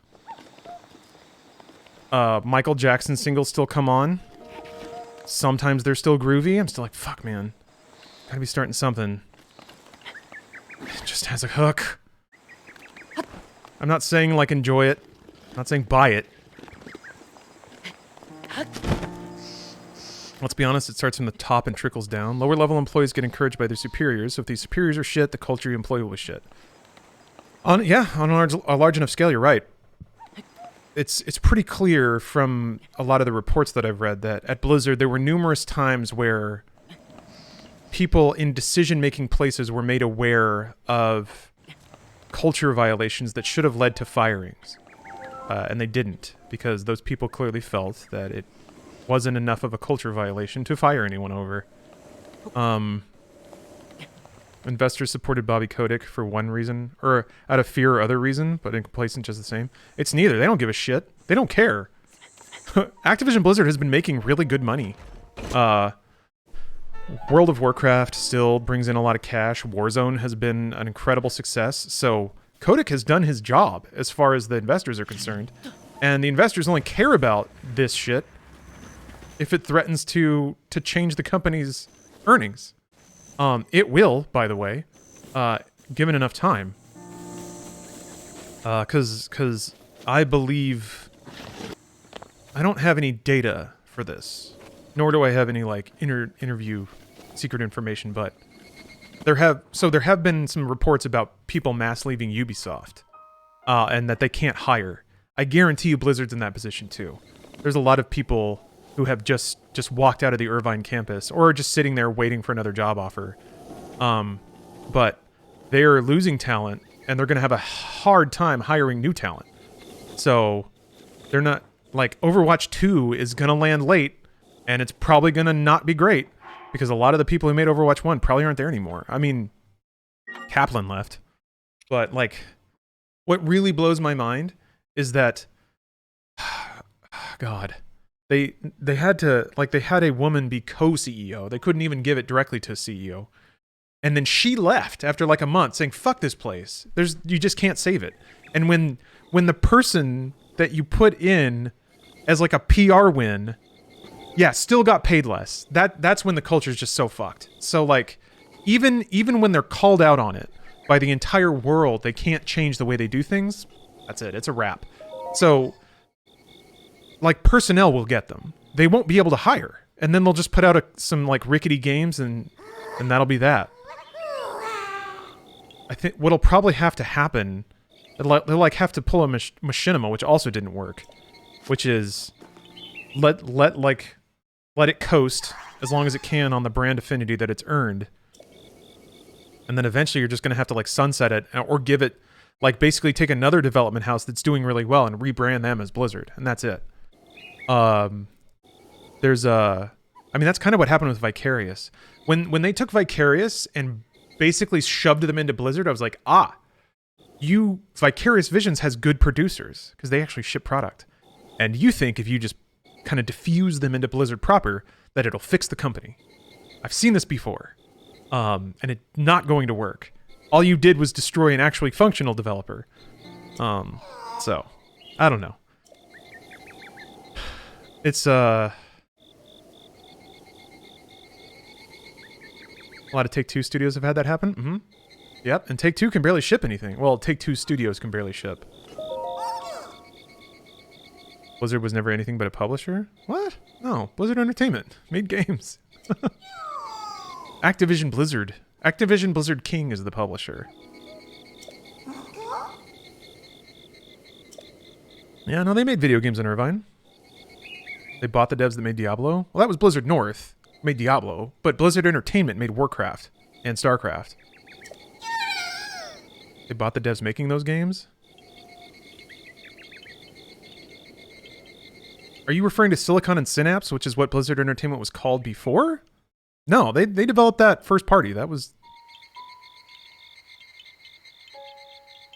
I don't know where you're getting this information from.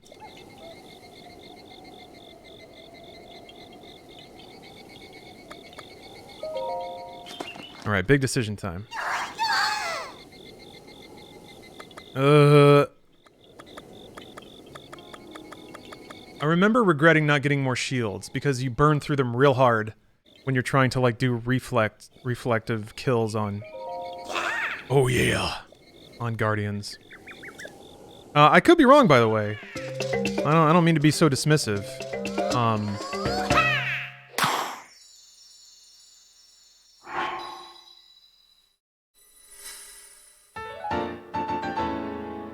Good night anyway, Lawrence. Thanks for giving me a 6 a.m. vent about Blizzard. I'm gonna go watch your Witcher VODs. Ooh, that's a deep throwback.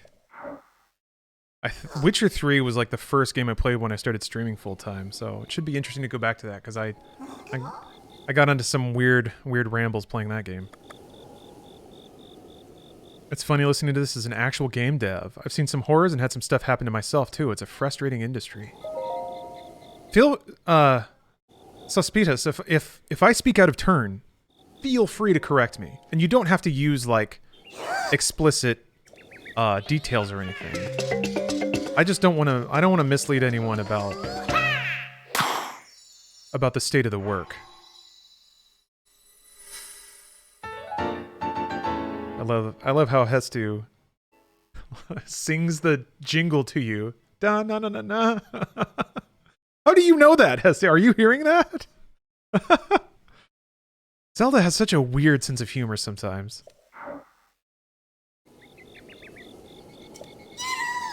Yeah, you only get 2.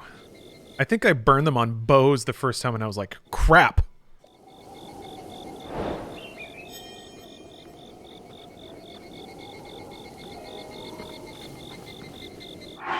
Increasing item slots with a collectible item is kind of meta. That's a good point.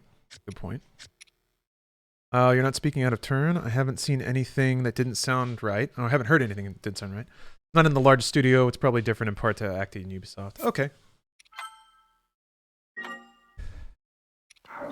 Yeah, large corporate game dev is a whole thing. Oh, got a little cow lick there.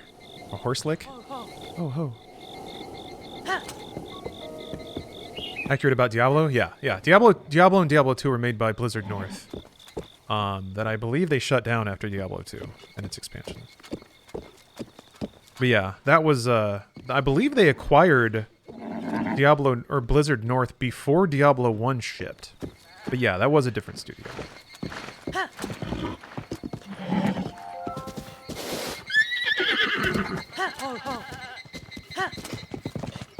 It was something else before being North? Probably. I don't remember what, though.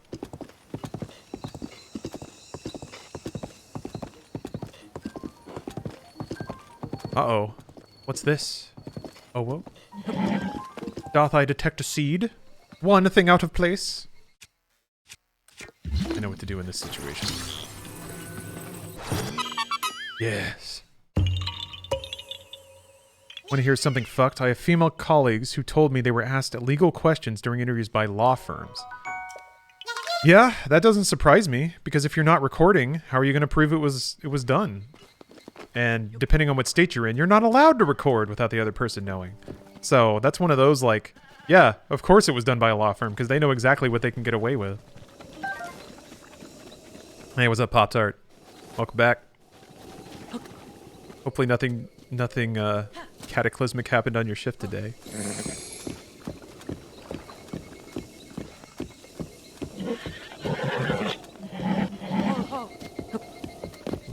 Also, this is a good way to get money in the early game, is blowing up these things so you can sell the rocks.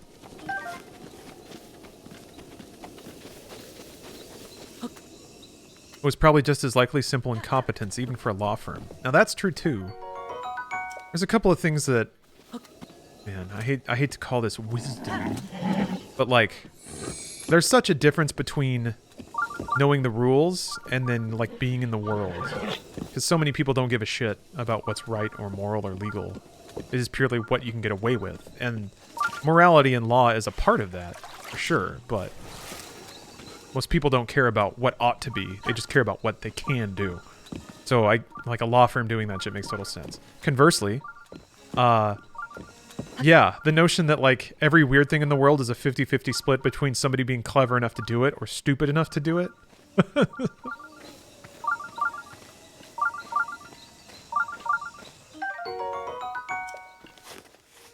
Boy, is that ever the case.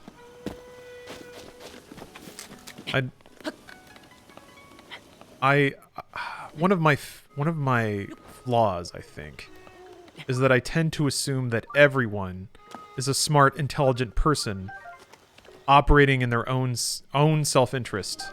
The self-interest part is usually true. The smart and educated part, maybe not. Because sometimes people's motivations for doing things is so bizarrely arbitrary to me. Like, once you can get in someone's head and know their emotional state, then some of that weird stuff can make more sense. But gosh. Morality and law are two different things. Yeah. It's I have the right to do it instead of it's right for me to do it.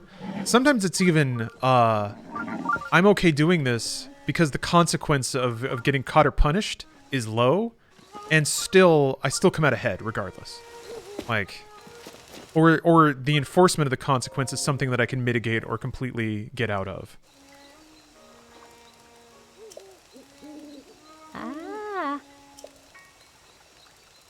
Like the crime profiting more than the punishment is such a evergreen practice in business, especially in the United States.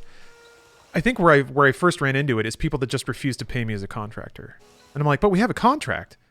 But from their perspective, they're like, wait, are you going to sue me? No, fuck you. Like, I just won't pay. And I'll make it your problem to harass me until you make it more inconvenient to not pay you. That's truly what it comes down to. Oh, paying for parking tickets when you're rich enough to not care? Yeah. It's just a $200 space instead of a $2 space.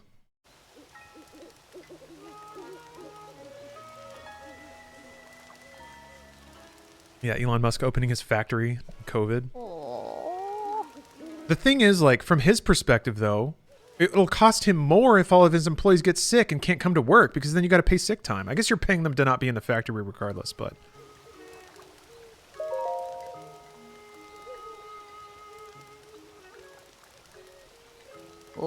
And I guess we're paying him to not pay his workers. I don't know.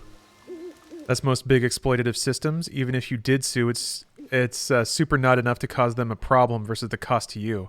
Yeah, and where that would go is probably I file a small claim, and then they're like, fine, and then they pay me. But I had to spend the time and the money to do that, to file something in a small claims court. I should probably brush up on that process. If I'm going to start working more for myself and working with more business partners. What I've been very lucky about so far in being independent is that most people have paid me in a pretty timely manner. I wonder if that's part of the fact that, like, I'm an influencer now. So I think there's some baked in protection there where companies know that if they don't pay you, you have an audience that you can sick on them. Which sucks, but it's really convenient. You wouldn't believe how much better, like, life got just in my job in general. Working at a media company once I started to be on camera. And that's something I'll always credit Bruce for. Well, that's interesting. The overlay in the top right is black. That's super classy. I like that a lot. I don't know if that's just a quirk of the emulation, but that rules. My god, this village is so gorgeous. Night. Frames.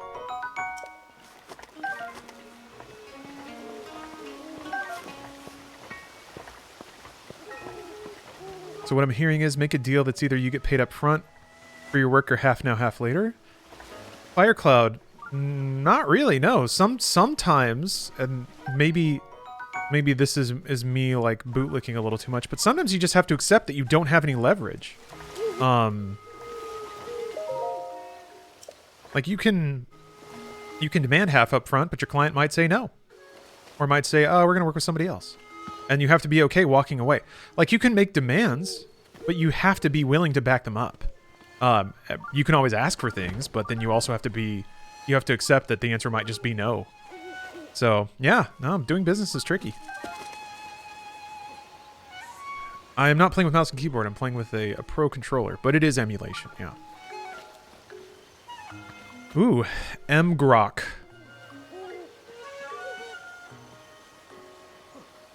Thought it might be backwards. Korg me? Thank you for the resub. Got any mods installed? Just some graphical tweaks and stuff. No, like, actual content changes. But I probably will muck around with that eventually. Depends on the place and business? Mm-hmm. Yeah. It's all in context. One of the mortgage companies, part of Wells Fargo, was giving higher rate loans to marginalized peoples, specifically black and Hispanic in several states. They got caught, paid $2 million when they got sued. They made about $2.2 billion by continuing to do this practice yearly. So every 2 years when they get sued for exploiting marginalized groups, they just get slapped on the wrist because it costs less to keep doing it. Yeah. Yep, that sucks. That sucks a lot. Like Riot Games just did $100 million settlement, which I'm sure that they profited way more on by exploiting women. That's the game, unfortunately.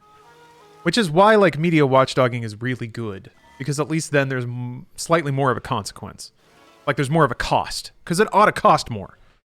I gotta be honest, man. This is something that I didn't put into the script because it is baseless conjecture, but that shit about with the Blizzard case, a federal lawyer leaving the case and then working on the state case, I was immediately like, there's no way a lawyer didn't know that was going to be a problem. I'm wondering if that lawyer was paid off specifically to do that, to tank the California case. Because then the federal settlement is the only one that stands, and that's just like $9 million. That's nothing. So Blizzard, like, it almost feels like they chess pieced it to get out of all of the lawsuits. And the terms of the federal settlement means they can scrub everything. They get to scrub all of it. So, I don't know. I wonder if that lawyer got a nice little check from like a lobbying group to leave the federal case and start working on the state case to plant a conflict of interest. The way that I did vocalize that in the script was basically saying, like, if this conflict of interest throws that case out and they have to start over, having no evidence because the federal settlement will let them scrub it all, they're out. They're done.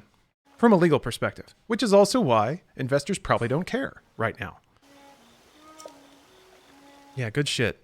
Now, granted, there's not a whole lot there's no concrete evidence to that, but it's really hard to imagine a circumstance in which a lawyer working on, like, a federal suit like that would not know that would be an issue.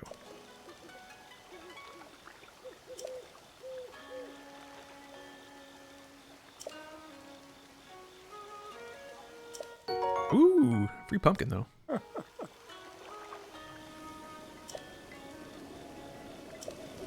And that's like, I don't know. There's stuff like that that I'm just like, man, I don't need that life.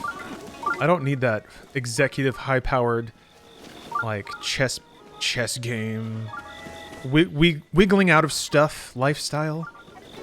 I don't need to wiggle. I don't have the cunning for it. I don't have the guile. I just want to work until the steam whistle blows. Like my paycheck. Get out of here. Crap foam, thank you for the cheer. I say that, you know, it's not like there's a steam whistle when it comes to streaming. This is like the easiest, air quotes, work I've ever had. I'm very thankful for that. Yeah, Alder, a female employee committed suicide. And it was in context of explicit photos of her being shared at a holiday party. It's hard to say if, I mean, it couldn't have helped, but, don't have all the information about that, unfortunately. And I think that same woman was assaulted by another employee at Blizzard, so yeah, it's real gross. It's real gross. Want to like my work and then get off it and do hobbies I like that are not work.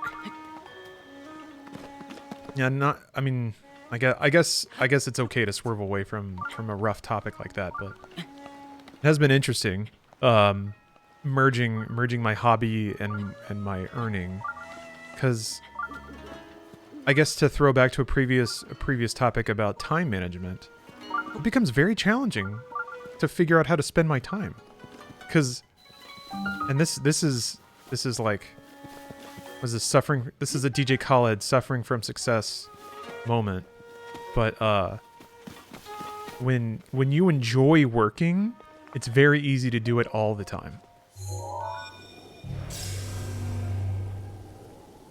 But I think for my own health and certainly for my social relationships, that would not be good.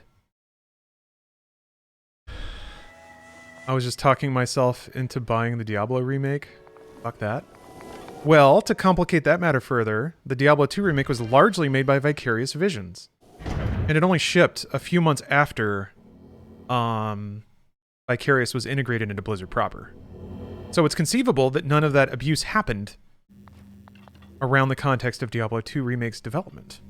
Oh fuck, it's a combat shrine? You're kidding me. I can't do this. Unless it's like a beginner combat shrine. I guess the one in Kakariko is probably... Oh wait, no, it's a teaching shrine. Okay.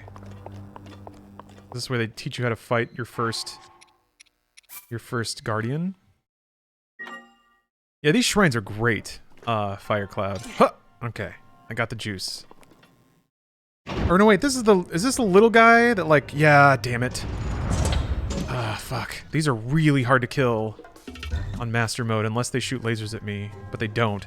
The problem is, like, doing the Blade Rush breaks weapons real fast, and it doesn't do a whole lot of damage. The teaching one is okay, the combat shrines, oh gosh, bro. Yeah. Okay, well then I won't sweat it too much.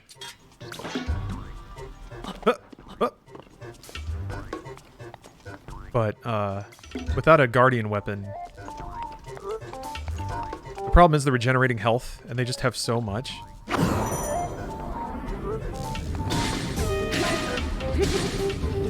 Oh, it doesn't, okay. There's just a toy. Is it gonna explode? Oh, okay.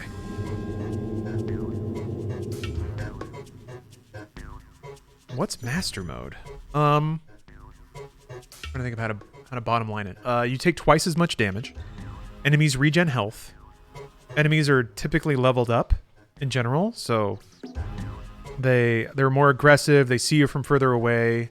They engage with you for longer. And there's just more enemies and higher level enemies sprinkled all around the world.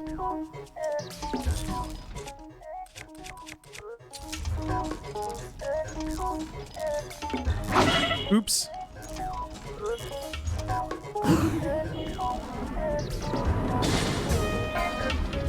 That air horn. Meep.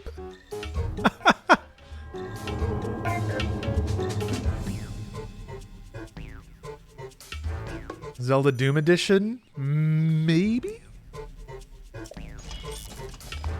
Not quite as intense, not quite as hardcore. Do I need something I can pull my shield out with. These are all two-handeds. Uh-oh. Wait, if I put my weapon away... Okay, there we go. Okay. Beep. Who's blowing that horn? Get your enemies in this motion to damage them. Oh, okay. Yeah, Werewolf, I did see that Doom mod where you can run around shooting the apes. I've gotten like 3 emails from marketing agencies trying to ask if I want to promote, what is it? So I did see there's like there's apes. I think I saw there's like a shark line that somebody's trying to bring out, but there's like the llamas. Somebody wants to do llamas. This is the depth of creativity in the NFT space. Monkeys worked. What if we just did a different animal? Sure. Bored apes, lazy lions. Yeah, I think this one was... I don't want to say it. I don't want to say the full name because it might actually constitute some kind of endorsement. So. Oh, that's right. Charge attack. Okay, cool. And they set you up with a guardian weapon. That's great. Apparently just recently a MAGA NFT has been made. So wait, just like an NFT for all of Make America Great Again? The cultural movement that's going to save freedom? Or wait, Trump is launching an NFT platform? Well, that makes a lot of sense. That's going to be an issue though. I feel like the demographic crossover. I guess there's some of that there. I feel like you're probably better selling Doomsday buckets.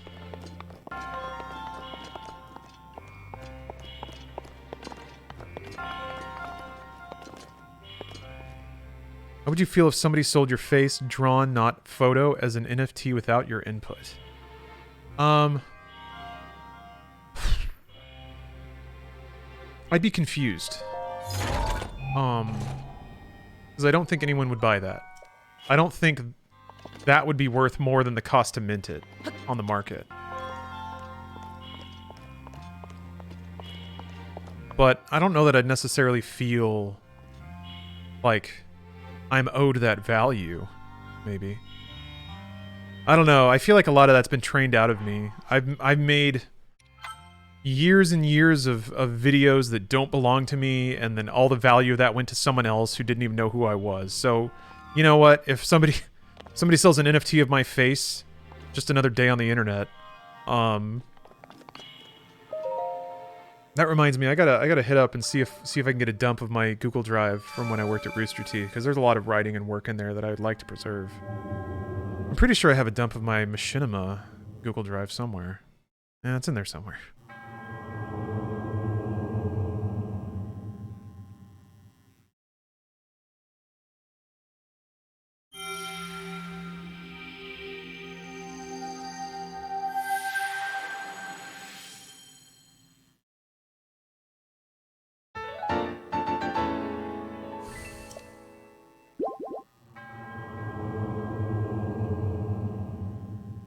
Larzy line NFTs coming soon.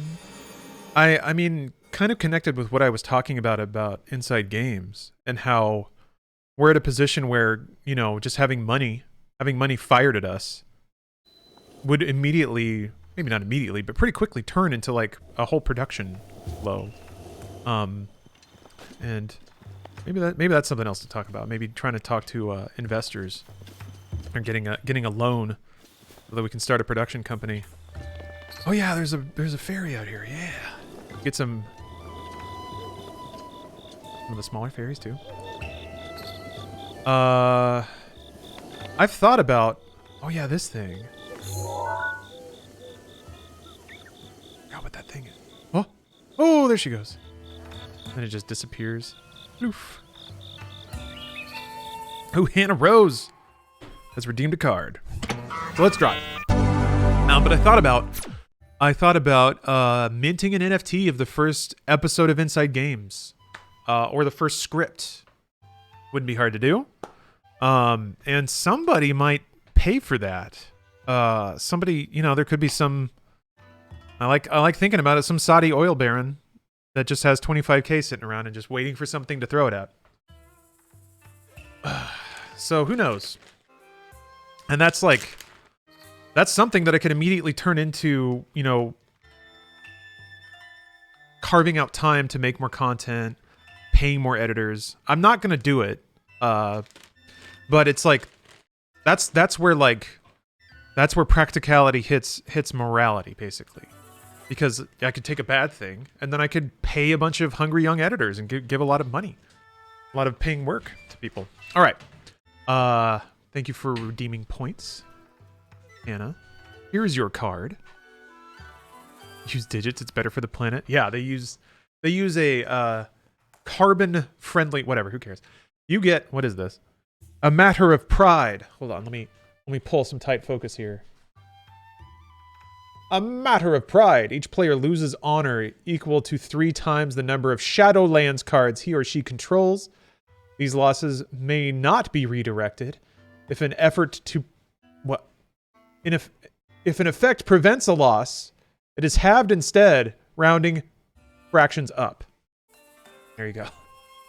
I don't think autofocus works with this lens. It's weird. And focusing lenses is the coolest. Like your entire world snaps into clarity. Yes, this is a Magic ripoff game. It is called Legend of the Five Rings. I don't know why I have this. I think because I did play Magic the Gathering for a while, and I think somebody just found these cards and they were like, "You like Magic, right?" Here's the lore quote at the bottom here. When the first Suno fell to Dejiko's blade, the lion roared in triumph. Though their foes were unknown, one thing was familiar. They could die. Cool. Very cool. Well, there you go, Hannah. Congratulations. I think I've mailed you a card before. And if your address hasn't changed, then should be good. Oh wait, no. I don't keep them. Never mind. Oh wait, but it might be in Twitch Whispers still, so. But one way or the other, I will send this to you.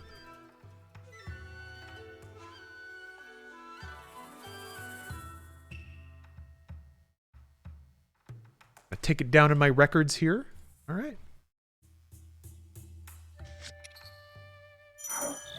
One of the grown-ups in my Boy Scouts was into that game. What a throwback. Yeah? Did this person tell you why Legend of the Five Rings was their game? What aspects about it made it unique and desirable? You know the story about that game? I used to play It's Wild. No, I know nothing about it. Please, please, please. Tell me the story about Legend of the Five Rings. I grab some fairies, though. Not getting one shot. Not today.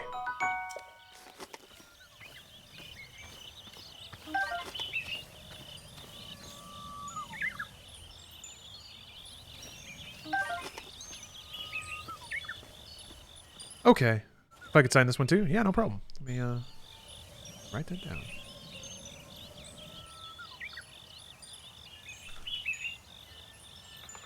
Alright, well, I wrote down singed instead of signed, but that's okay.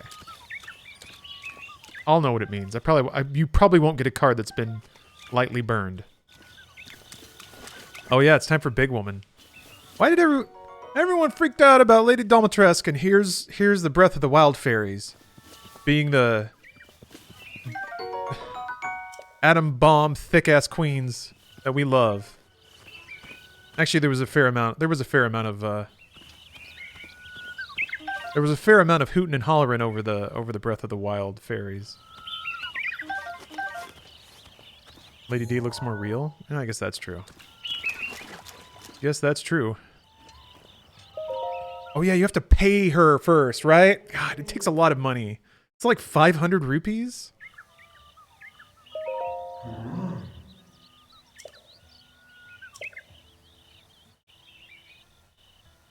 As a result, her power has abandoned you. I love how the fairies, like, they're just, I just need money. I'm just so weak, I just need, like, $500. Man, these ladies are the best. I need your rupees. I need that money. The yonic-ass plants they live in. Yeah, they really do sprout out of a giant vagina, don't they? I'm using Simu. Yeah. Vistage. Oh, it's 100. Okay. I think I can swing that.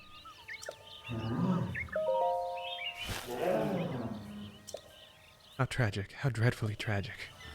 Just going back to sleep. Ah. Very literally won't get out of bed for less than 100 rupees. She's a Baptist pastor. No salvation for you.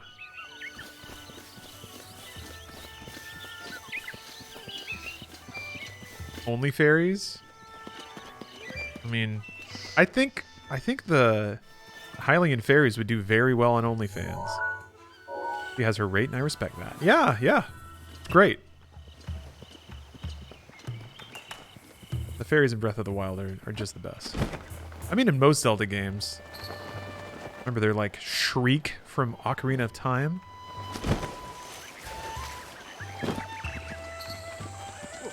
Ah, is it Pickingo? No? There's like a weird N in there. Picongo. Okay. Pick and go? Maybe that's it. Like pick and go.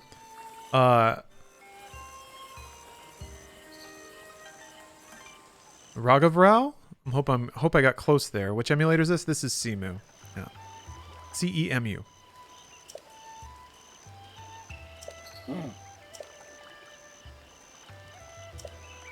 You don't say. Oh, how his hair looks like a paintbrush. So good.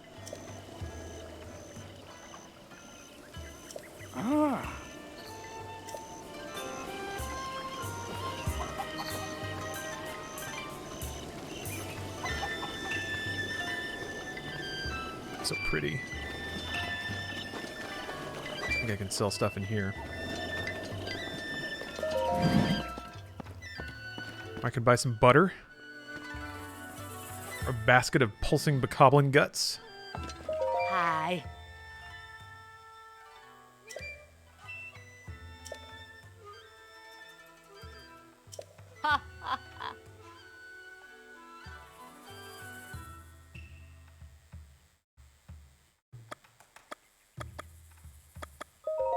Ah.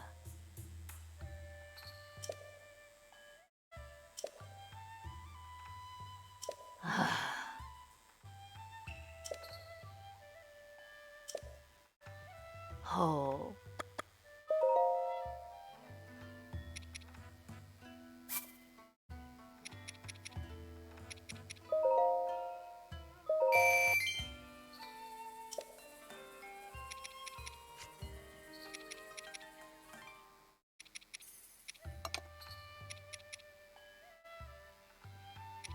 Okay. I remember you need the gems for... God. You need gems for something later. I think it's like you give them to an NPC that can turn them into gear, like swords and armor and stuff. Oh, you need it for something. Oh, you're asking about CEMU setup? It actually isn't that bad, but I just got into it by trying to Google, like just Googling guides and stuff, which will get you there, sorta. But I found a lot of guides written in like 2018, when the process was actually a lot more complicated and difficult. So I started down some setup procedures that were unnecessarily complicated and had me like installing a bunch of side stuff I didn't need. So that's something to be aware of. Really, it's if you get the latest version of... Hold on a second, let me look up the name of it. I'm trying to remember what it's called. It's like Wii U Helper. Yeah. USB Helper. Wii U USB Helper. You basically need that. That will download CEMU for you, which I didn't know. And then all you need then is just a URL that you can find somewhere on the internet. That's part of the helper setup. And that's like shockingly and frustratingly easy compared to what I was trying to do. Yeah, just Google that, download that. It's pretty simple. It actually is pretty simple. So, A to put down? There we go. But yeah, I was trying to set it up the 2018 way for a while because those were the guides I found. So, yeah. It was a headache in 2018. I did it a while. I did a Simu setup a while ago for Sonic Boom: Rise of Lyric, which was still more annoying than it was just now. But I only got there after like 2 hours of butting my head against old software and things that were hard to find on the internet. Light Behemoth, though, damn. Thank you for gifting 15 subs. That's a pog right there. That's a pog. A little boost for the new year? Well, thank you. Appreciate that. Certainly making 2022 get off to a skippy new start.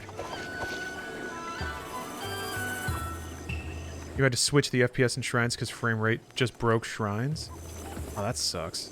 Like, I had to drop it to 30 or something? I guess, yeah, might as well go do this. BSOD has the best Simu setup guides on YouTube. Ah, maybe that's part of it, is I didn't look on YouTube too much. Oh, Paya. Oh, so shy. Already doing the pigeon toad thing. Oop.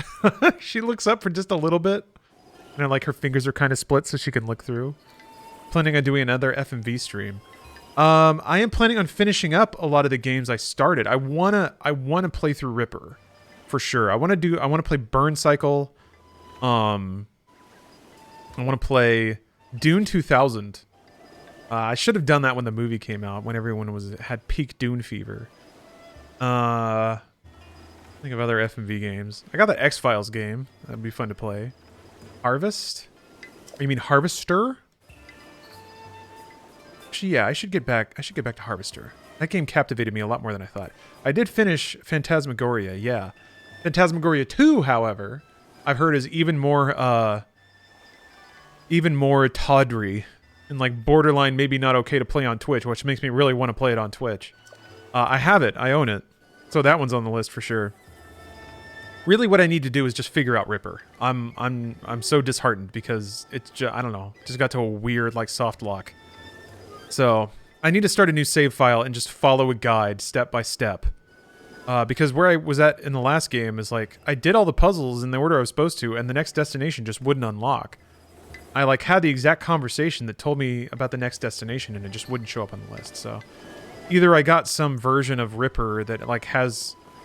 I could see that being some kind of like weird copy protection that that tripped, but there's no VOD for that one. I think it's fine. I think it's fine. I'm not worried about like So it's okay for games to have adult content. finally awake. They just can't be entirely about sex. Quite a long time. It can't be a sex game. It can be a game with sex in it. Older That makes now, sense. So you're not allowed to play hentai games or you whatever Remember me. that have like entire playable fuck modes. Kind of reminds me, I gotta pick up what is it? Not subspace. Damn it. Ah, Horny space game where you can bang horny space broads. Did you ever finish your Witcher 3 playthrough? I did. I've been playing it the second time after Season 2 dropped on Netflix. Man, the game's great.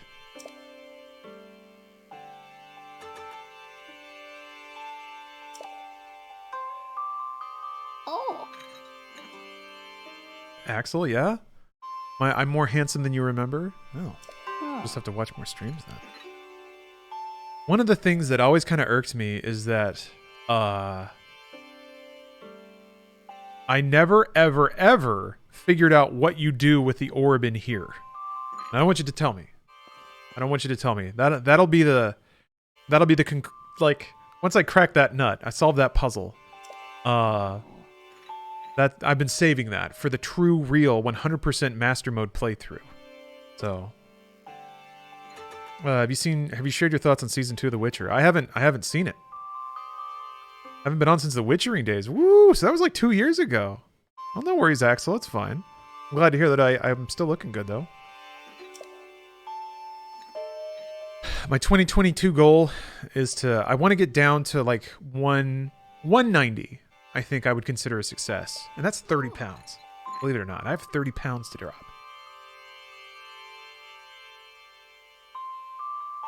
I turned on the game and booted up my master mode, where I'm not very far, just in Kakariko Village myself. I have 1 rupee. Why am I this broke?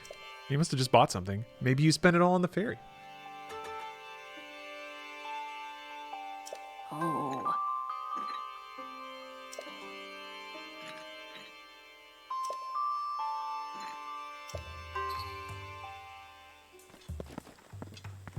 So yeah, this guy. You're not allowed to take it anywhere, and there's not really like a depression for you to put it in around here. So maybe it purely is just ornamental. I assumed it had to be a... I can't read Paya's diary! What a violation of trust that would be.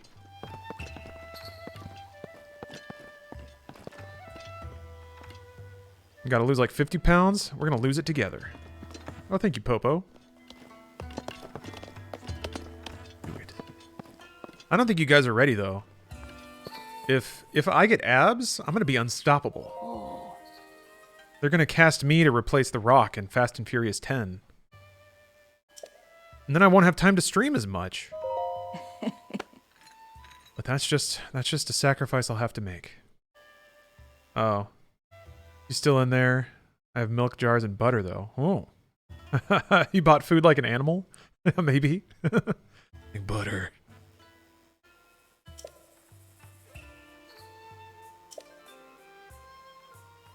Yeah. Sitting on a like. I never really looked at the pyramid of pillows she's sitting on. Usually buy my gear like arrows in Kakariko because it seems cheaper than other towns. Well, I never really looked at the relative prices. I'll see you, Deaf Moon. Thanks for hanging out. Happy New Year to you. Oh, or Confused Bystander. Thanks for the resub. The history of the royal family of Hyrule is also the history of Calamity Ganon, a primal... Oh, you were the Terminator. Right on. Back in GTA Online? Yeah. No, I remember. This evil GTA... I had so many good times playing GTA Online with people. by a warrior It was one of the more satisfying parts of my production responsibilities at Funhouse. of the goddess. It was like one of the few times I got to play games on the clock, too. It was great. With the passage of time... Ah, beautiful ghost. Thanks for the sub. With Ganon. Chilling with a glass of wine, watching my favorite streamer. So Well, luckily, I'm on another tab, then. of this legend that occurred 10,000 years I know it's ago. me. I know it's me. I know that I'm a good streamer. You agree that Pyrrha is best girl? Hyrule was the I mean, it's hard to beat Zelda, really. highly advanced civilization. Even the most powerful monsters posed little threat. Or like, to the dead what about the realm. The people Gerudo? Like any of the Gerudo. utilize their technology Their abs are so crazy. I mean, Pyrrha's really cute, to but ensure the safety of the land should Calamity Ganon ever return. I don't know. There was something cute and pure about Pyrrha, basically. They constructed But it's hard to beat them abs. mechanical Goddamn. weapons that came to be known as the Divine Beasts. They also built a legion of autonomous weapons called... Maybe Pyrrha has ridiculous abs under there. Silly idea. Would you ever play a game like Gartic Phone with your friends like Bruce and Alana? This seems like a fun game you can play drunk. I think, yeah, probably. I mean, we play Halo and stuff. Skill from across the land. But yeah, like party games, like Jackbox stuff, Plan to neutralize Ganon was forged. maybe. I probably wouldn't be the person to throw out the idea, but I would certainly go along with it. Apart Oh, Pyrrha's the cheeky scientist, Paya is the shy teen. My bad, I was getting the... Yeah, that's right. Pyrrha's the, Princess and like, 8-year-old. Plateau fought Cheeky 8-year-old who's actually like 80 or something. champions against this ancient evil. The Guardians were tasked with protecting the hero as the divine beasts unleashed a fury. Yeah, Stairs. upon Fuya was awesome. terrible foe. Actually, Stairs. What's Fuya's Twitch And when the Twitch channel? hero I meant to follow it, but I don't think I did. seals the dark. Yeah, Fuya was awesome. His She was really final fun to blow. play with. The princess used her sacred power to seal away Calamity Ganon. Because you fucked up, bro. Is it just Fuya? Okay.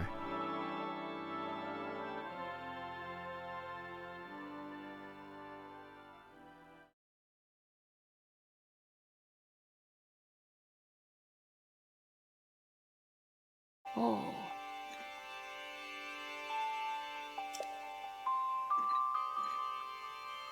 Dropped a hot follow on that channel.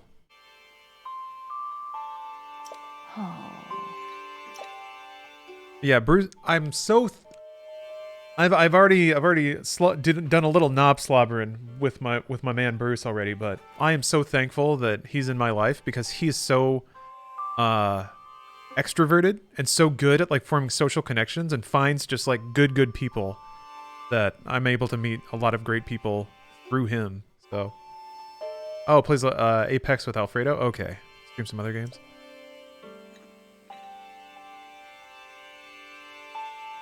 No, Axel. I'm ignoring the lore because I've seen this like 3 or 4 times, and this is pretty basic lore stuff. I don't think they reveal any fun stuff. I feel like all the super interesting lore beats are mostly in the memories that you find from the like old Zelda memories and stuff.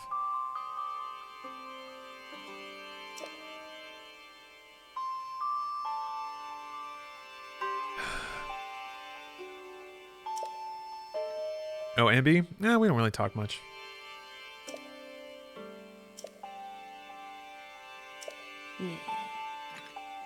I think Bruce met Fuya in the Among Us lobby, and they gave each other so much shit.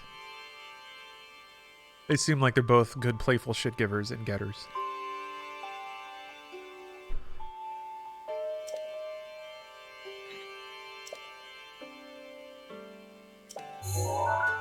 Here we go. Upper left. Long trek, but... yeah, that's the other thing, too, is, like... it's so good that Bruce is where he is now because he's finally enjoying the direct benefit of all of his work. He did so much behind-the-scenes work at Funhouse. Not only just, like, logistics of organization and just the business stuff, just putting together profit and loss reports and running analytics numbers and stuff. He did all that. But he also did just a ton of social connectedness. He made sure that everyone was on good terms with each other and in a good spot to produce content. He just has such a keen eye for that sort of thing.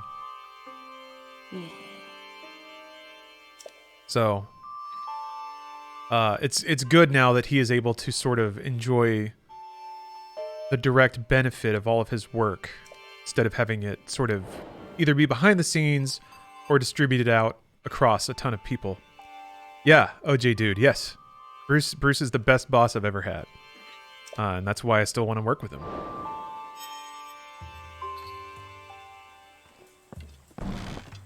Oh. Got the ability to look at me. And she's giving me the eye, though. Okay.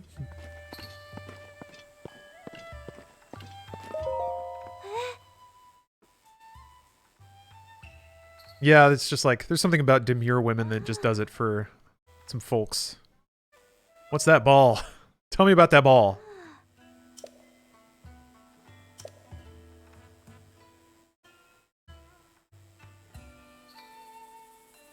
The hero is chosen by the Sheikah heirloom will be gifted this blessing of antiquity. Oh, I guess you probably have to find all the memories and come back. Probably. Sheikah heirloom.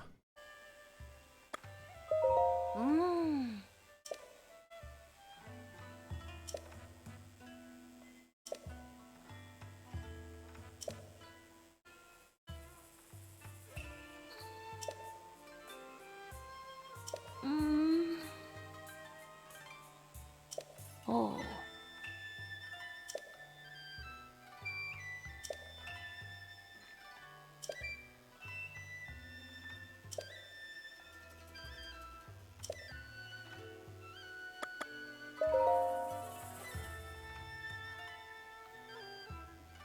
I have no idea about what either of you are like in real life, but the fact that so many are still willing and wanting to work with Bruce has something good, I think. It does. That's something that you're very... Oh no! I got the bigger text. No, that's a totally accurate read.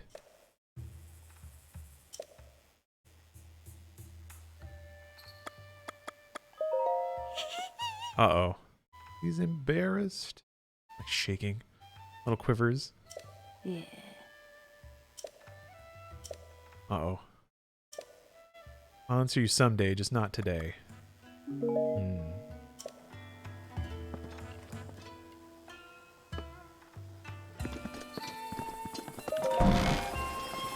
Okay, well, I guess I can go pay off the ferry, but I think that might be where the stream ends tonight. But I'm gonna go do that first. I'm gonna get ferry power.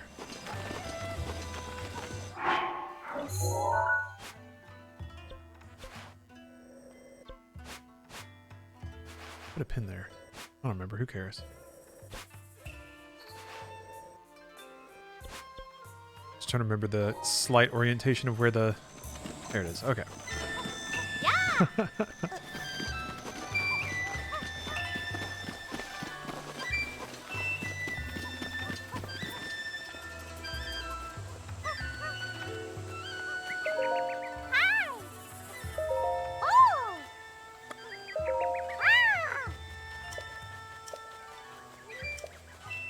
Oh crap. I'm playing tag with a child. This is not paying off a ferry. Like I said. Oh, Light Behemoth, thanks for gifting a sub. I appreciate that. Alright, where are you, child?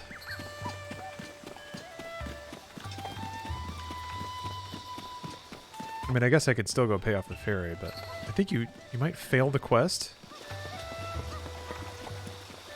There you are.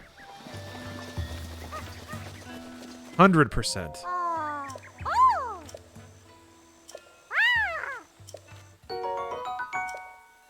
Give me salt. Complete.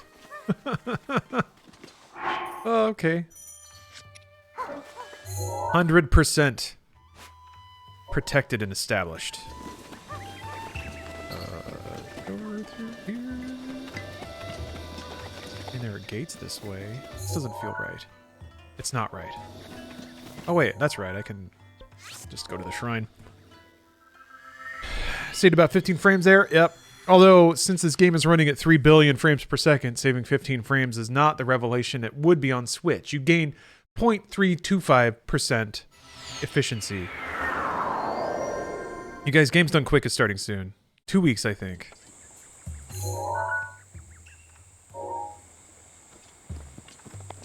Two weeks for Games Done Quick. Awesome Games Done Quick. I'm so excited. So excited. That means that week, by the way, probably not going to stream very much. If I get 2 weeks of vacation in a given year, I usually take them on Games Done Quick. That said, there will probably be a day or two where the lineup isn't as baller. Then I'll probably stream then, but... Was the program out? Yeah, the schedule's out. I usually just like watching it as it comes, though. I try not to look at the schedule. So, like, I'm just sitting there with, like, my snacks or whatever. And then, like, if a game I really like is on the coming up soon, I'm like, ooh! It kind of keeps the spontaneity of just, like, watching TV. Is Racer Trash 100% confirmed to be all done? If so, thanks so much for sharing that with us. I really, really loved it. As far as I can tell, yes. They are not... They are stopping that project down. They didn't put out, like, a tweet about it, though. There was just somebody in, like... It was just kind of, like, said on the Discord a little bit, and then, like, somebody kind of asked about it in the stream chat, and then somebody else was like, yeah, it's stopping. So it's not like a statement was made or anything, but everything they've said make it sound like it is stopping, and no one really said anything to the contrary. So, yeah, it seems like it. The good news is that I did bootleg a lot of it, and I'm gonna add the smaller bits to MediaTek. So one of the editors in Racer Trash I actually approached and was like, "Hey, your shit is awesome, and I would like to pay you every month." Because there's two people I do that with now: the Forgotten VCR channel and then Grimy Ghost, who actually I've been following their edits for years, and I've always really, really liked their work. So I basically said, hey, can I pay you a flat fee every month to put all of your stuff in MediaTek, which is my media project. So some of the smaller segments, I mean, Grimy Ghost segments are already in there, some of them, but some of the other like trailers and stuff that they've done, I'm going to add in too. And like segments from videos. What is Racer Trash? Well, Racer Trash is an editing collective. It was born out of a group of editors just sitting around talking about how much they loved the Wachowskis' Speed Racer, which is an awesome, awesome movie. And certainly a movie that I think enthralls editors because of its pacing, its timing, and its scene transitions. It's outrageous. So what they did is they took the film, broke it up into 2 to 3 minute segments, assigned them out to editors. All those editors just re-chopped up their segments and added whatever they wanted, crazy overlays, cutaways, references to other media, and then they crammed it all back into a film. And that one went over so well and everyone had such a good time doing it that they started doing it with other movies. And then what they would do is do like impromptu streams where they would show a bunch of their edits in addition to smaller clips and things they would edit in the meantime. So they would do these like 6-hour streams where they would broadcast re-edited versions of feature films like Independence Day or Heat, Romeo plus Juliet. I mean, I think a lot of these editors are probably in their like 30s. So there's a lot of films from like the late 90s that get picked to go up. Like they did one of Jumanji that's dub Manji. So they took the entire movie and edited it with dub reggae, which is rad. So fucking rad. They did You Got Nails, which is You've Got Mail mixed with a 9 Inch Nails soundtrack. They did Abadook, which is Babadook, but with ABBA music, which is just chef's kiss. So it is a like a remix culture, re-edit culture project that is really just a bunch of very creative people just having fun. And it's very expressive and it's very like kind of punk. There's a lot of political left injected into those edits too. But yeah, they've done a lot of work and put out a lot of stuff. It's not really collected anywhere because it can't be. But yeah, it seems like after a couple of years of just doing that under that banner, they're stopping it down, which makes sense. Makes sense to me. I feel like it got too big and there were too many people and they were doing too much. Like they were putting out full-length edits like maybe like 1 or 2 every month sometimes. I just feel like when enough people get into a thing and it gets to a certain notoriety, it just gets complicated. So even from the start, I was like, this is a fun project for a group of people. I don't expect it to last forever, but I'm certainly going to value it while it's here. Yeah, Santa talking about Racer Trash. Yeah, it started during quarantine. It was certainly a creative and artistic lifeline for me during quarantine. It's something I associate with lockdown pretty heavily, and it was one of the bright spots. One of the few times that I could like feel a spiritual connection with other creators. Yeah, Speed Racer is where it started. There's a line in Speed Racer where Royalton talks about, get this racer trash out of here. Something like that. Racer trash. So yeah, it's very literally a line from Speed Racer that they named it after. Oh, that's right. That's what I needed. That's what you need gems for sometimes, is upgrading gear. Only I didn't sell all my key swings. I love Racer Trash as well. And I was talking with someone at the group because I wanted to reach some kind of like licensing deal with the entire group. And what I was proposing was like, hey, just give me permission to like use your edits in my MediaTek, which is not something that I explicitly monetize, nor do I really keep it up as VOD. And I won't rebroadcast like all of your work in a block. I won't like recreate what you do. And in exchange, I'll either just pay whoever I'm talking to. I'll either just pay you, or I'll donate a fixed amount of money to a charity. Because on all of their streams, they would have a charity they designate, and they're like, "Hey, if you like this, please donate to this." And I was like, "I'll just throw like a few $100s a month to whatever charity you designate in your streams." But they didn't really get back to me because that's a complicated thing to ask of a group because there's a lot of people involved, and that was also probably when they were having conversations with other parties that I think led to them deciding to call it. So I don't fault them for that, but if they are sort of calling it there, then I take that as license to incorporate some of those clips. The ones that make sense. The shorter ones.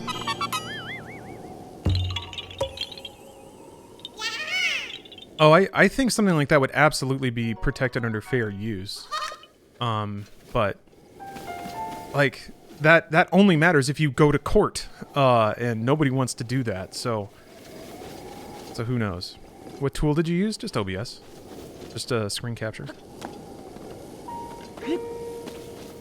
Pretty simple. What the trick is now is that I'm having to cut it all down, so I have like a 12-hour recording that I'm trying to break out into its movies, but there's tons of little segments and bumpers they show between the films, so that takes a while. And this is something that only matters to me or other editors. What I realized is I think they're streaming at 30 FPS. I don't know what frame rate they're streaming at, but I recorded at 60. And some of their movies are at 24, some of their like TV segments are at 30. You can mount a deer? What? I didn't know you could ride a deer. Now I want to. Some of them are already on Vimeo and Internet Archive. Oh, really? Ooh, like some of their full edits? Internet Archive is great. Oh, you can ride the bear too? Oh, man. Well, I'm glad that somebody's doing the archiving work. You ever checked out exp.tv? No, I haven't. That kind of similar? Yeah, 25 Drews. It was just streamed. They would just do streams. And like, they wouldn't even announce them. You would get like maybe an hour warning on Twitter. And mostly I just had to rely on Twitch's notifications. Oh, exptv.org. Oh, what's that all about? It's hard to describe. Okay. Oh, this is where you take orb, I guess. Have you uploaded MediaTek anywhere? No. No.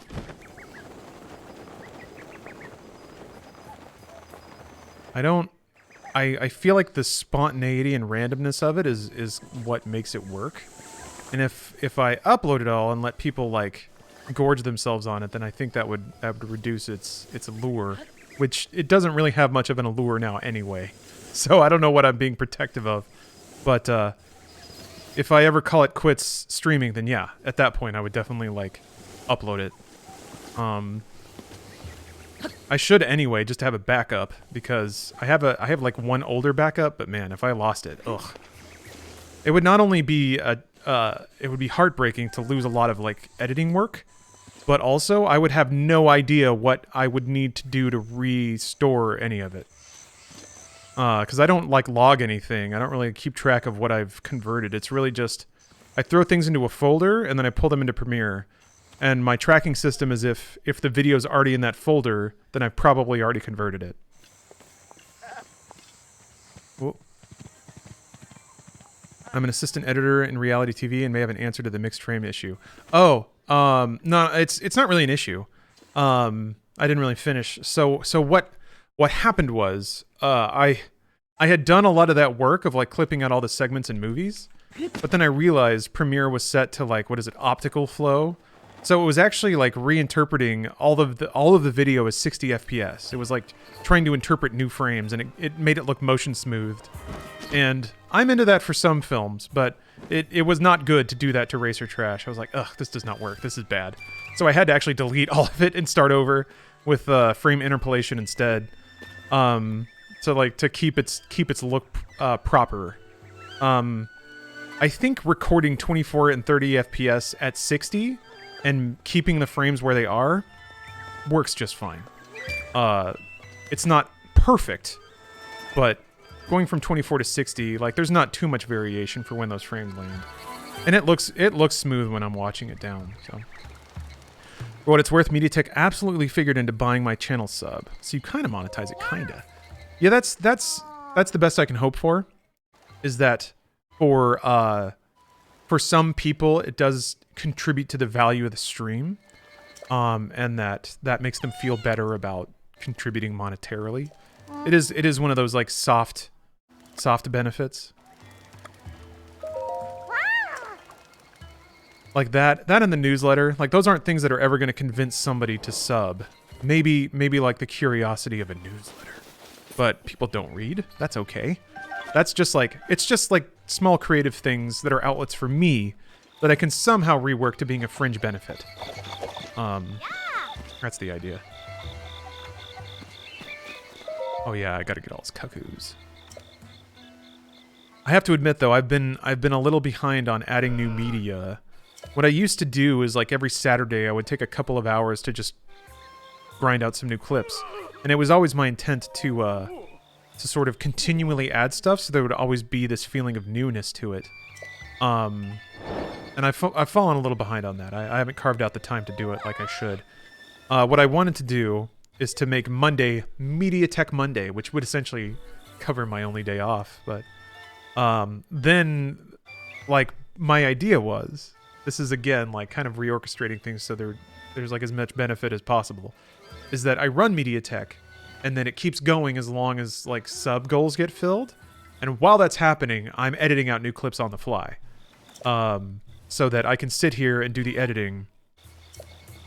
But then also, it's also kind of a test of how much people want to watch that stuff. So what I might do is do that, but set the sub goals really low. Like maybe like 10 or 15 subs an hour. Which is still not crazy low, really. Because that's a fair amount of money.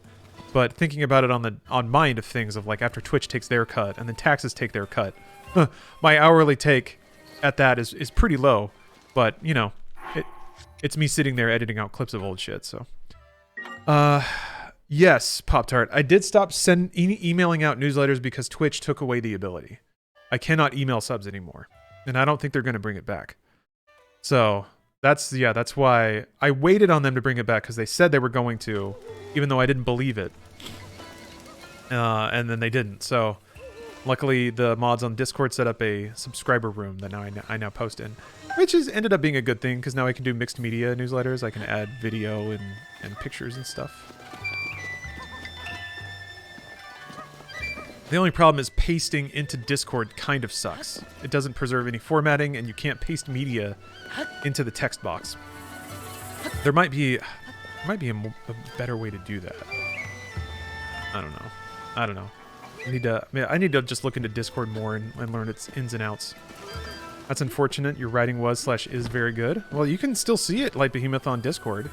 And I think in a lot of ways that's probably way more convenient. I'd wager that people would be much more inclined to read a Discord message than read an email.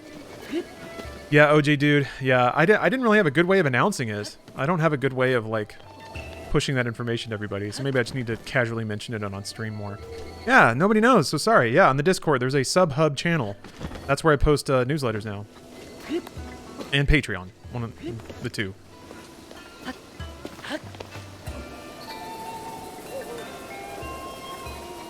Why though? They didn't want scummy people using their platform to organize? Oh, you mean emailing subs? I think it's because people were spamming it. People were sending out emails to subs all the time, promoting their streams, and it got annoying, I think. That's my read. It was certainly annoying for me. Some of the channels I subscribed to started sending out like 2 or 3 emails a week, and I'm just like, bro, stop it. Which could have been people with me, but I at least like put like 3 pages of creative writing in there, as opposed to just like, we're doing this, come watch. So, whatever. One more point to go for 150k. Oh geez. Well, I was gonna hang it up there, but maybe I should wait. I don't know, Pop-Tart. You want to save it for next time?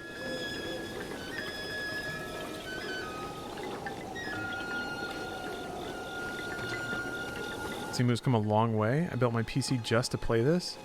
It really is just a beautiful, beautiful game, and it's so nice for it to be at high resolution and high frame rate. God, it's just so good. I don't want to stop playing, but it's getting late. I have to maintain some kind of a sleep schedule. I occasionally, like I said, have meetings at like 8 or 9 a.m. and I have to be functional at that time. Hey, what's up, Valerios? Why are the graphics so low looking? I mean, that just might be Breath of the Wild.